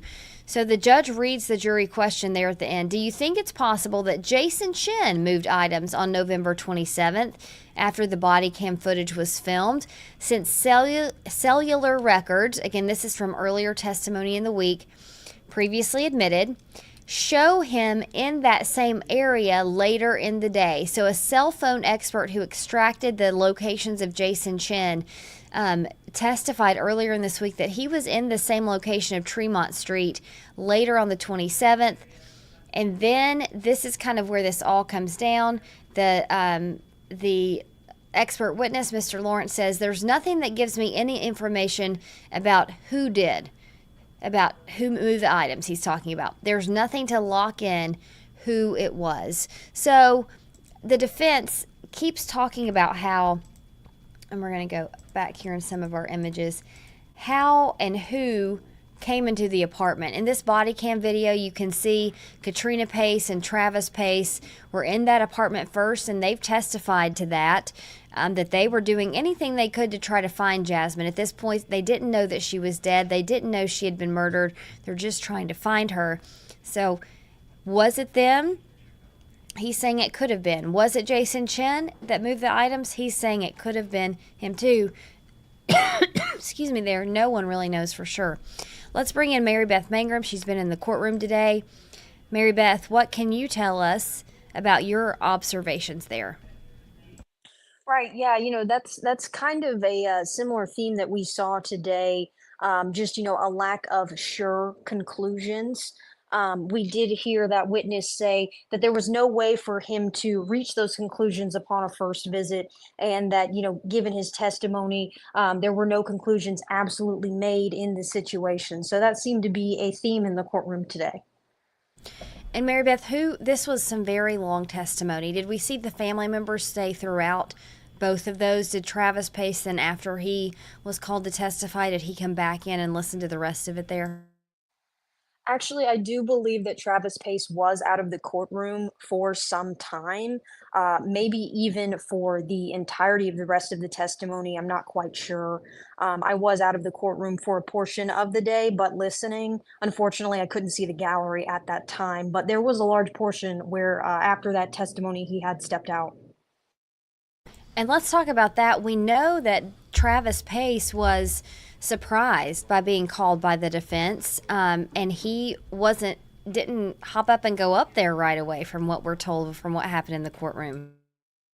Right, yeah, he actually had his name called 3 times, and then once he realized what was happening, there was a very clear look of confusion on his face. DA Cody Wamp later acknowledged this when cross-examining him. She said that he was subpoenaed to testify for the state, but he hadn't really gotten any communication that the defense might call him. And he was on the stand earlier this morning talking about going through that apartment. And at one point we did see him, which is very understandable, get emotional talking up on the stand today. Right, absolutely. There was a photo of Jasmine on the screen behind Mr. Pace. And he was asked if that was his daughter, and his response was, it was. And you could hear in that moment the emotion in his voice. And as he was turned away, but whenever he turned back and we could see his face, it was very clear that he was feeling some very strong emotions. And we heard from his ex-wife.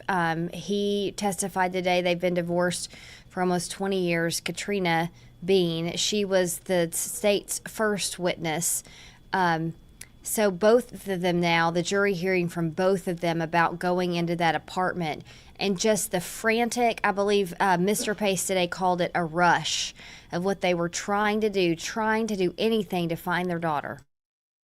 Right, absolutely. One of the big themes of his testimony today was the fact that he felt like he was running out of time. And he did mention that if, this was a situation where his daughter was not only missing, but could have been in danger, that time was of the essence to him. And I think that was one thing that came very clear in his testimony was that, you know, this is a situation that's very time sensitive for him and his family. All right, Mary Beth, thanks so much for your coverage today of court. Of course, court is off tomorrow, and then we know you'll be back in the courtroom on Monday when that testimony resumes. Right, yes, we will, and we'll be sure to keep you updated. Okay, we appreciate it so much. Thanks, Mary Beth. So again, lots to cover today. News Channel 9's Meg Doyle was also in the courtroom this morning. She's working on a wrap-up piece, which has lots of different bits of testimony. We'll put that up on our page as soon as that's complete. You can also go to our YouTube page for more longer stretches of the testimony, both from today and all the days of the trial, as we cover this gavel to gavel. Hear from the News Channel 9 Stream Center and also on social media. Again, day 6 of the Jason Chen trial wrapping up for today. Testimony will resume Monday at 9:30, and we'll be sure to cover that for you as well. Thanks so much for joining us for this Saturday coverage of this trial.